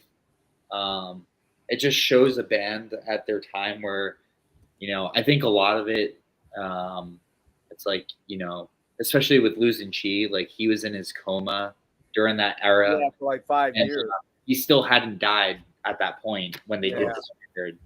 And I think you can feel it. It's like your friend is in the state and you're trying to move on from it, but he's still there. Yeah. I can't even imagine that type of pain, like to see your friend in that kind of state for so fucking long. Yeah. Like that's so traumatic. And I think the lyrics really reflects the period that they're all feeling. It's really depressive, but also hopeful. It's like wanting more. I mean, obviously, Tempest is one of the most amazing songs ever. Fucking love that song. I think that's Jasmine's favorite Deftones song. If I were to say it, she's looking at me right now. She just came downstairs. What's up, passenger? Are you sure, Jasmine? All right. Is that your favorite? My favorite, yes. Yeah, Tempest is her favorite Deftones song. Oh, shit. All right. I guess I'm wrong. Right? But honestly, for me, it's like the I was talking about transitions earlier. Rosemary to Goon Squad, for me, that transition is one of the most amazing things of all time. Yeah. Like, that Rosemary is a perfect fucking song, and it just builds and builds. One of the most, probably my favorite Deftones chorus ever. I mean, I love other songs more than that song, but that chorus is like just a pinnacle Deftones fucking. I agree. It's like one of the most amazing things ever. But then when it gets to the end of the song, there's this like real feeling of just they have these amazing outros that are just their own thing, and they're only a minute or two long, and they feel like a whole fucking world is opened up. Yeah. And I agree. but when they go into Goon Squad, like that intro, it's just like you're kind of floating in that plane from Rosemary, pun intended. You're floating in the plane, and it's like then that fucking track hits, and that's one of my favorite Deftones tracks ever. Is Goon Squad. Killer. Just so angry and so fucking vibrant, and it's just like it for me. It feels like almost like a fuck you, like we're our own thing and we're together and we don't care about anything else other than each other. But then that goes into What Happened to You. That's one of my favorite Deftones tracks ever. I think it's like the perfect Deftones ending song of a record. Hey Nick, I think Jerry suffers from the Jeff Kiefer disease of. That's one of my favorite songs of this band. Yeah. That's one of my favorite. That's in my top. That's in my top 5, and like 60s tracks later, it's like I thought you said your top 5. Well, I mean, he's hung out with you enough. I feel like it's probably like contagious. Could be catching. Yeah, it could be. I mean, I think one of the things too is like, I mean, I say it about tons of bands and songs, but I mean, all the music I've listened to and all these records and all these lyrics and music parts, like that's what makes me who I am. It's like everything I've learned in life is like, for me, the biggest thing has been music. It's like, and sharing that, and it's like there's friendships I've had that I love to death, but some of the music I've listened to and records I've listened to, those are the best friendships I'll ever have because it's so personal and like it's something I can't explain.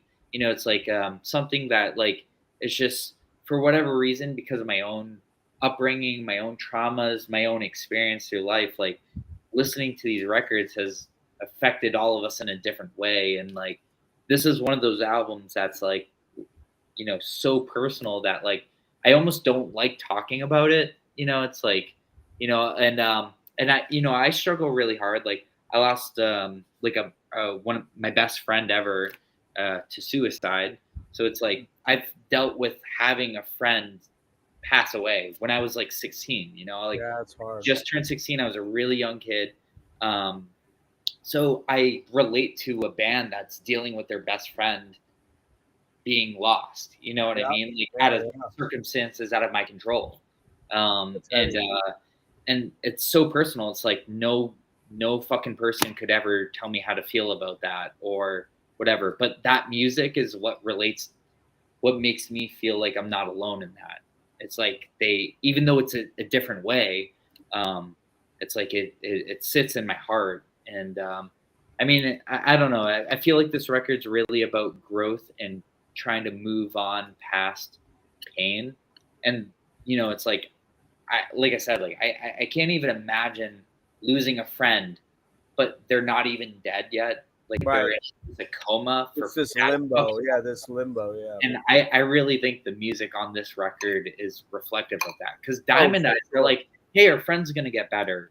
Like he's gonna get out of this. But then they knew that he was. Yeah. But this record's like feels like, oh my God, like my friend's gonna be in this forever. And it really hurts me. Like I said, it's such a personal thing. Like I think of my own friend, and I don't know, like the fact that 4 or 5 individuals, or 4 individuals, I guess, went through that kind of situation, and that's just the band members, not the family members, but they went through that kind of thing, and they're like, we're gonna fucking persevere and move on. It makes the record better, in my opinion. It really shows their strength, and I think that this is one of like easily their best works. You know what I mean? Like fucking. It's gonna be number 1 with all the other albums that are number 1.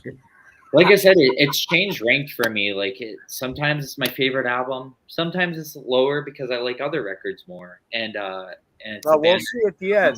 Rotates. We'll see at the end. We're gonna lock you in, man. We're gonna lock you into your top 9. All right, Nick, did you go on this one or no? No, you got it. Admittedly, I haven't listened to this one as much because, again, I was kind of bummed about G dying, like, so it kind of, again, different Black Cloud over a different album. But I revisited this one multiple times before this one, and I don't know, like in terms of like the energy, I feel like again, this is another one that's kind of like a mix. Like it has vibes of the self-titled. It's a little bit darker, it's a little bit moodier, but it also, I don't know, it kind of has that lush vibe of Saturday Night Wrist mixed in there. Yep. Yeah. And White Pony. Yeah, coming off of Diamond Eyes, which was punchy and angsty at points, but also balanced out with the beauty. This one feels like it's more in love with the atmosphere, kind of storytelling too. I agree. Yeah. The lyrics are a little bit more, I mean, they're vague because it's Chino. He likes his metaphors and such, but they feel more direct. They feel more relatable.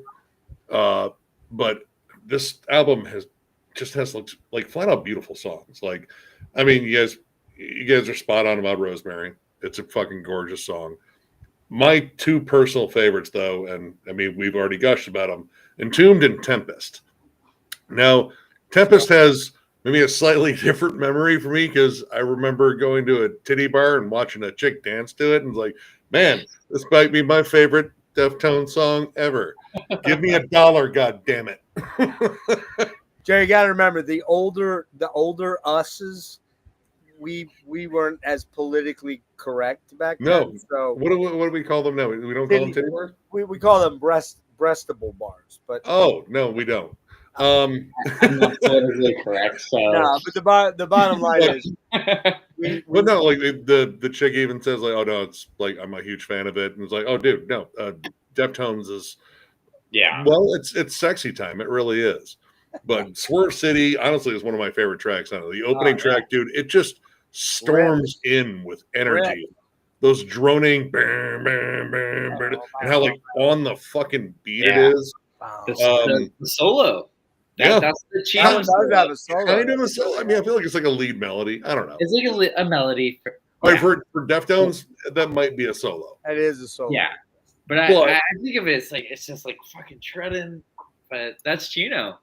I mean, it's really? good. I know I like the crazier drum work on Poltergeist too. Like there's some like I love that fun stuff. like double kick patterns in there. I was like, dude, where the hell did that come from? Again, fucking Yeah, Abe's a beast. He just kind of keeps it in lock and key though. But Goon Squad, dude, Goon Squad's a fucking monster of a song. It kind of comes at a good point in the album where, like, it's not a lull in energy, but it's been, very like withdrawn or relaxed or more moody. You needed a good, just like, all right, this is almost kind of got some like old school vibes to it, the first couple of albums. But Yeah. this one, I don't know. It's a moodier jam for me. And again, like, it kind of falls in line with that self-titled one where I have to be in the mood for it because it does have, again, like this kind of black cloud that hangs over it. But I love the album. The album's amazing. It's just, again, one of those I have to be in the mood for. I kind of favor Diamond Eyes a little bit more than this one just because there's a balance.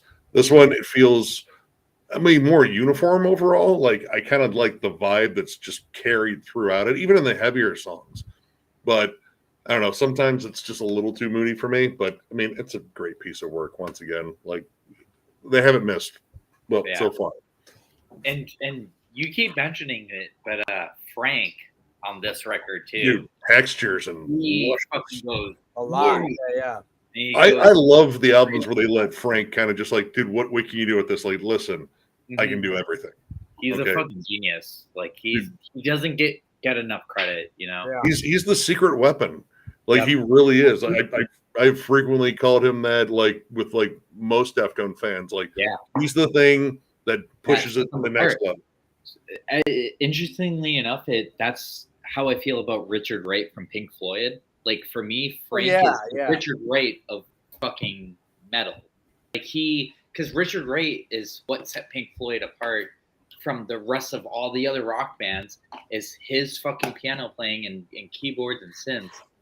Frank does that same exact thing. He adds these textures that just completely change the songs, and he doesn't get enough credit because everyone's focused on Chino and Stefan and Abe, which isn't absolutely meant to be, but Frank is like adding all these fucking amazing textures and layers. Oh, dude. Yeah. Every album he finds ways to shine. Mm-hmm. Yeah, that is a good way to put it, Nick, that he's kind of like the secret weapon. So, yep. All right, well, let's move on to Gore. Nick, I'll let you go first on Gore. Oh, okay. All right. Oh, man. Love it. All right, this is my least favorite one. But here's the thing. It's not a bad album. I don't think it's a bad album. I just think the band were, I don't know, kind of in different headspaces. Like, this is the one where Steph really wasn't as involved in the songwriting. Like, I guess he was like battling some serious writer's block. And I believe a good chunk of this, a lot of it came from Chino. And it just has like an uneven feel. Like, it doesn't feel like it gels like an album. It feels like it gels like a collection of songs. Yeah. Like, there's really good songs that, like, dude, I love Doomed User. Doomed User fucking hits. That's a nasty song. Hearts and Wires is a strange kind of like, I don't know, like dark. I don't know, like it's dark and light at the same time. It's got some really cool stuff in it. One of my personal favorites is Xenon. I think that is probably one of the catchiest, more straightforward songs. That little fun off-time kind of tribal rhythm that Abe has on there. Yep. I really like that, and that like kind of weird little like this kind of robotic riff, but it leads into this stupid catchy chorus. Like, it's one of the catchiest chorus on there, and probably Phantom Bride. Phantom Bride, that's the one with Jerry on guitars. Yeah. It's so goddamn catchy. Like, it's just a fiercely hooky song. And I think with the additional guitars in there, it has like a unique sort of flavor to it. Like, it doesn't feel like Jerry took over, but you can tell it's a little bit different. Like, the melodies feel maybe a little bit more straightforward, but it shows that, hey, we can write a straightforward fucking like, kind of rock hook. It's a catchy song, but I don't really hate any of these songs, but some of them, I don't know, like they feel odd. Like, when I heard Prayers and Triangles as the first single, it was like, that's a Deftones song. I mean, it's not bad, but I don't know, does it have like I'm the first single energy? Also, I got like some issues with production on here. Like, not like big ones, but I don't know, the guitars felt like extra dirty. Like, I don't know, they didn't have like that big, lush, heavy sound the two previous ones. Outside of that, like, I don't know, I feel like occasionally Gino was struggling to find the melody for the riffs and such. Yeah, this isn't his best vocal performance. I still think it's better than some of the stuff that he did on the self-titled in terms of like, trying to search and find the melody. Yeah. But I don't know, like this one, like again, the worst thing I could say is it's just kind of a their album for them, but at the same time, it's still pretty good. Yeah, it's still pretty good. Yep. So like even their worst album, like this would be like 3.5 star album. Like I still enjoy it, but literally every other Deftones album I think is just a little bit better, a little bit more complete. Like you can kind of hear the struggle on this. But yeah, terrible. But I mean, I feel like this is kind of a universal one where people were just like, it's all right. Already looking forward to the next one. Yeah. All right, Jerry, you're up, man. Gore. So I agree with Nick where it's my least Deftones record. Mine as well. But that being said, I really do love the record itself. I think there's pros and cons to it. And honestly, for a band that's been around for 30 plus years, it's like, you're going to hit a stride like that, and the fact that it took them until their fucking 8th record, I mean, props to them, that's insane. A lot of bands don't make it past their 1st or 2nd record. Right. I love fucking Gore a lot. Prayers and Triangles I actually really like. I saw it in a live setting, and I think that maybe shifted my feelings for it because I had seen it with their live sound. So it made it more intense and more heavy. The production, I think, is a huge thing for a lot of people because they've had such full sounding records to go to this almost minimalist kind of raw. It does feel stripped back. It feels like I'm wearing a Suffocation shirt, of course, but it feels like the Breeding, the Spawn Deftones record because of the production. Oh, that's right? harsh though. Right? But Hearts and Wires is one of my favorite Deftones songs ever. I fucking love that song. Xenon, amazing. I love the title track, Gore. Phantom Bride is a perfect Deftones song, in my opinion. The lyrics are probably one of my favorite lyrics Chino's ever written. They just, maybe it's my own personal experience, but just relating to feeling fucking alone and fucking empty. Just that, it feels so authentic and genuine.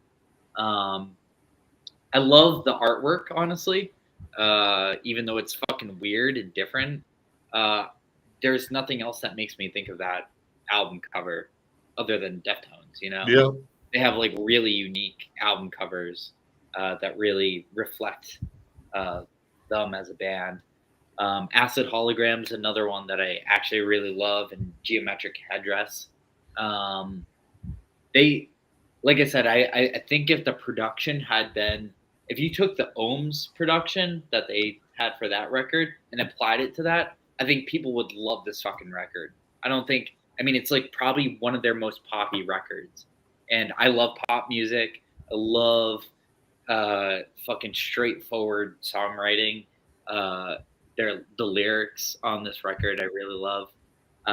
Again, it's my least favorite Deftones record, but that's like a band that has a perfect discography for me.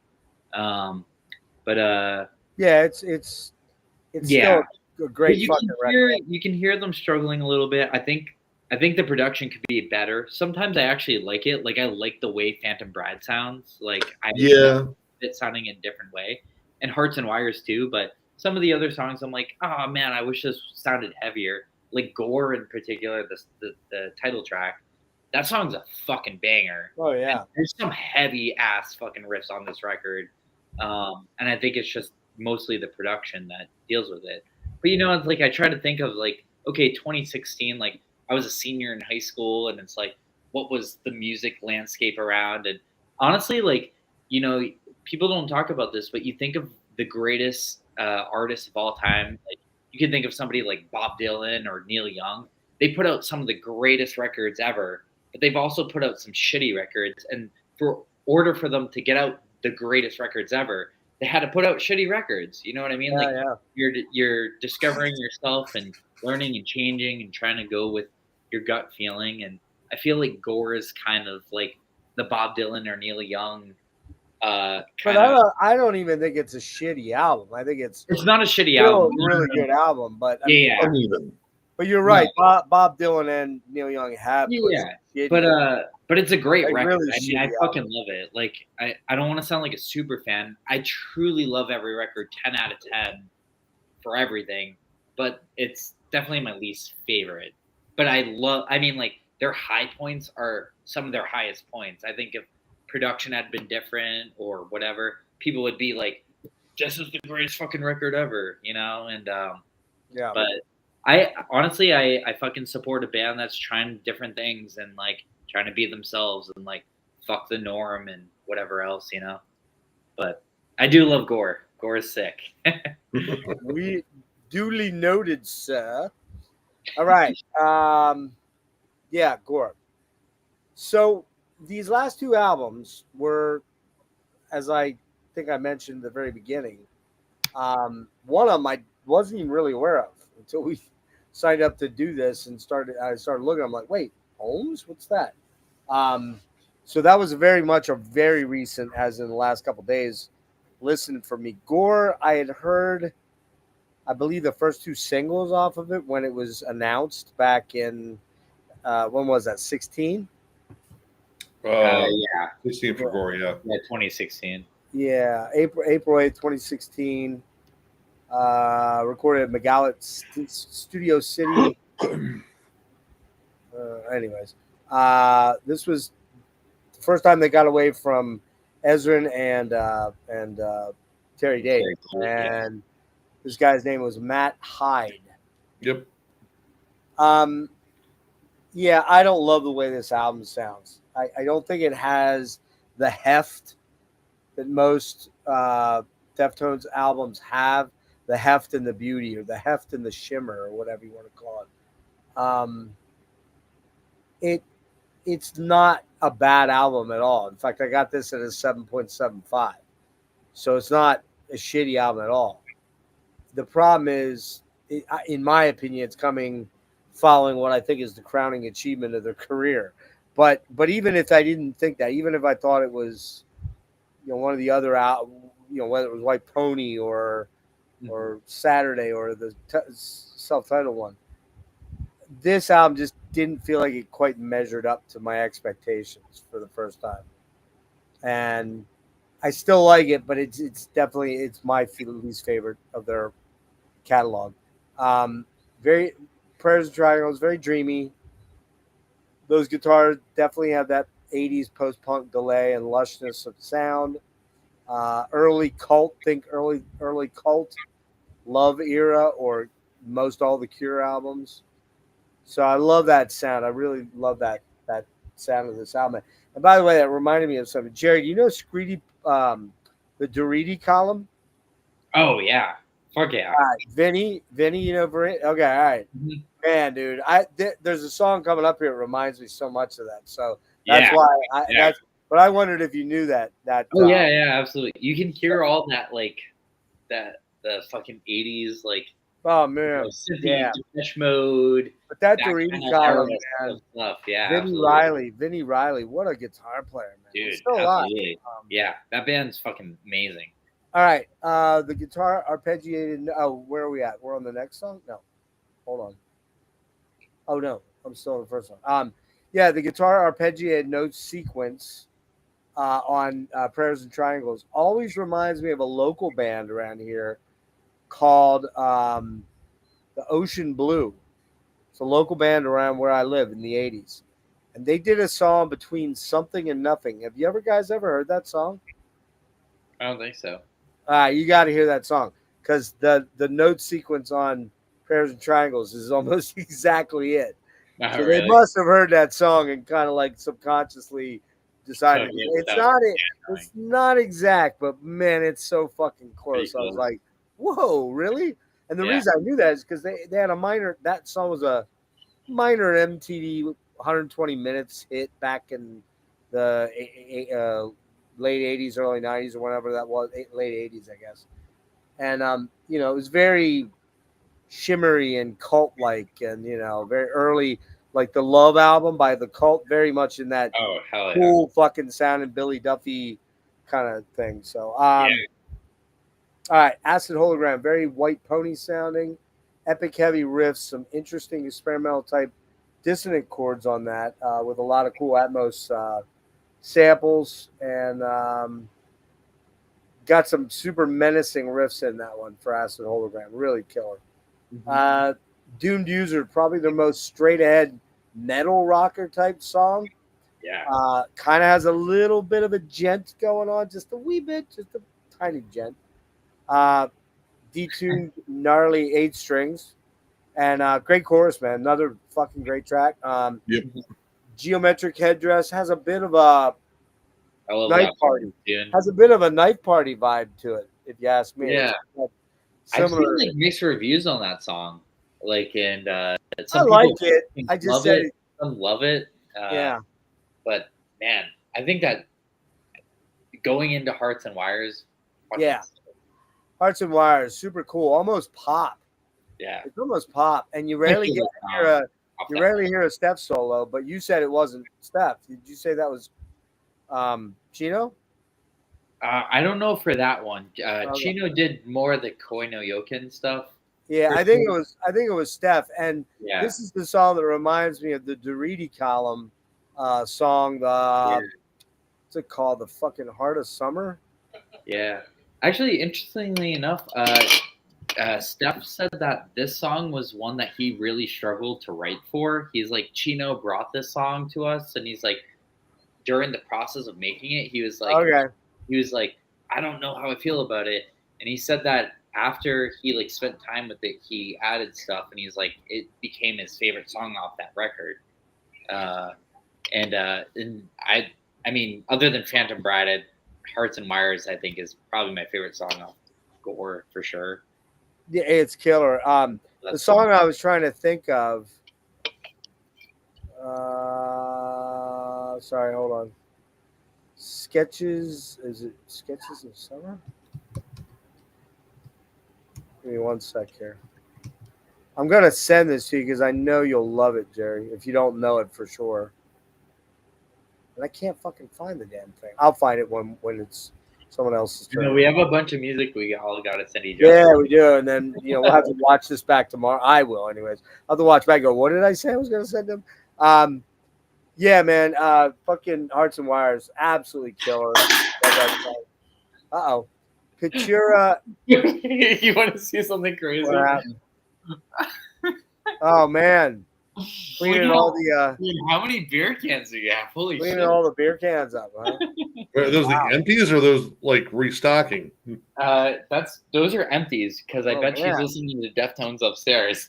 Ah, she's listening to that. Am I right?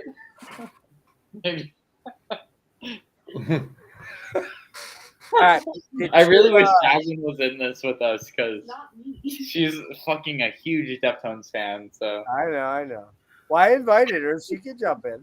Katura Infamate, cool guitar intro lines, saturated, tight octaves, which, that's another thing that Steph does a lot of. He does a lot of octave stuff, but he does it in a way generally that's kind of interesting from a rhythmic standpoint or a melodic standpoint. So that's I love that track. What else do we have here? Xenon, pretty cool. But this one really gave me Smashing Pumpkins vibes, big time. Xenon. yeah, And then we have L. Merle. Is that some code on a keyboard too? I think so. Probably. Super cool, dreamy, dreary, shape-shifting type of track. Killer, really one of my favorites from the album. Gore slamming heavy, very Meshuggah, very heavy detune bits. It's an odd song. I don't love the production on this. That's when I started really noticing that the production sounds very sterile. And sterile as opposed to what you heard on Koinoyokan or on Saturday Night Wrist or even honestly on White Pony, man. Just like that, a lot of really cool production stuff, right? Mm-hmm. But Gore, let me see. Oh, this is also the one that has some U2 sort of vibes in it, I think, with sort of those chiming staccato notes. And then we got Cantrell and Phantom Bride. Really cool solo. But I'm not sure how I feel about that one. That one Really? felt yeah, I'll tell you why. It kind of felt almost like they were trying to be a contemporary hard rock band getting a radio song. It just felt kind of like a play at radio. I don't know why. It just did. I mean, they've had radio singles. I know they have, but this one sounds, man, See, dare I say, it almost has a slight. Don't get ready to throw. Don't get ready to throw your fucking. All right, hold on. I'm just make sure I'm hovering over the X. Okay. It has a slight reload vibe to it in that it's kind of butt rocky sound. Oh fuck you! We're not friends anymore. Oh my god, that tore it. That's it. Say, man, it ain't that. You're ruining this for both of us. I know. Yeah, I know. We're like, what the fuck? I like the song, but I didn't find it to be one of the best. Wow, I really like Rubicon. That's a cool track. Rubicon's Has amazing. really has some heavy riffs, a lot of heavy riffs. Hallmark. It's got the Hallmark Deftones dreaminess. It's a great closer. That's insane.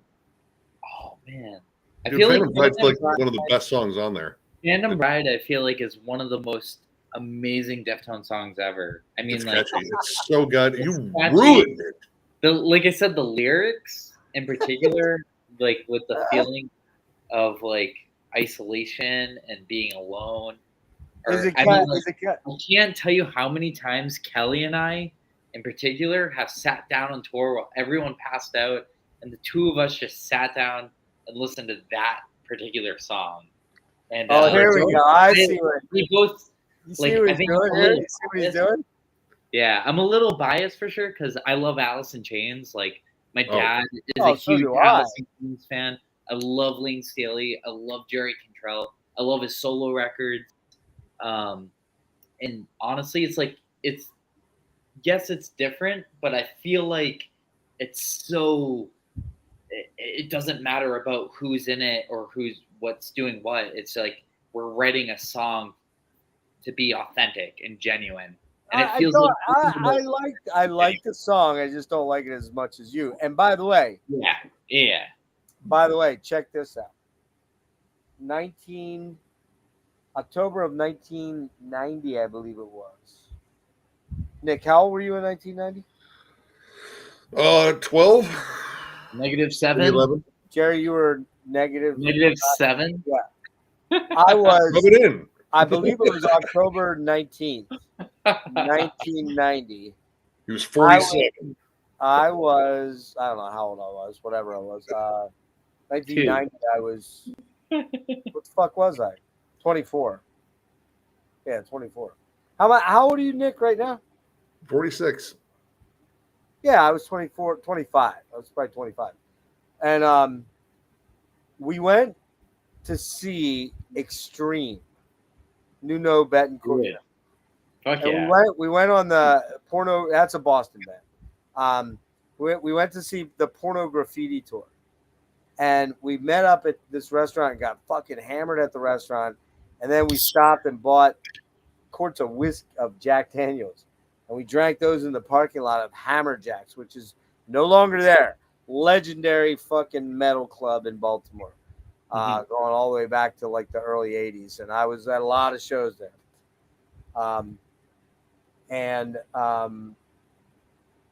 Yeah, where was I going? Oh, for fuck's sake. You're about to apologize. No. I got it. I've had a little weed, so I'm a little slow. We went to see Porno Graffiti. We get over to the venue. We're chugging whiskey. We go in. And there's some intro band. I don't even know who they were. I think it was like a local band, like the Brats or something like that. And then where'd Jerry go? This is for Jerry. Damn it. I don't know. It wasn't my turn to watch him. Jerry. He Well, may have gone off to snag another beer. Maybe he's considering, like, not being your friend after that load comparison, you son of a bitch. How dare you? Right. I think I'm still right. I don't know. But I wanted him to hear this. Well, is this a story I've heard before? Because I can go grab a smoke. I don't know. Yeah, you probably heard it. Yeah. All right, I'm going to go grab a smoke. And if we catch the end of it, better not involve your penis. Yeah, of course it does. Oh, all right, then I'm out. I'll be back in a little bit, though. Hang on, guys. We're missing Jerry, and Nick's going to grab a smoke. There's okay. Jerry. All right, so I'm pretty sure you've heard this story, Nick. So I'll be right back. Jerry, 1990, October. I think it was the 19th. We're going to see Extreme at Hammerjacks. We get in there. We're feeling no pain. All good. This opening local band comes out and plays. They're okay. They're not bad. And then this band comes out. And the very first song, I'm like, what the fuck is this? Yeah. And the very first song this band played when they came out on stage was "And We Die Young." And I'm like, what the fuck? I went right up to the edge of the stage, got right up on the barricade, right in front of Jerry fucking Cantrell. And I got to see Alice in Chains on the fucking Facelift tour. Their very first tour of the East Coast, opening for Extreme. And when I met Jerry Cantrell, I met Jerry back in 2009 when the band got back together. And for the Black and Blue? Yeah, the Black Gives Way to Blue. Yeah. I knew somebody at the record label. I met him at the show the night before, and he's like, hey, man, come by, and I'll, if you want to meet the band quick, we could probably do that. I'm like, what? I'm like, what? Because Cantrell is one of my hugest favorites, right? Fucking amazing. And Alice is absolutely one of my top 5 bands, probably. Dude, hell yeah. And so this show is just mind-bending, but I didn't know who the band was. We left. I'm like, who the fuck was that band with that singer and that guitarist and what was that? And like, I'm like, the one that's like, I. And they're all like, dude, you're fucked up, man. You don't know what you're doing. You don't know what you're talking about. About 3 weeks or 4 weeks later, I'm at a party in somebody's backyard, and we're jamming tunes all afternoon, and I'm finally like, can we put some fucking metal on, man? All you bunch of pussies want to listen to this 80s shit, and I want to hear some goddamn metal. I was probably drunk. Not that, because I love 80s stuff too. But long story short, they put on Headbangers Ball, and literally, I just put it on, walked outside when I hear this down, wow, wow. And I'm like, that's the fucking band. Yeah. I go running into the kitchen, almost fucking killed myself running up the steps. And I run into there and I wait for the end of the video. Yeah. And then I see it's this Alice. I'm like, dude, that's the fucking band we saw. That's the fucking band. And I was just out of my mind. I went out the next day and grabbed fucking Facelift and scream who, Absolutely.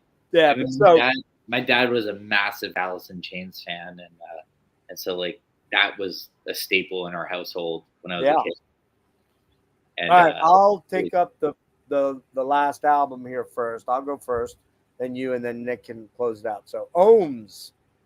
Yes. Ohms. This comes out September 25th, 2020. So well into the pandemic at this point. I'm sure it was recorded before that, but recorded at Henson in Hollywood and Trainwreck in Seattle. Trainwreck, I believe, is Stone Gossard's studio.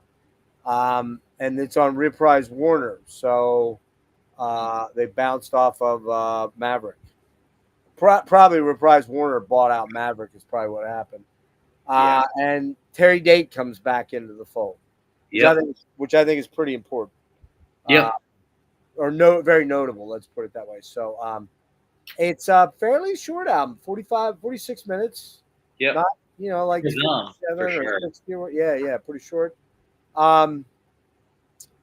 Genesis, super killer opener, man. Oh man, just so much fucking Amazing. One of their eternal best songs heaviness. ever. It's so good, man. So Mhm. fucking good, man. You fucking love Seriously it. heavy riff. Sort of sounds like Pony and Saturday Night if they had a baby. Yeah. Ceremony, Ceremony, super killer track. Yeah. Drony chord voicings, super think- heavy pre-chorus that bangs into a heavy, spicy chorus, trippiness, lots of atmospherics. Amazing fucking song. Amazing stuff. Yep. Urania. I like that cool staccato machine gun riff that it leads off with. That almost it's not quite Meshuggah, but it's kind of like Periphery or something like that. Yeah. Yeah. And then again, the bed tracks and the synths underneath are so cool. Abe's always so solid, man. So underrated. One of the best drummers ever. And there's some amazing vocal standout moments for Chino on this song, man. I mean, the Yep. song Urania is almost poppy. It's almost Yeah. dream pop. It's Yeah. dream pop, really, for the most part. Absolutely. Error is a cool sort of up-tempo, trippy song. Has a lot of really nice gliding pedal tones on it. In the during the verse, excuse me. And then they have big shimmering chords for the chorus, kind of the thing you expect to a great degree. Lots of layered Chino vocals on Error. Really great track. The Spell of Mathematics, man, easily my favorite song on the album. Yeah. It's the most ambitious, the most experimental. It's the most prog rock of all the songs on the album. It's definitely a prog rock song. It's killer, lots of swirling synths and killer percussion ideas that are going on, kind of swirling around. Steph's guitar are heavy, but also very nuanced. Here's the one where I think he sounds like he's playing like Alex Lifestyle. I said Steph's guitars are usually heavy, but on this song, he's playing very nuanced. He's playing more for the color of the song, almost Alex Lifeson-like. Such a badass track. Could listen to this song on endless repeat all day long. Kind of reminds me a little bit of Entombed off of the last album. Or I'm sorry, not the last album, Koinoyokan. And the link is, I'm sorry, Pompeii. Another banger, man. Super ethereal, drifting, but then it gets kind of curb stomping again. Love the seagull sounds in it throughout. It just really adds to the The track. waves. Yeah, the waves. You just feel like you're there. You're there listening to them playing on the beach or something. Really, and the samples on there are super killer too. Right. The link is dead. Eerie intro synth drones into, if not one of the heaviest tracks on the album. Oh wait, into what? Oh, one of the heaviest tracks. Yeah, one of the heaviest tracks. Sorry. Yeah. I was trying to figure out what I wrote there. It's a fucking banger, man. Just killer stabbing octave chords with those squeals. Great Bonham-esque drumming out of Abe, just fucking thunderous sounding. Power drumming, I guess you'd call it most. Lots of nuance fills. The frenetic breakdown section led by Abe and Sergio. Yeah, beast of a fucking track. And then Radiant City. I'm sorry, I read the wrong thing.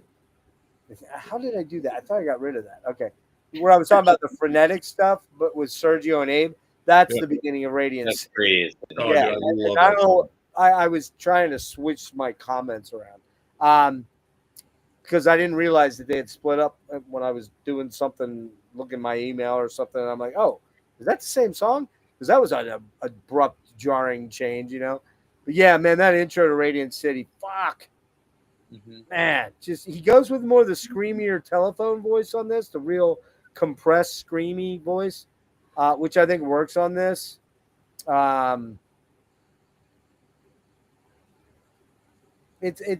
But strangely enough, you're gonna find me. You're gonna get pissed again at me, Jerry. Uh-oh. Uh, If you bring up like Reload or something like that, I'm out of here. no. But this might be my least favorite song on the album. Radiant City? Yeah, Really? yeah. I didn't connect with it as readily as I think I should have. So I want to get Jerry out of here before he falls asleep. So we got you all right, man? Dude, the You night's like just beginning, dude. Oh, you're He's good. got about 8 or 9 more beers in him. I know. All that. right, okay, all right. I'm just checking. All right. So, Dude. oh man. There we go. Yeah. That's Are slow you clap worthy. Jerry? Are you eating Cheetos for dinner? Oh, You I eating Cheetos for dinner? think we Oh, lost your sound. We lost your sound. Oh, Saturday Night Wrist. Yeah. Oh, is that what it is? Risk the game? Well, now technically it's Sunday, but Well, that's true. Yeah. Not technically. It's 2:00. yeah, it's been almost 5 hours. I know. Well, no, we're at 4:39. That's We almost do have 5 one- hours. We do have just 2 more people to wrap up, so I'll let you go, Jer. This, by the way, Headless, Dreamy, Drifty, Droney. I love this fucking track. Yeah. Reminds me more of a track that would have been on Koinoyokan or Saturday Night Wrist. But I love it. I love it. Ohms, really cool song that has some kind of chordal work out of Steph that you've never heard before. He plays more just straight ahead, like sort of cowboy chord hard rock riffs. Yeah. You know what I mean? Mhm. Very different for him. Not his usual, really flowery, shimmery playing. Love the track though. It's got a real 70s rock anthem vibe to it in a weird way. So this is a 9.5 out of 10 for me. I love this album. And when I do the ranking here shortly, it's going to be way lower than I really want it to be. But that's just a testament to all the great albums that they put out. So, all right, Jer, did you do Ohms? No, not yet. We'll let Nick finish. Yeah. Ohms, I fucking love. Of course, it's as Jerry, is this one of their top? Is this one of their top albums, Jerry? Would you say this is probably one of the best? It's above Gore for me, but it's towards the bottom, just because they have so many other records that I absolutely worship. I do love this album. This was the tour I saw them on the first time, so I'm a little partial to it. Yeah. I think the production one with Terry D again, fucking incredible. One of the best productions they've ever had. It's such a heavy record. It's so fucking heavy that my car stereo clips. Yep, dude, it was doing that to mine. It clips like a motherfucker because it's so goddamn loud and heavy. But I mean, this has some of my favorite Deftones tracks easily. Genesis is a standout song for me. One of the top. I mean, it feels like a Fiat Sarah or My Own Summer, just with this, or Bored even. Just a standout first fucking opening track. It's just like, fuck you. We are fucking Deftones. We don't give a fuck. That's how I feel. Ceremony, I think, is great. Because they love shoegaze and post-punk, I think it's, part of me feels like it's reminiscent of Joy Division doing Ceremony. A little bit, yeah. Almost like paying homage a little bit with such a strong song. I love Uranatia and Era, of course. But The Spell of Mathematics is one of the greatest fucking songs of all time. Easily. Frank really shines on that. End of that song in particular is where my heart really, really connects with it, and how it flows into Pompeii. Pompeii is one of my favorite Deftones tracks. Gorgeous. Actually, I really want to shout out Frank for this. The ending of Pompeii is probably the most dark and deep and emotional Deftones track they've ever made. Is the end of that song. Those deep synths. Every time I listen to that, without a doubt, I cry. Like I listened to it on my way home from work tonight, anticipation for this whole interview, and I fucking sobbed. Like I couldn't do it. and like the way the waves go and the seagulls and all that stuff. Like, the Ancient Death Ego Dissolution does the waves on Discarnate. Yeah. That's partially because of this song. Oh yeah. Also, Piece of Time from Atheist. Yeah. That's But true. and the whole reason I play guitar is because of Pink Floyd Live at Pompeii. So the fact that that's the name of the song, it's like it's weird that like life has all these things that interconnect with each other, and they're all completely different things. But that song in particular is like probably my favorite one off the record, other than maybe Genesis. And then the way it goes into This Link is Dead is fucking unreal. That feels like true Deftones, like where they go into this beautiful fucking thing and just go, fuck you, we're gonna play heavy as fuck and just scream at the top of our lungs. I love Radiant City, Headless. My least favorite song off the record is actually Ohms, the title track. Really? Yeah, really? Yeah, and I do love the song, but there's other songs off this record that I just feel like are at the top. Oh, there. yeah, I agree. Yeah, I agree. I also want to show that two things. One, I got really lucky. Oh, wow. Fucking autographed version of this record, which was really cool because, I'm a collector, and I bought the CD. And then one day I like pulled out the booklet because when I listen to records, I like to read, and yeah, sure. I always read the lyrics with Yeah. it as the record's playing, and I look at the artwork and everything that was involved in it.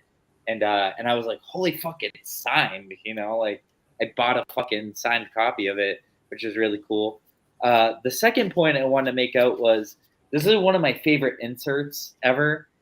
It's just fucking red water. And whatever reason, it's so basic, but there's so much behind it. Like there's a theme of water always for me when I'm writing music, almost feeling like you're drowning. Well, also, it reminds me of Cherry Waves because it's fucking red and it's the waves. But if you really pay attention to Chino's lyrics, he references water and drowning all the time, man. Almost every album. Absolutely. And very much. I think it's really cool. It's almost like reminiscent of the sky in a way where it's infinite and there's so many possibilities. The last thing I really, really wanted to make a point of is the eyes on this record. They're cool. Yeah. So the band denies it, but I am convinced. There's a photo of Chi Chang from 1996, right? Or 95, 96, around the time of Adrenaline. And when they took these photos of him, this is the photo shoot, right?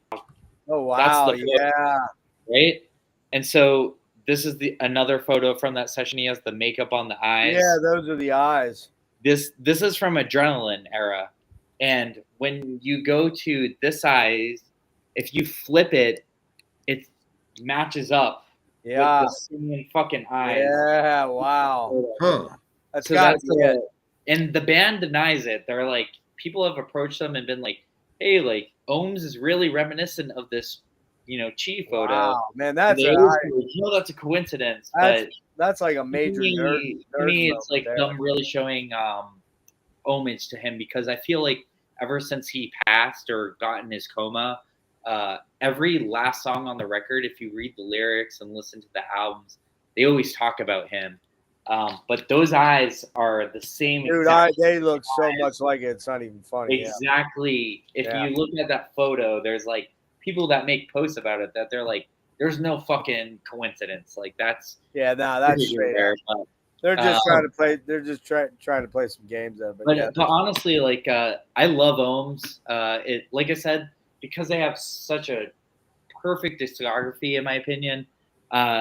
It's hard because it's like it's towards the end of my favorite, but it's only because there's so many records that are just perfect albums to me. And sometimes they switch. It's like, when you're a kid versus an adult or versus tomorrow, like those records change sometimes. Like I might be in a happier mood tomorrow, so maybe tomorrow my favorite album will change. But I think whatever album you love in that moment is what's important. And the fact that we all have our own different favorite records really shows how important and amazing of a band they are. You know, Oh it's yeah, like yeah. they really cater to anything.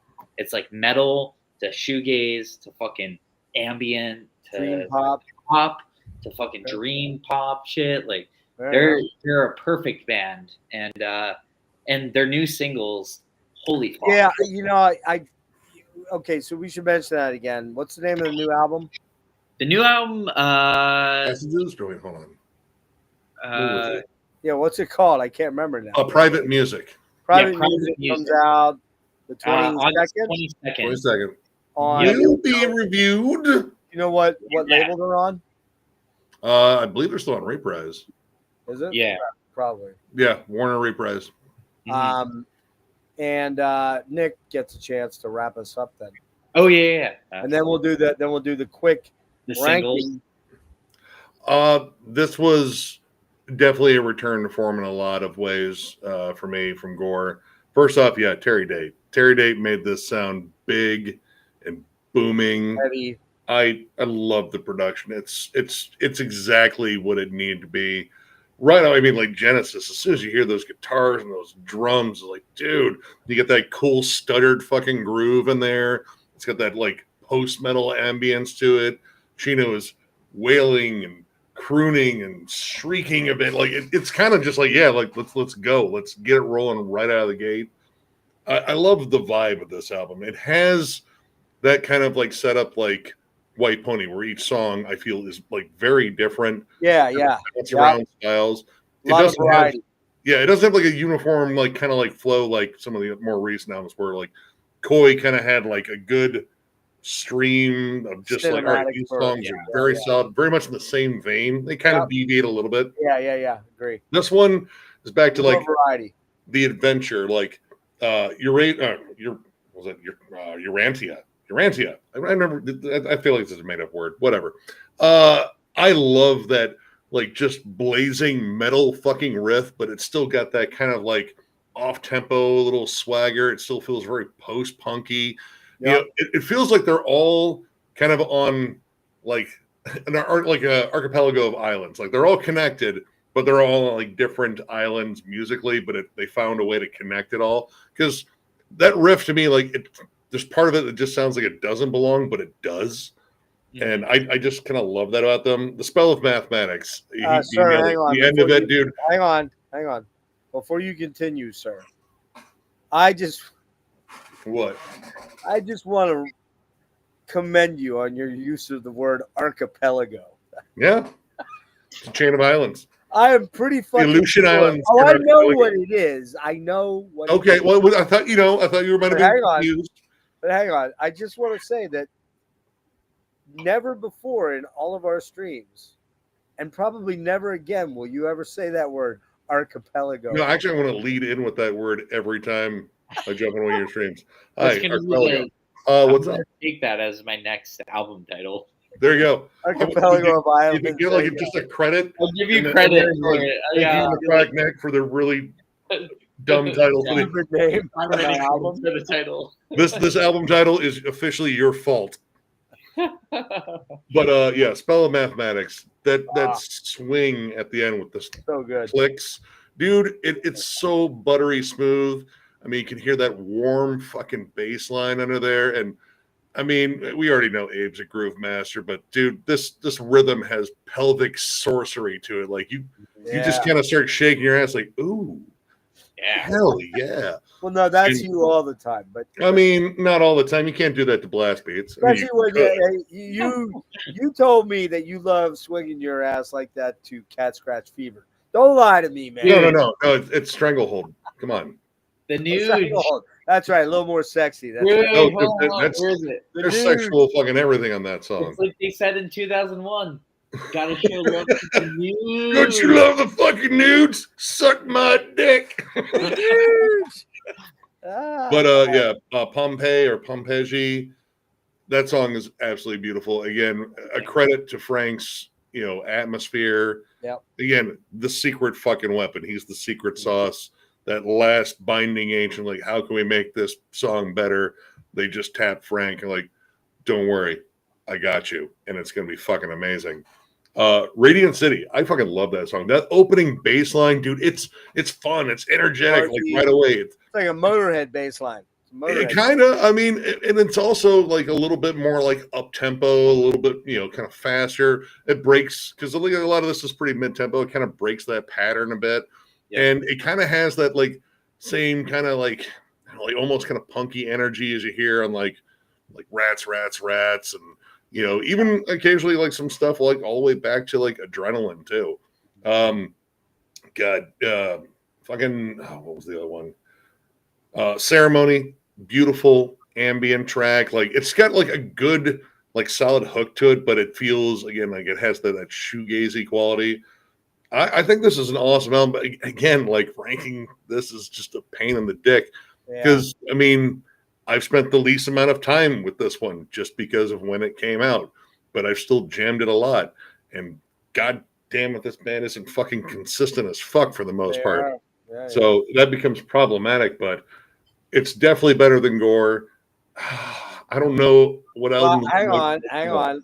We're gonna do the numbering thing. Yeah, no, it's a fantastic album. If you haven't heard it, then you missed out on a fantastic album. Yeah, I've got to grab both this and Gore. I have to say that, like I said, I work in a mall now where there's a lot of teenagers who buy records, especially with the vinyl becoming more popular again.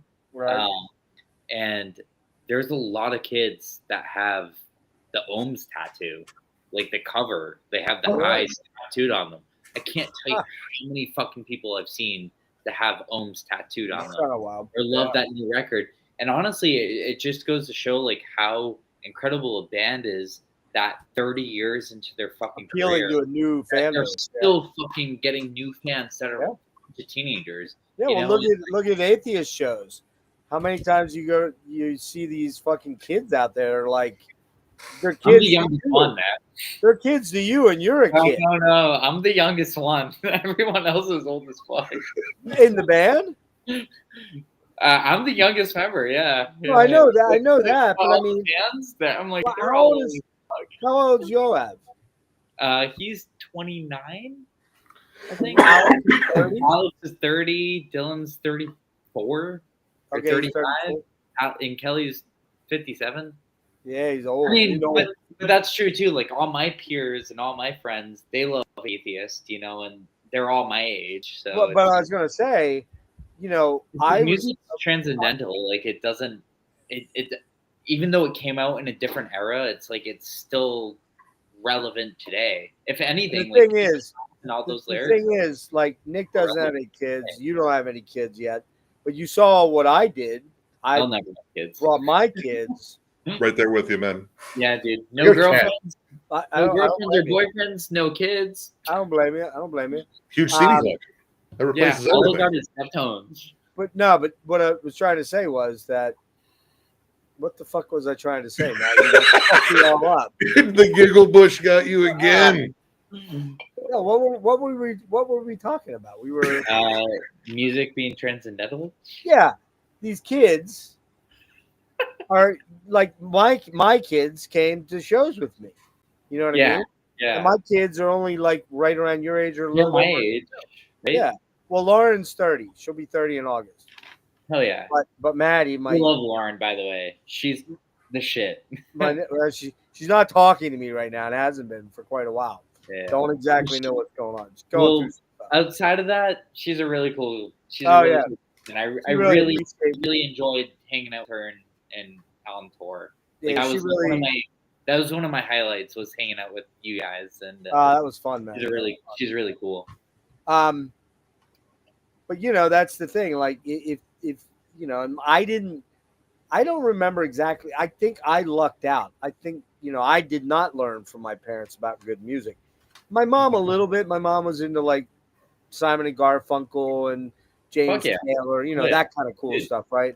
Carole King, I love that kind of music. Yeah, Fleetwood Mac, stuff like that. But she was not listening to fucking Jimi Hendrix or Yeah. Sabbath or anything like that, right? See, I'm So lucky. My parents were doing that. See, you're lucky, but I had to learn it from two sources. One was my uncle who turned me on to Inagata Davida from Iron Butterfly, and Yep. turned me on to like the Electric Prude, like the '60s stuff, right in the Dude, '70s. look at that.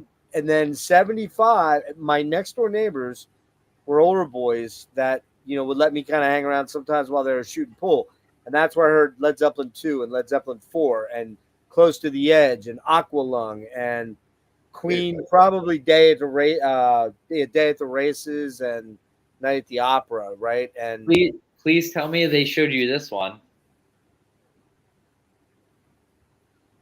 what is it? What is that? Sabotage? Oh, Sabotage. No. This. Ah, Oh, come you on. mean Sabbath? Sabbath? Sabbath? No, they didn't.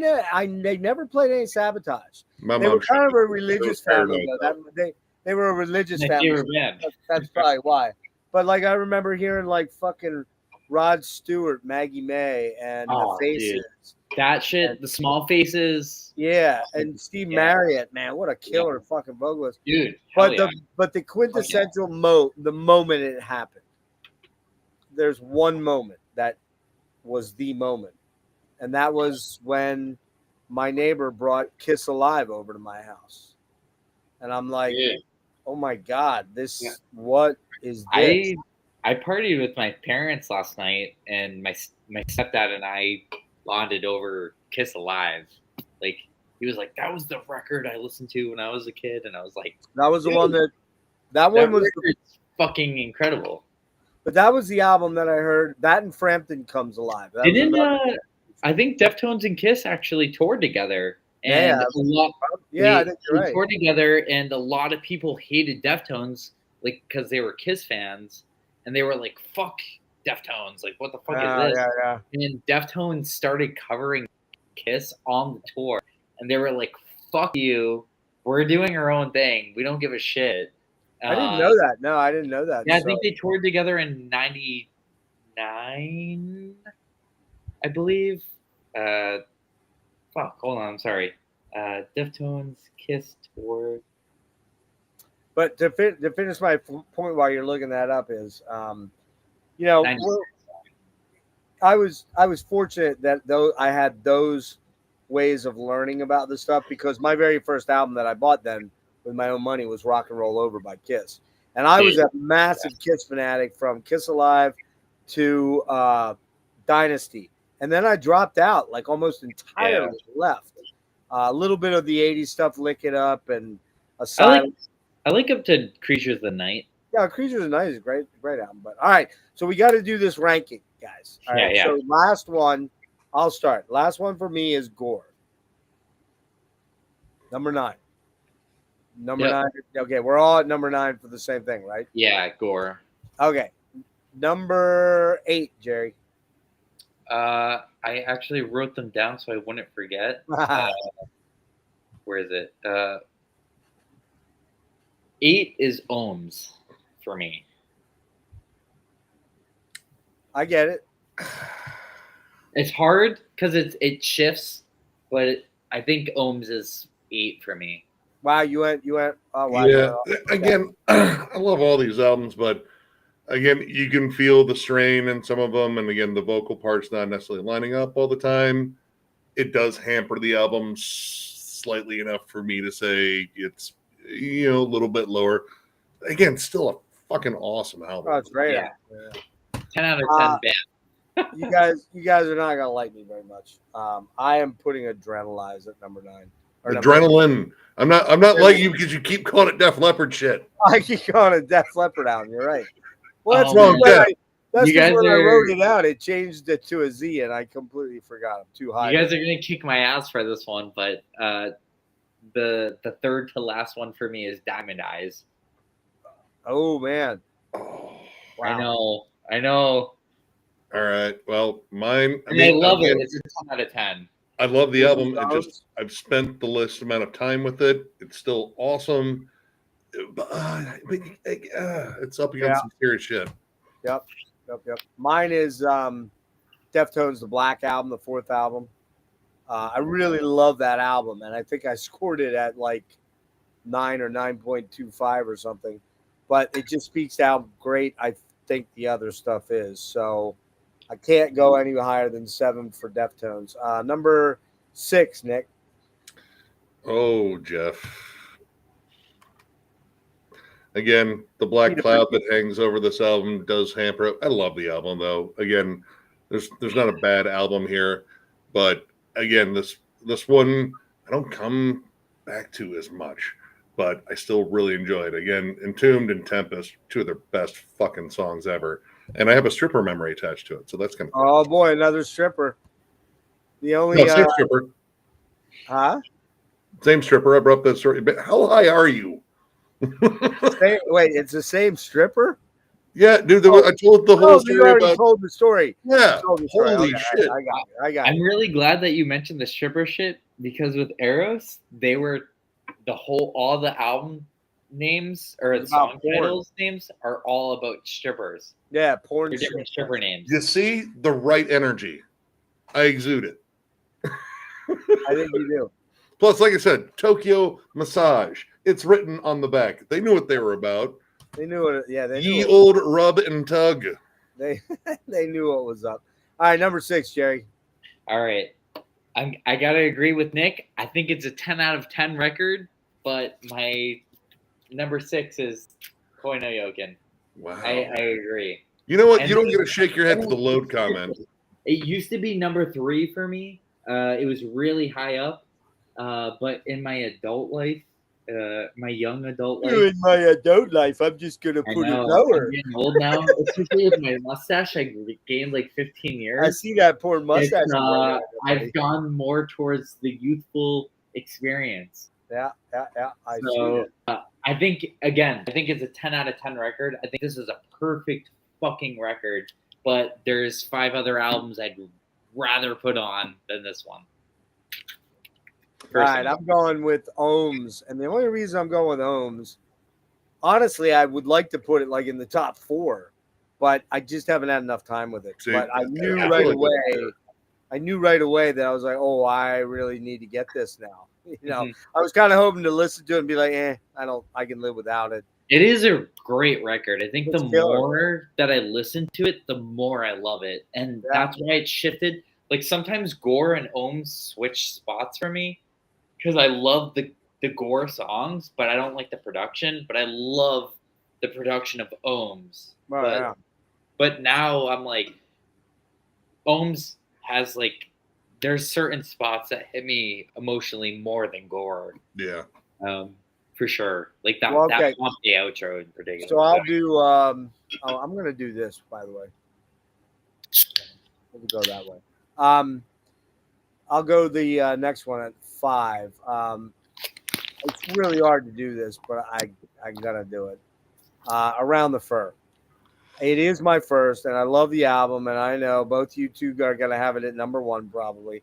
Yeah, I think you already said it was gonna be, but I like the arty, creative thing that is the band after White Pony and Beyond. So sad eyes, I know, I see. But yeah, I got to go Around the Fur, and I love that album. So holy shit, that's where I got to go. All right, Nick, what do you got? It pains me to put it so low. I mean, this was the second Deftones album I ever bought, but it has to be up higher because this influenced so much of my taste as well, and it has like a unique vibe to it. Like, you know, again, you get that kind of punky hardcore energy, fucking like some really savage, flat out metal riffs. You know, it was a damn good start for a band that would get, you know, arguably a lot better in terms of songwriting, but this still hits fucking hard. Yeah, it's a good album, man. I mean, it's my least favorite of their, or my next to least favorite of theirs, but it still super holds up great. So, Jerry, how about you for number 5? it's really interesting to me because I feel like Nick and I are really close. Like there's some records, like they're all in the same realm almost, but they kind of shift a little bit. Yep. So like, we all obviously chose Gore as our least favorite, and then Ohms versus Deftones, whatever, Diamond Eyes, and like all those, they all kind of shuffled a little bit. Adrenaline's really close to this one, but my fifth favorite is Deftones. I like it a little more than some of the later records, and I think this record is, again, like all their albums for me are 10 out of 10 records, but they're just maybe nostalgia's a little bit part in play with it. I think also this time in my life, like I'm still in my 20s, so I'm still a little angsty. Even though people talk about cringe and stuff, I don't think that's a bad thing. Like it's like I think that stuff's really important, and being that time of your life, because those are real feelings and whatnot. And this record, as much as some of it's maybe not as consistent as other stuff, I feel like it's one of the most authentic they've been, even at their lowest point, or one of their lowest points. But I would say this is my fifth one. Yeah. All right. 4 for you, Nick. Well, I mean, yeah, I like the heavy. Oh, give me the fucking heavy. The guitar tone in here alone, Sick. maybe a huge fan, but these songs fucking, they're punchy, they're beautiful. Like this is a super well balanced, album overall. Did we mention the release dates and stuff? Because that's on Nick Raskulinecz, right? I believe, yeah. Yeah. He did. Nick Raskulinecz did that one, and Koi, I believe. Yeah. Right? I believe you did. I don't know why I didn't say that stuff out. I think maybe I was too high and just totally forgot. That is a distinct possibility. That is a very distinct possibility. But yeah, absolute banger album. A good, like, kind of crawling their way out of like an emotional hole and finding some energy and some vibrance and just delivering on a fucking killer album. I'll go next because I'll piggyback on what Nick just said. I got that at 4. Really love that album, and I'd kind of forgotten about it until this assignment. And when I threw it in, right away, the half dozen tracks kind of came back to my memory. I do, again, that's the one though that I said I do feel kind of peters out a little bit at the end because it goes a little. They should add one more banger, either last or the song before last. But it's still a fucking killer album, number 4 for me. So, Jerry, number 4. Adrenaline. I hear it's called Adrenalize. It's not. Adrenalize. Excitable.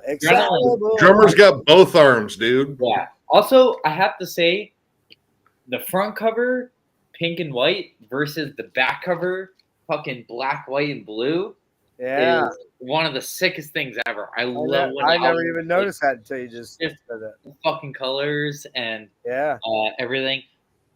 What I mean, again, I love every record this band has done, but Adrenaline has some of my favorite songs. I mean, when I think of Deftones, I think of Bored, I think of Lifter, I think of Nosebleed, Root, 7 Words, Engine Number 9, Birthmark. Like you think of the fucking songs, and it's really hard for me to rank it at 4 because I feel like even though it's their debut and the production and them being young, I feel like if they had done this later on with their current production, I think it would have been like their greatest record. Personally, one of them. Fucking love it. I love everything about this album. Fucking so sick. So that's number 4 for me. All right, Nick, what do you got for number 3? Oh, Saturday Night Rest. Lush, lovely, pretty. There might not be a prettier song than Xerxes, in my opinion. There's something about that song that is, I don't know, like the synths are fucking magical. It's warm, it's inviting, but it's still heavy and biting. I Love this album. Even mine, the only thing I have an issue with is I don't like Serge's performance on there. Like it just feels like a square peg, round hole. But the music in here is fucking beautiful. And again, Konami Code, fucking amazing instrumental. Kim Dracula's borderline perfect fucking song. Yeah, album's fucking beautiful. All right, Jared, what you got for number 3? Saturday Night Wrist, motherfucker. This man knows the Deftones. Every single fucking thing that Nick had said. I mean, fucking up, down, down, left, right, up, A, B, select, start. No, BAB start. Should be BAB Yeah, start. yeah, the Konami Code. That's the greatest fucking song off that record. It might be my favorite fucking song they've ever done, personally. But this record is perfect. Sometimes it's my second favorite. Sometimes it reaches up to my favorite. But I think this is probably the most honest album they've ever done. And the fact that they did it even though they fucking hated each other and loved each other at the same time, I think it makes it super honest and genuine. And that's all we can ever ask as fans is to have music that relates to us because we all feel those things too. So definitely fucking Saturday Night Wrist. Yeah, I'm gonna do you one better on that, but not right this minute because White Pony is my third favorite. Oh shit! I love White Pony to death. I really do. Even though I don't like Fetid Syria or whatever it's called. It's not that I don't like it. It's just it's my least favorite song on the album. I know. I hear you. I hear you there. I hear you. I love you with all my heart, dude. I hear you there, you young pup. No, I White Pony is, to me, it is of that era. It's one of the, if not the classic album of almost any band that put an album. What album? What year was it again? 2000, right? 2000. Yep. We kicked off the millennia with that. Which, yeah, I'd have to go pull up a list of albums that came out in 2000 because I'm not that good at recall of unless I'm talking about a specific band or something like that. I mean, I don't. You guys think of anything killer that came out in 2000, like right off the top of your head? Linkin Park Hybrid Theory. I didn't want to lead in with that because I was like, no, there's got to be something better. Linkin Park Hybrid Theory. We're not. Go. Nah, we're not those guys, man. I'm not. I know. At the drive-in relationship with Command. That was a good one. At the drive-in, that's good, but White Pony blows out. I mean, Morbid Angel. I think it was 2000, but we had Gateways. But Gateways to Annihilation. Bloodbath's Breeding Death EP. That. What else came out that year? Bloodhound Gangs Array for Boobies. I feel like the age thing is really important, actually. Of course, yeah. Because like you guys are older than me, so and like different ages, of course. But like 2000, I was like fucking 3 in 2000. Yeah. But post that, like when I was a little kid, like all those albums were the big thing, and the internet wasn't what it was. So it's like I had CDs. So it was like, for me, it was like Britney Spears, Deftones, Linkin Park, fucking, and then, all my parents' records. But those albums were super important. I mean, like, all that shit that came out those eras were really. Well, I'd have to go look, but I think I feel very strong. I feel very safe making a bet that you couldn't find a more classic album of 2000 than this album. By classic, I mean yeah. For me, it's like White Pony and Hybrid Theory were the two for sure, easily. Yeah. So yeah, White Pony number 3 for me. I'll go number 2 now. Saturday Night Wrist, man. It was so hard between this and Koinoyokan. I really was back and forth. And then I just kind of did each one. I kind of did a track by track. I was like, yeah, Koi just wins out just a tiny little bit. So Koi's my number 1. Saturday Night Wrist. I mean, just for Hole in the Earth, man, alone.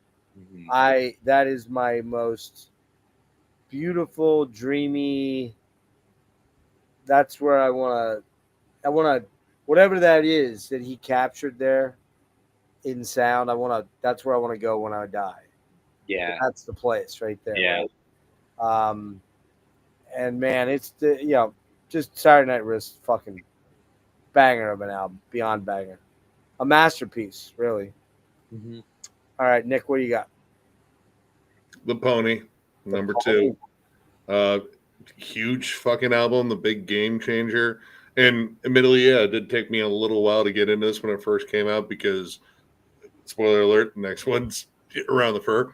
But man, like, they grew as songwriters. They wrote some absolutely epic fucking songs. Every song is kind of its own adventure on here, and I love it for it. And I love all the extra shit too. Like, they just give us a version with everything.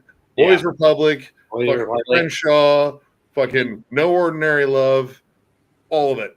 Oh, and fucking Mini Maggot as well as Pink Maggot. Let's do it. But yeah, amazing album. That'll be on the box set that comes out on the 30th, which would be it came out in 2000, so 25 now. So you can put out a 25th or a 30th. Probably gonna be a 30th. I'll bet you it'll be a 30th anniversary edition of it. Maybe 20th. I hope so. Maybe I get it. I don't know. Yeah. But like this is a genre defining album right here.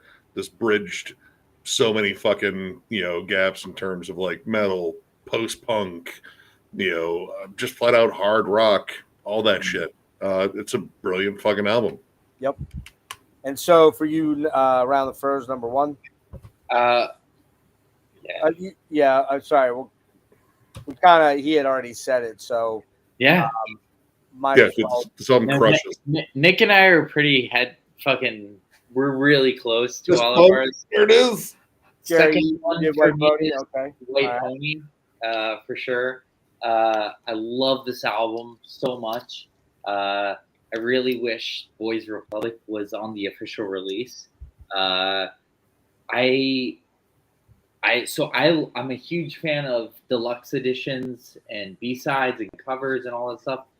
I didn't really actually like the 20th anniversary for White Pony.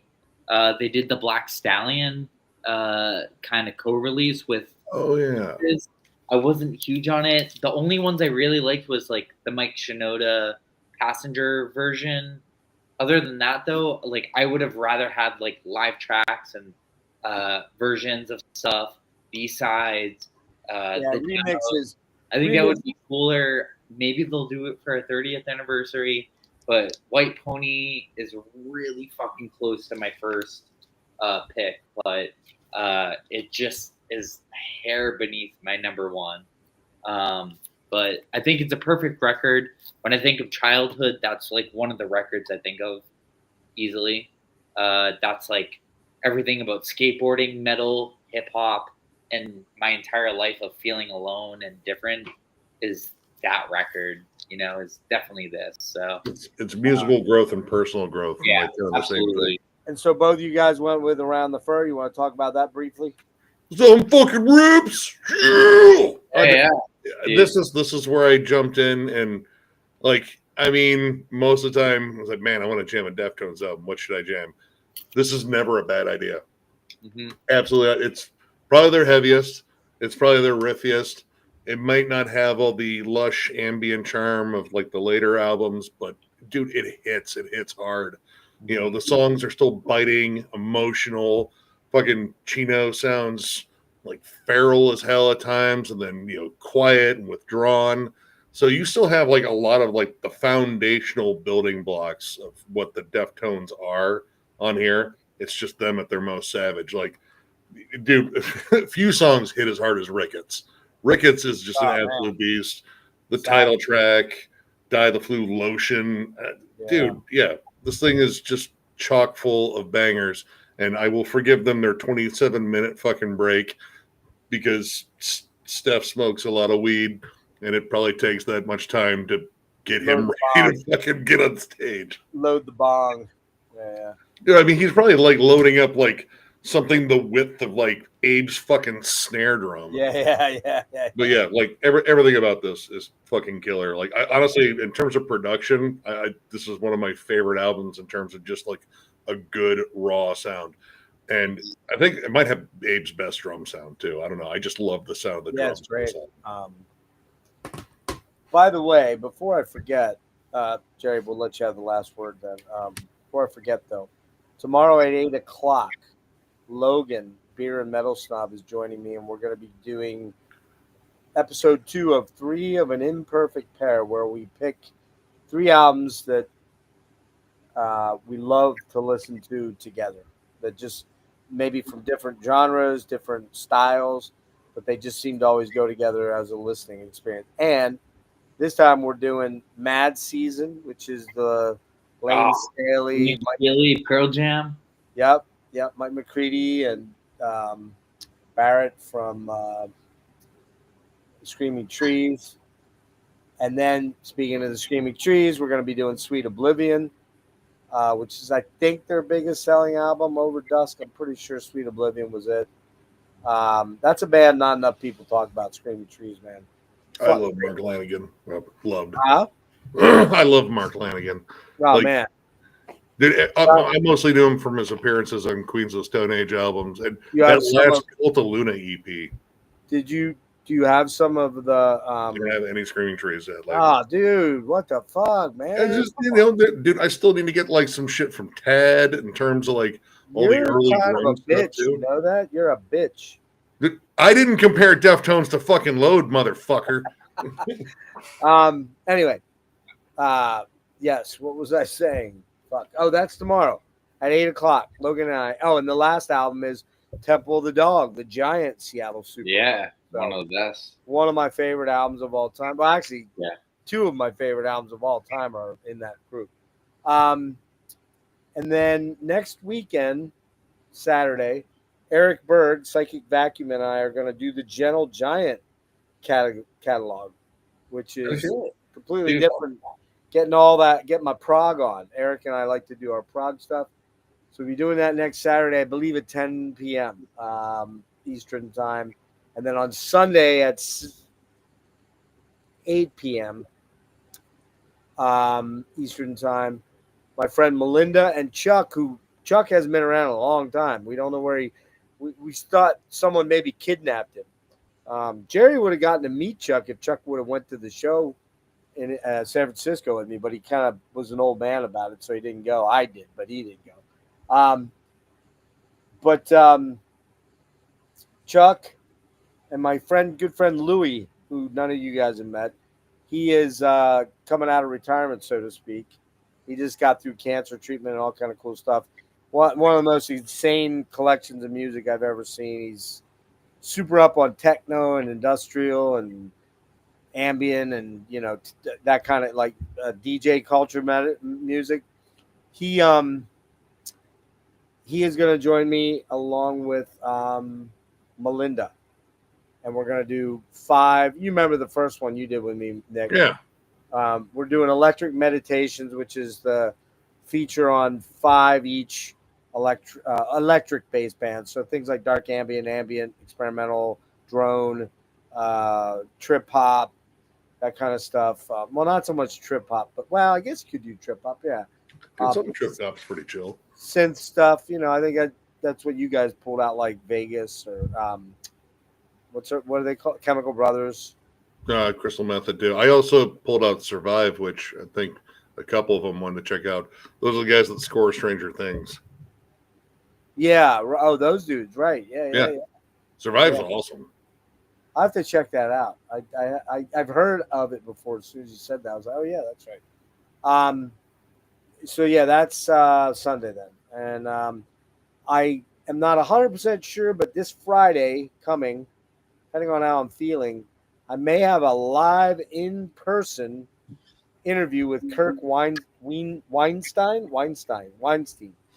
Kirk Weinstein, and maybe some of the guys in I Hate God and other guys in Crowbar. I'm going to see them 7 minutes from my house, and I got through my PR agency I work with, she's like, "Hey, you want to interview Kirk?" I'm like, "Yeah, fuck yeah." So it's going to be on site. So it'll be a live on site sort of thing. That would be kind of interesting. If it was on the Atheist tour bus, I'd have to drink some of that horrible stuff called Jägermeister to get on the bus.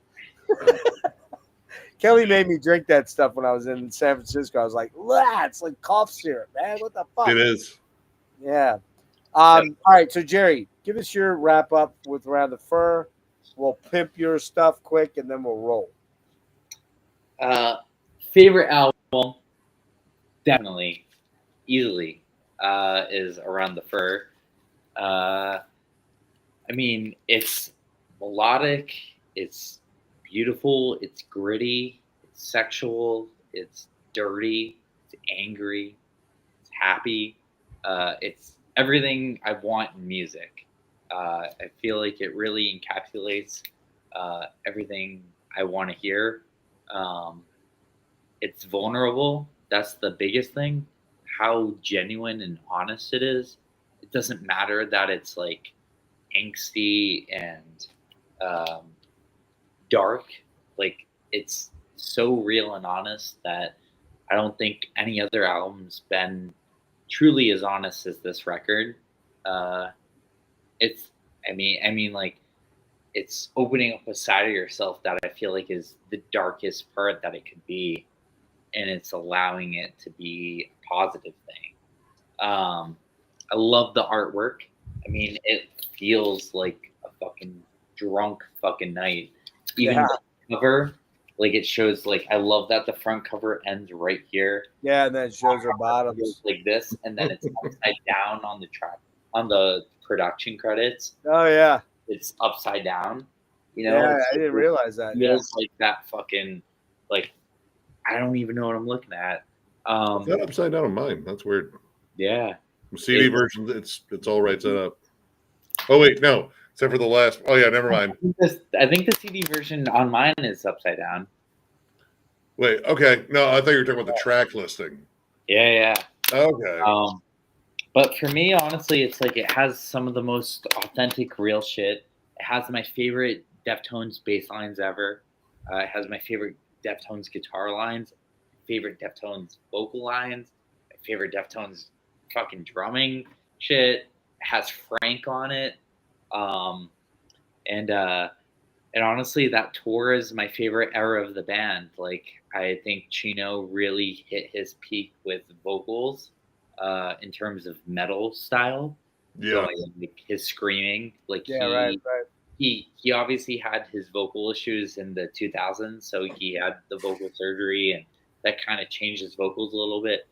I think it's a band at their most fierce and fucking dark stage.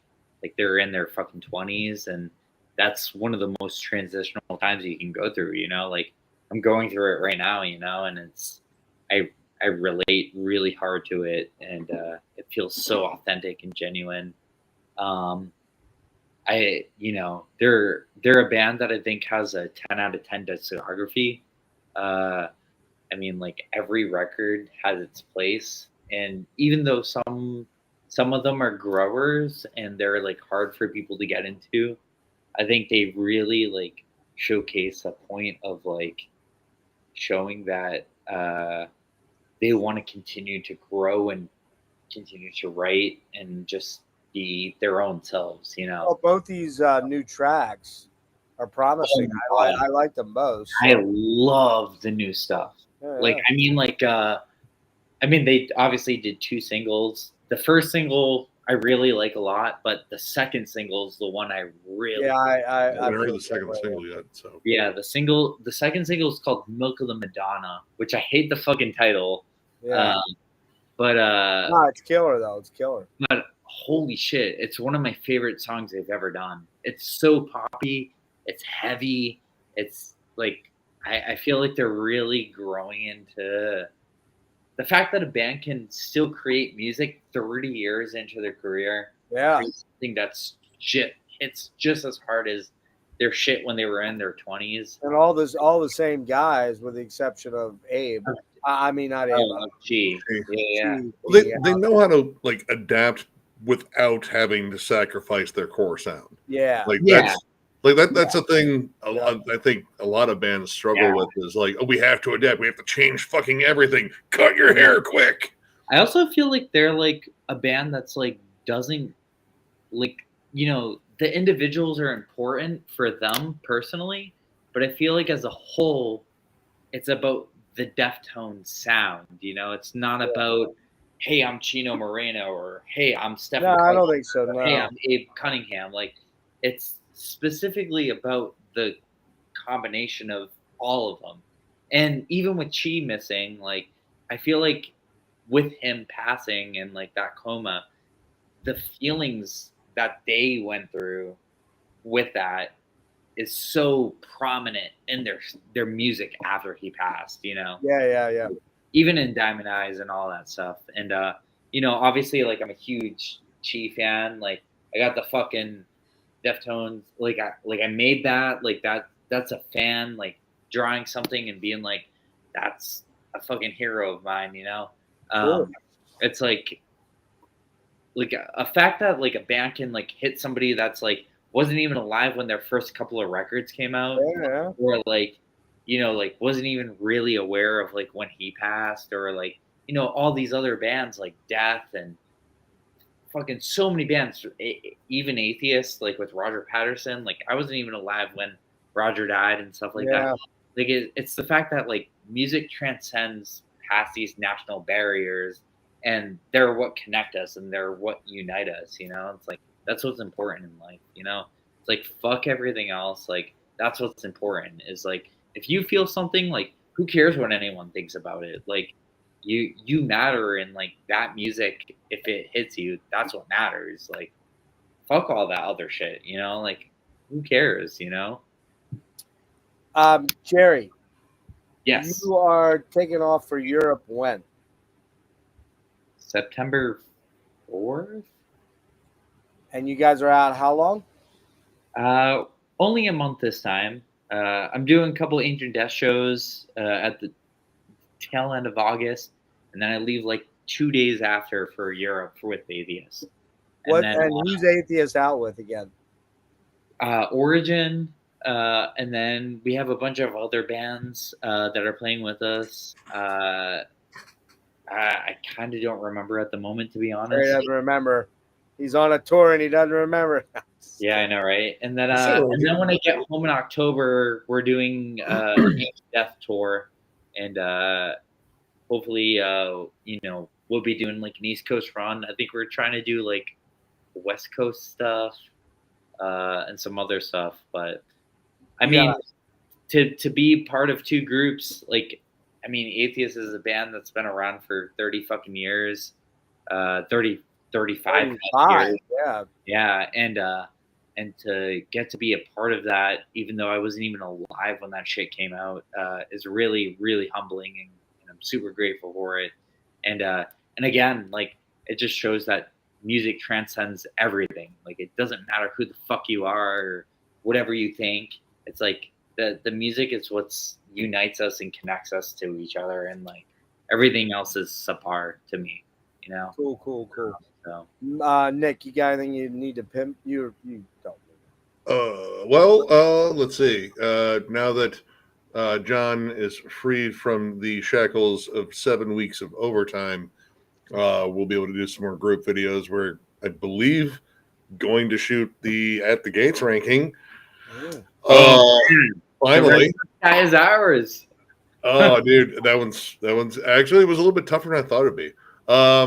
But yeah, we're gonna get on that. Next one up is Immortal after that, and working on some different subjects, like topical videos to chat about. We talked about bands we wish were still around or could theoretically be around.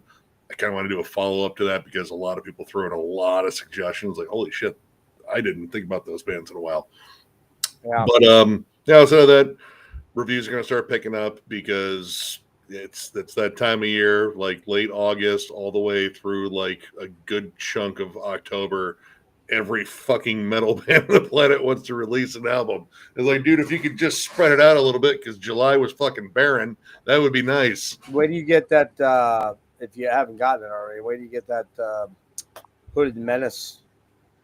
Damn, I gotta get back to it because I needed to shift focus to doing the Deftones stuff when I got it in, like the day before I started boning, like knuckling down and listening. And it's like, fuck, man, I really want to listen to that a bunch of times.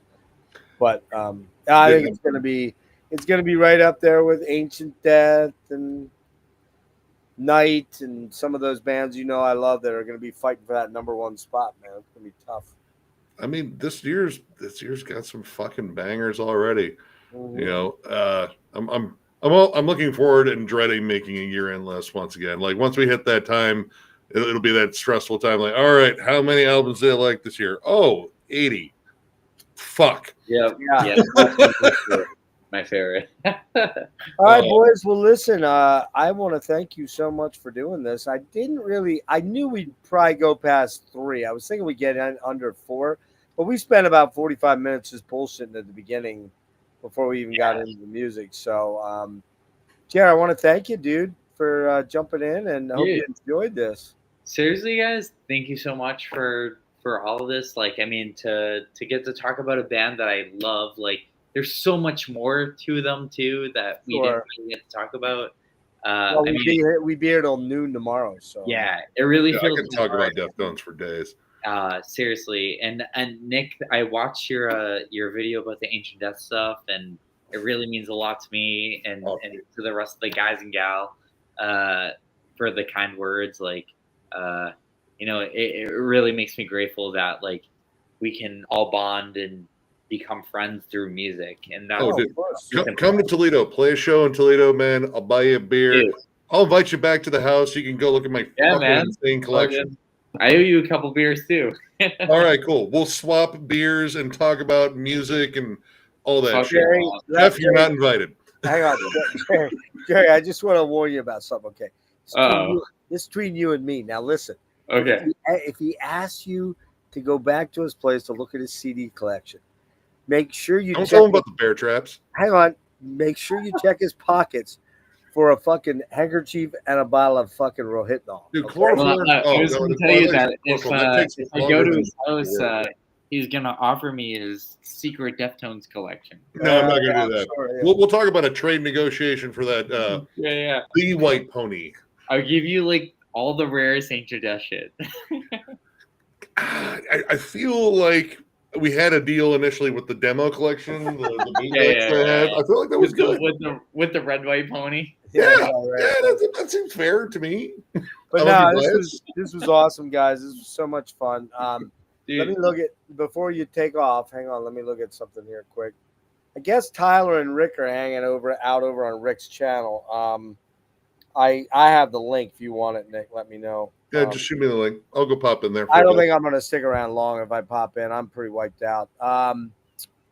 Because this toothache, I didn't tell you guys. I am just nursing the most insane fucking toothache. This whole side of my jaw is swollen. And I woke up. Something happened in the middle of the night on Thursday. I just started, like, as the night was wearing on, I'm like, oh, man, I don't know what I was eating. And I've had to have some dental work done since before I came out to San Francisco. But then because I got sick at MDF with the Epstein-Barr, I just couldn't go sit in I couldn't go out for like 6 weeks. I was that sick. And I was just about ready to commit to get all this dental work I needed, which includes 2 extractions back here. And I wake up. What's today? Today's Saturday. So Thursday afternoon, I get up and I'm like, man, my jaw's sore. As the night goes into last night, into the day, which is now today, Friday, but I didn't sleep for like 40 hours. I had to go down to the emergent care and beg them for fucking antibiotics. They won't give you painkillers for this kind of thing anymore at all. Used to be 15 years ago, you go to the ER, they give you 10 painkillers. You know what I mean? But now they don't do that shit at all. I take Motrin 800 for the tooth pains if I have it. This one, dude, was so intense that I had to get 2 doses of clindamycin, and I ended up jumping up to like taking 2, 4, 6, 8, like 800 milligrams of Tylenol one shot. That's I had throbbing pain, just like whoa. I've had 2 abscess tooths, and Oh it's my God. inescapable pain. You can't get Yeah, and around I it. woke up Friday, and I'm like, I was up all night Friday. I'm like, can you please see me and just get this one tooth out? And they're like, oh no, we close at 1. We can do you at Wednesday. I'm like, Wednesday of next week? I'm like, are you? So I went down to the urgent care, and then I even was like, if that didn't knock it out, as it did finally late last night, I was gonna go to the fucking ER and beg them for just Something. 2 Percocet or something to get me through a day or 2. Tooth pain is the worst shit Oh, ever. Yep. Horrible. Like, so tonight I was laboring a little bit with that, and I'm noticing that my 800 milligrams of ibuprofen's wearing off. Like about 15 minutes ago, I started being like, "Oh man, it's starting to get sore." Well, dude, thanks for fucking doing Yeah. this for as long as it's been, man. Like, seriously. Give your metal dad a hug, Jared. Give your This is getting I weird. fucking love you, man. Like, seriously, like, it's really cool that we've become friends and, like, because of music and Oh yeah. Well, we get because to share stuff. Kelly. Like, I'm really happy we got to do stuff through Ancient Death and Atheist Yeah. and Deftones. Like, we'll that's do really more. cool, man. We'll and do more, hopefully. and As long you as too I next, stick like, around. seriously, man. Pleasure Thank you so hanging much out for with the you. Like, kind words for everything. Like, Jasmine and I watched your interview that you did or of the new Ancient Death record, and it really warms my heart that you feel so strongly about it. Like, it's really cool, man. Like, dude, not good just metal us. is good metal, and that album whoops ass, dude. It's Like, not yeah, just thank us. you. Thank you. You get a And, lot of.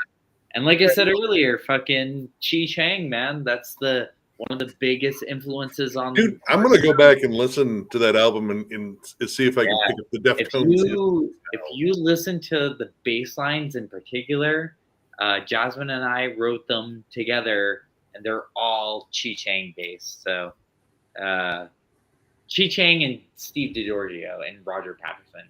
Those are like the 3. It's like a part of a Mount Rushmore there. Yeah. It's like I mean, music's about fucking sharing and paying homage, anyways. So, but Yeah, guys, this is great. so fucking much, man. This was awesome, man. It's been Lots of fun. almost 6 hours, but Yeah, we almost did 6 hours on fucking Deftones. Yeah. So but can't wait to fucking drink some beers with you guys soon. share So. this around. Yeah, I hope to see you. Well, I don't know. Is there anything you can't really say, but is there anything that works for next year? For us? Yeah. So maybe not for Atheist, but Ancient Death, we're trying to do a tour for the new record. Yeah, So, you said come down the East Coast, maybe. yeah, I think we're gonna do the East Coast. We're talking about doing the West Coast too, early next year. So definitely be ready for that stuff. Is Kelly thinking strongly about getting in the studio, or is he still a little unclear with No, I think we're gonna do the record. I mean, we're doing the tour, and then we have another tour next year for a Europe Part 2 type thing that hasn't been announced. But we're working really hard on the record. Alex and I, in particular, really want to get it done. So we're trying to get that done. I mean, it's all like legal shit, basically, with record. Yeah, there's that label shit. Well, the Polish label. What are they called? Begonia? Begonia. Yeah. I shouldn't say it out loud. Yeah. I hope he can get out of that situation. But yeah, I mean, honestly, for me, it's like at the end of the day, I just want the music to get out. Like, I feel like the fans don't care what label it's on. They just want to hear the music. And we just want people that are behind us, that support us, you know? And so hopefully we can get out of that shit. At the end of the day, if we had to do it with them just to get it done, I hope we can just make something work. Yeah, I get you.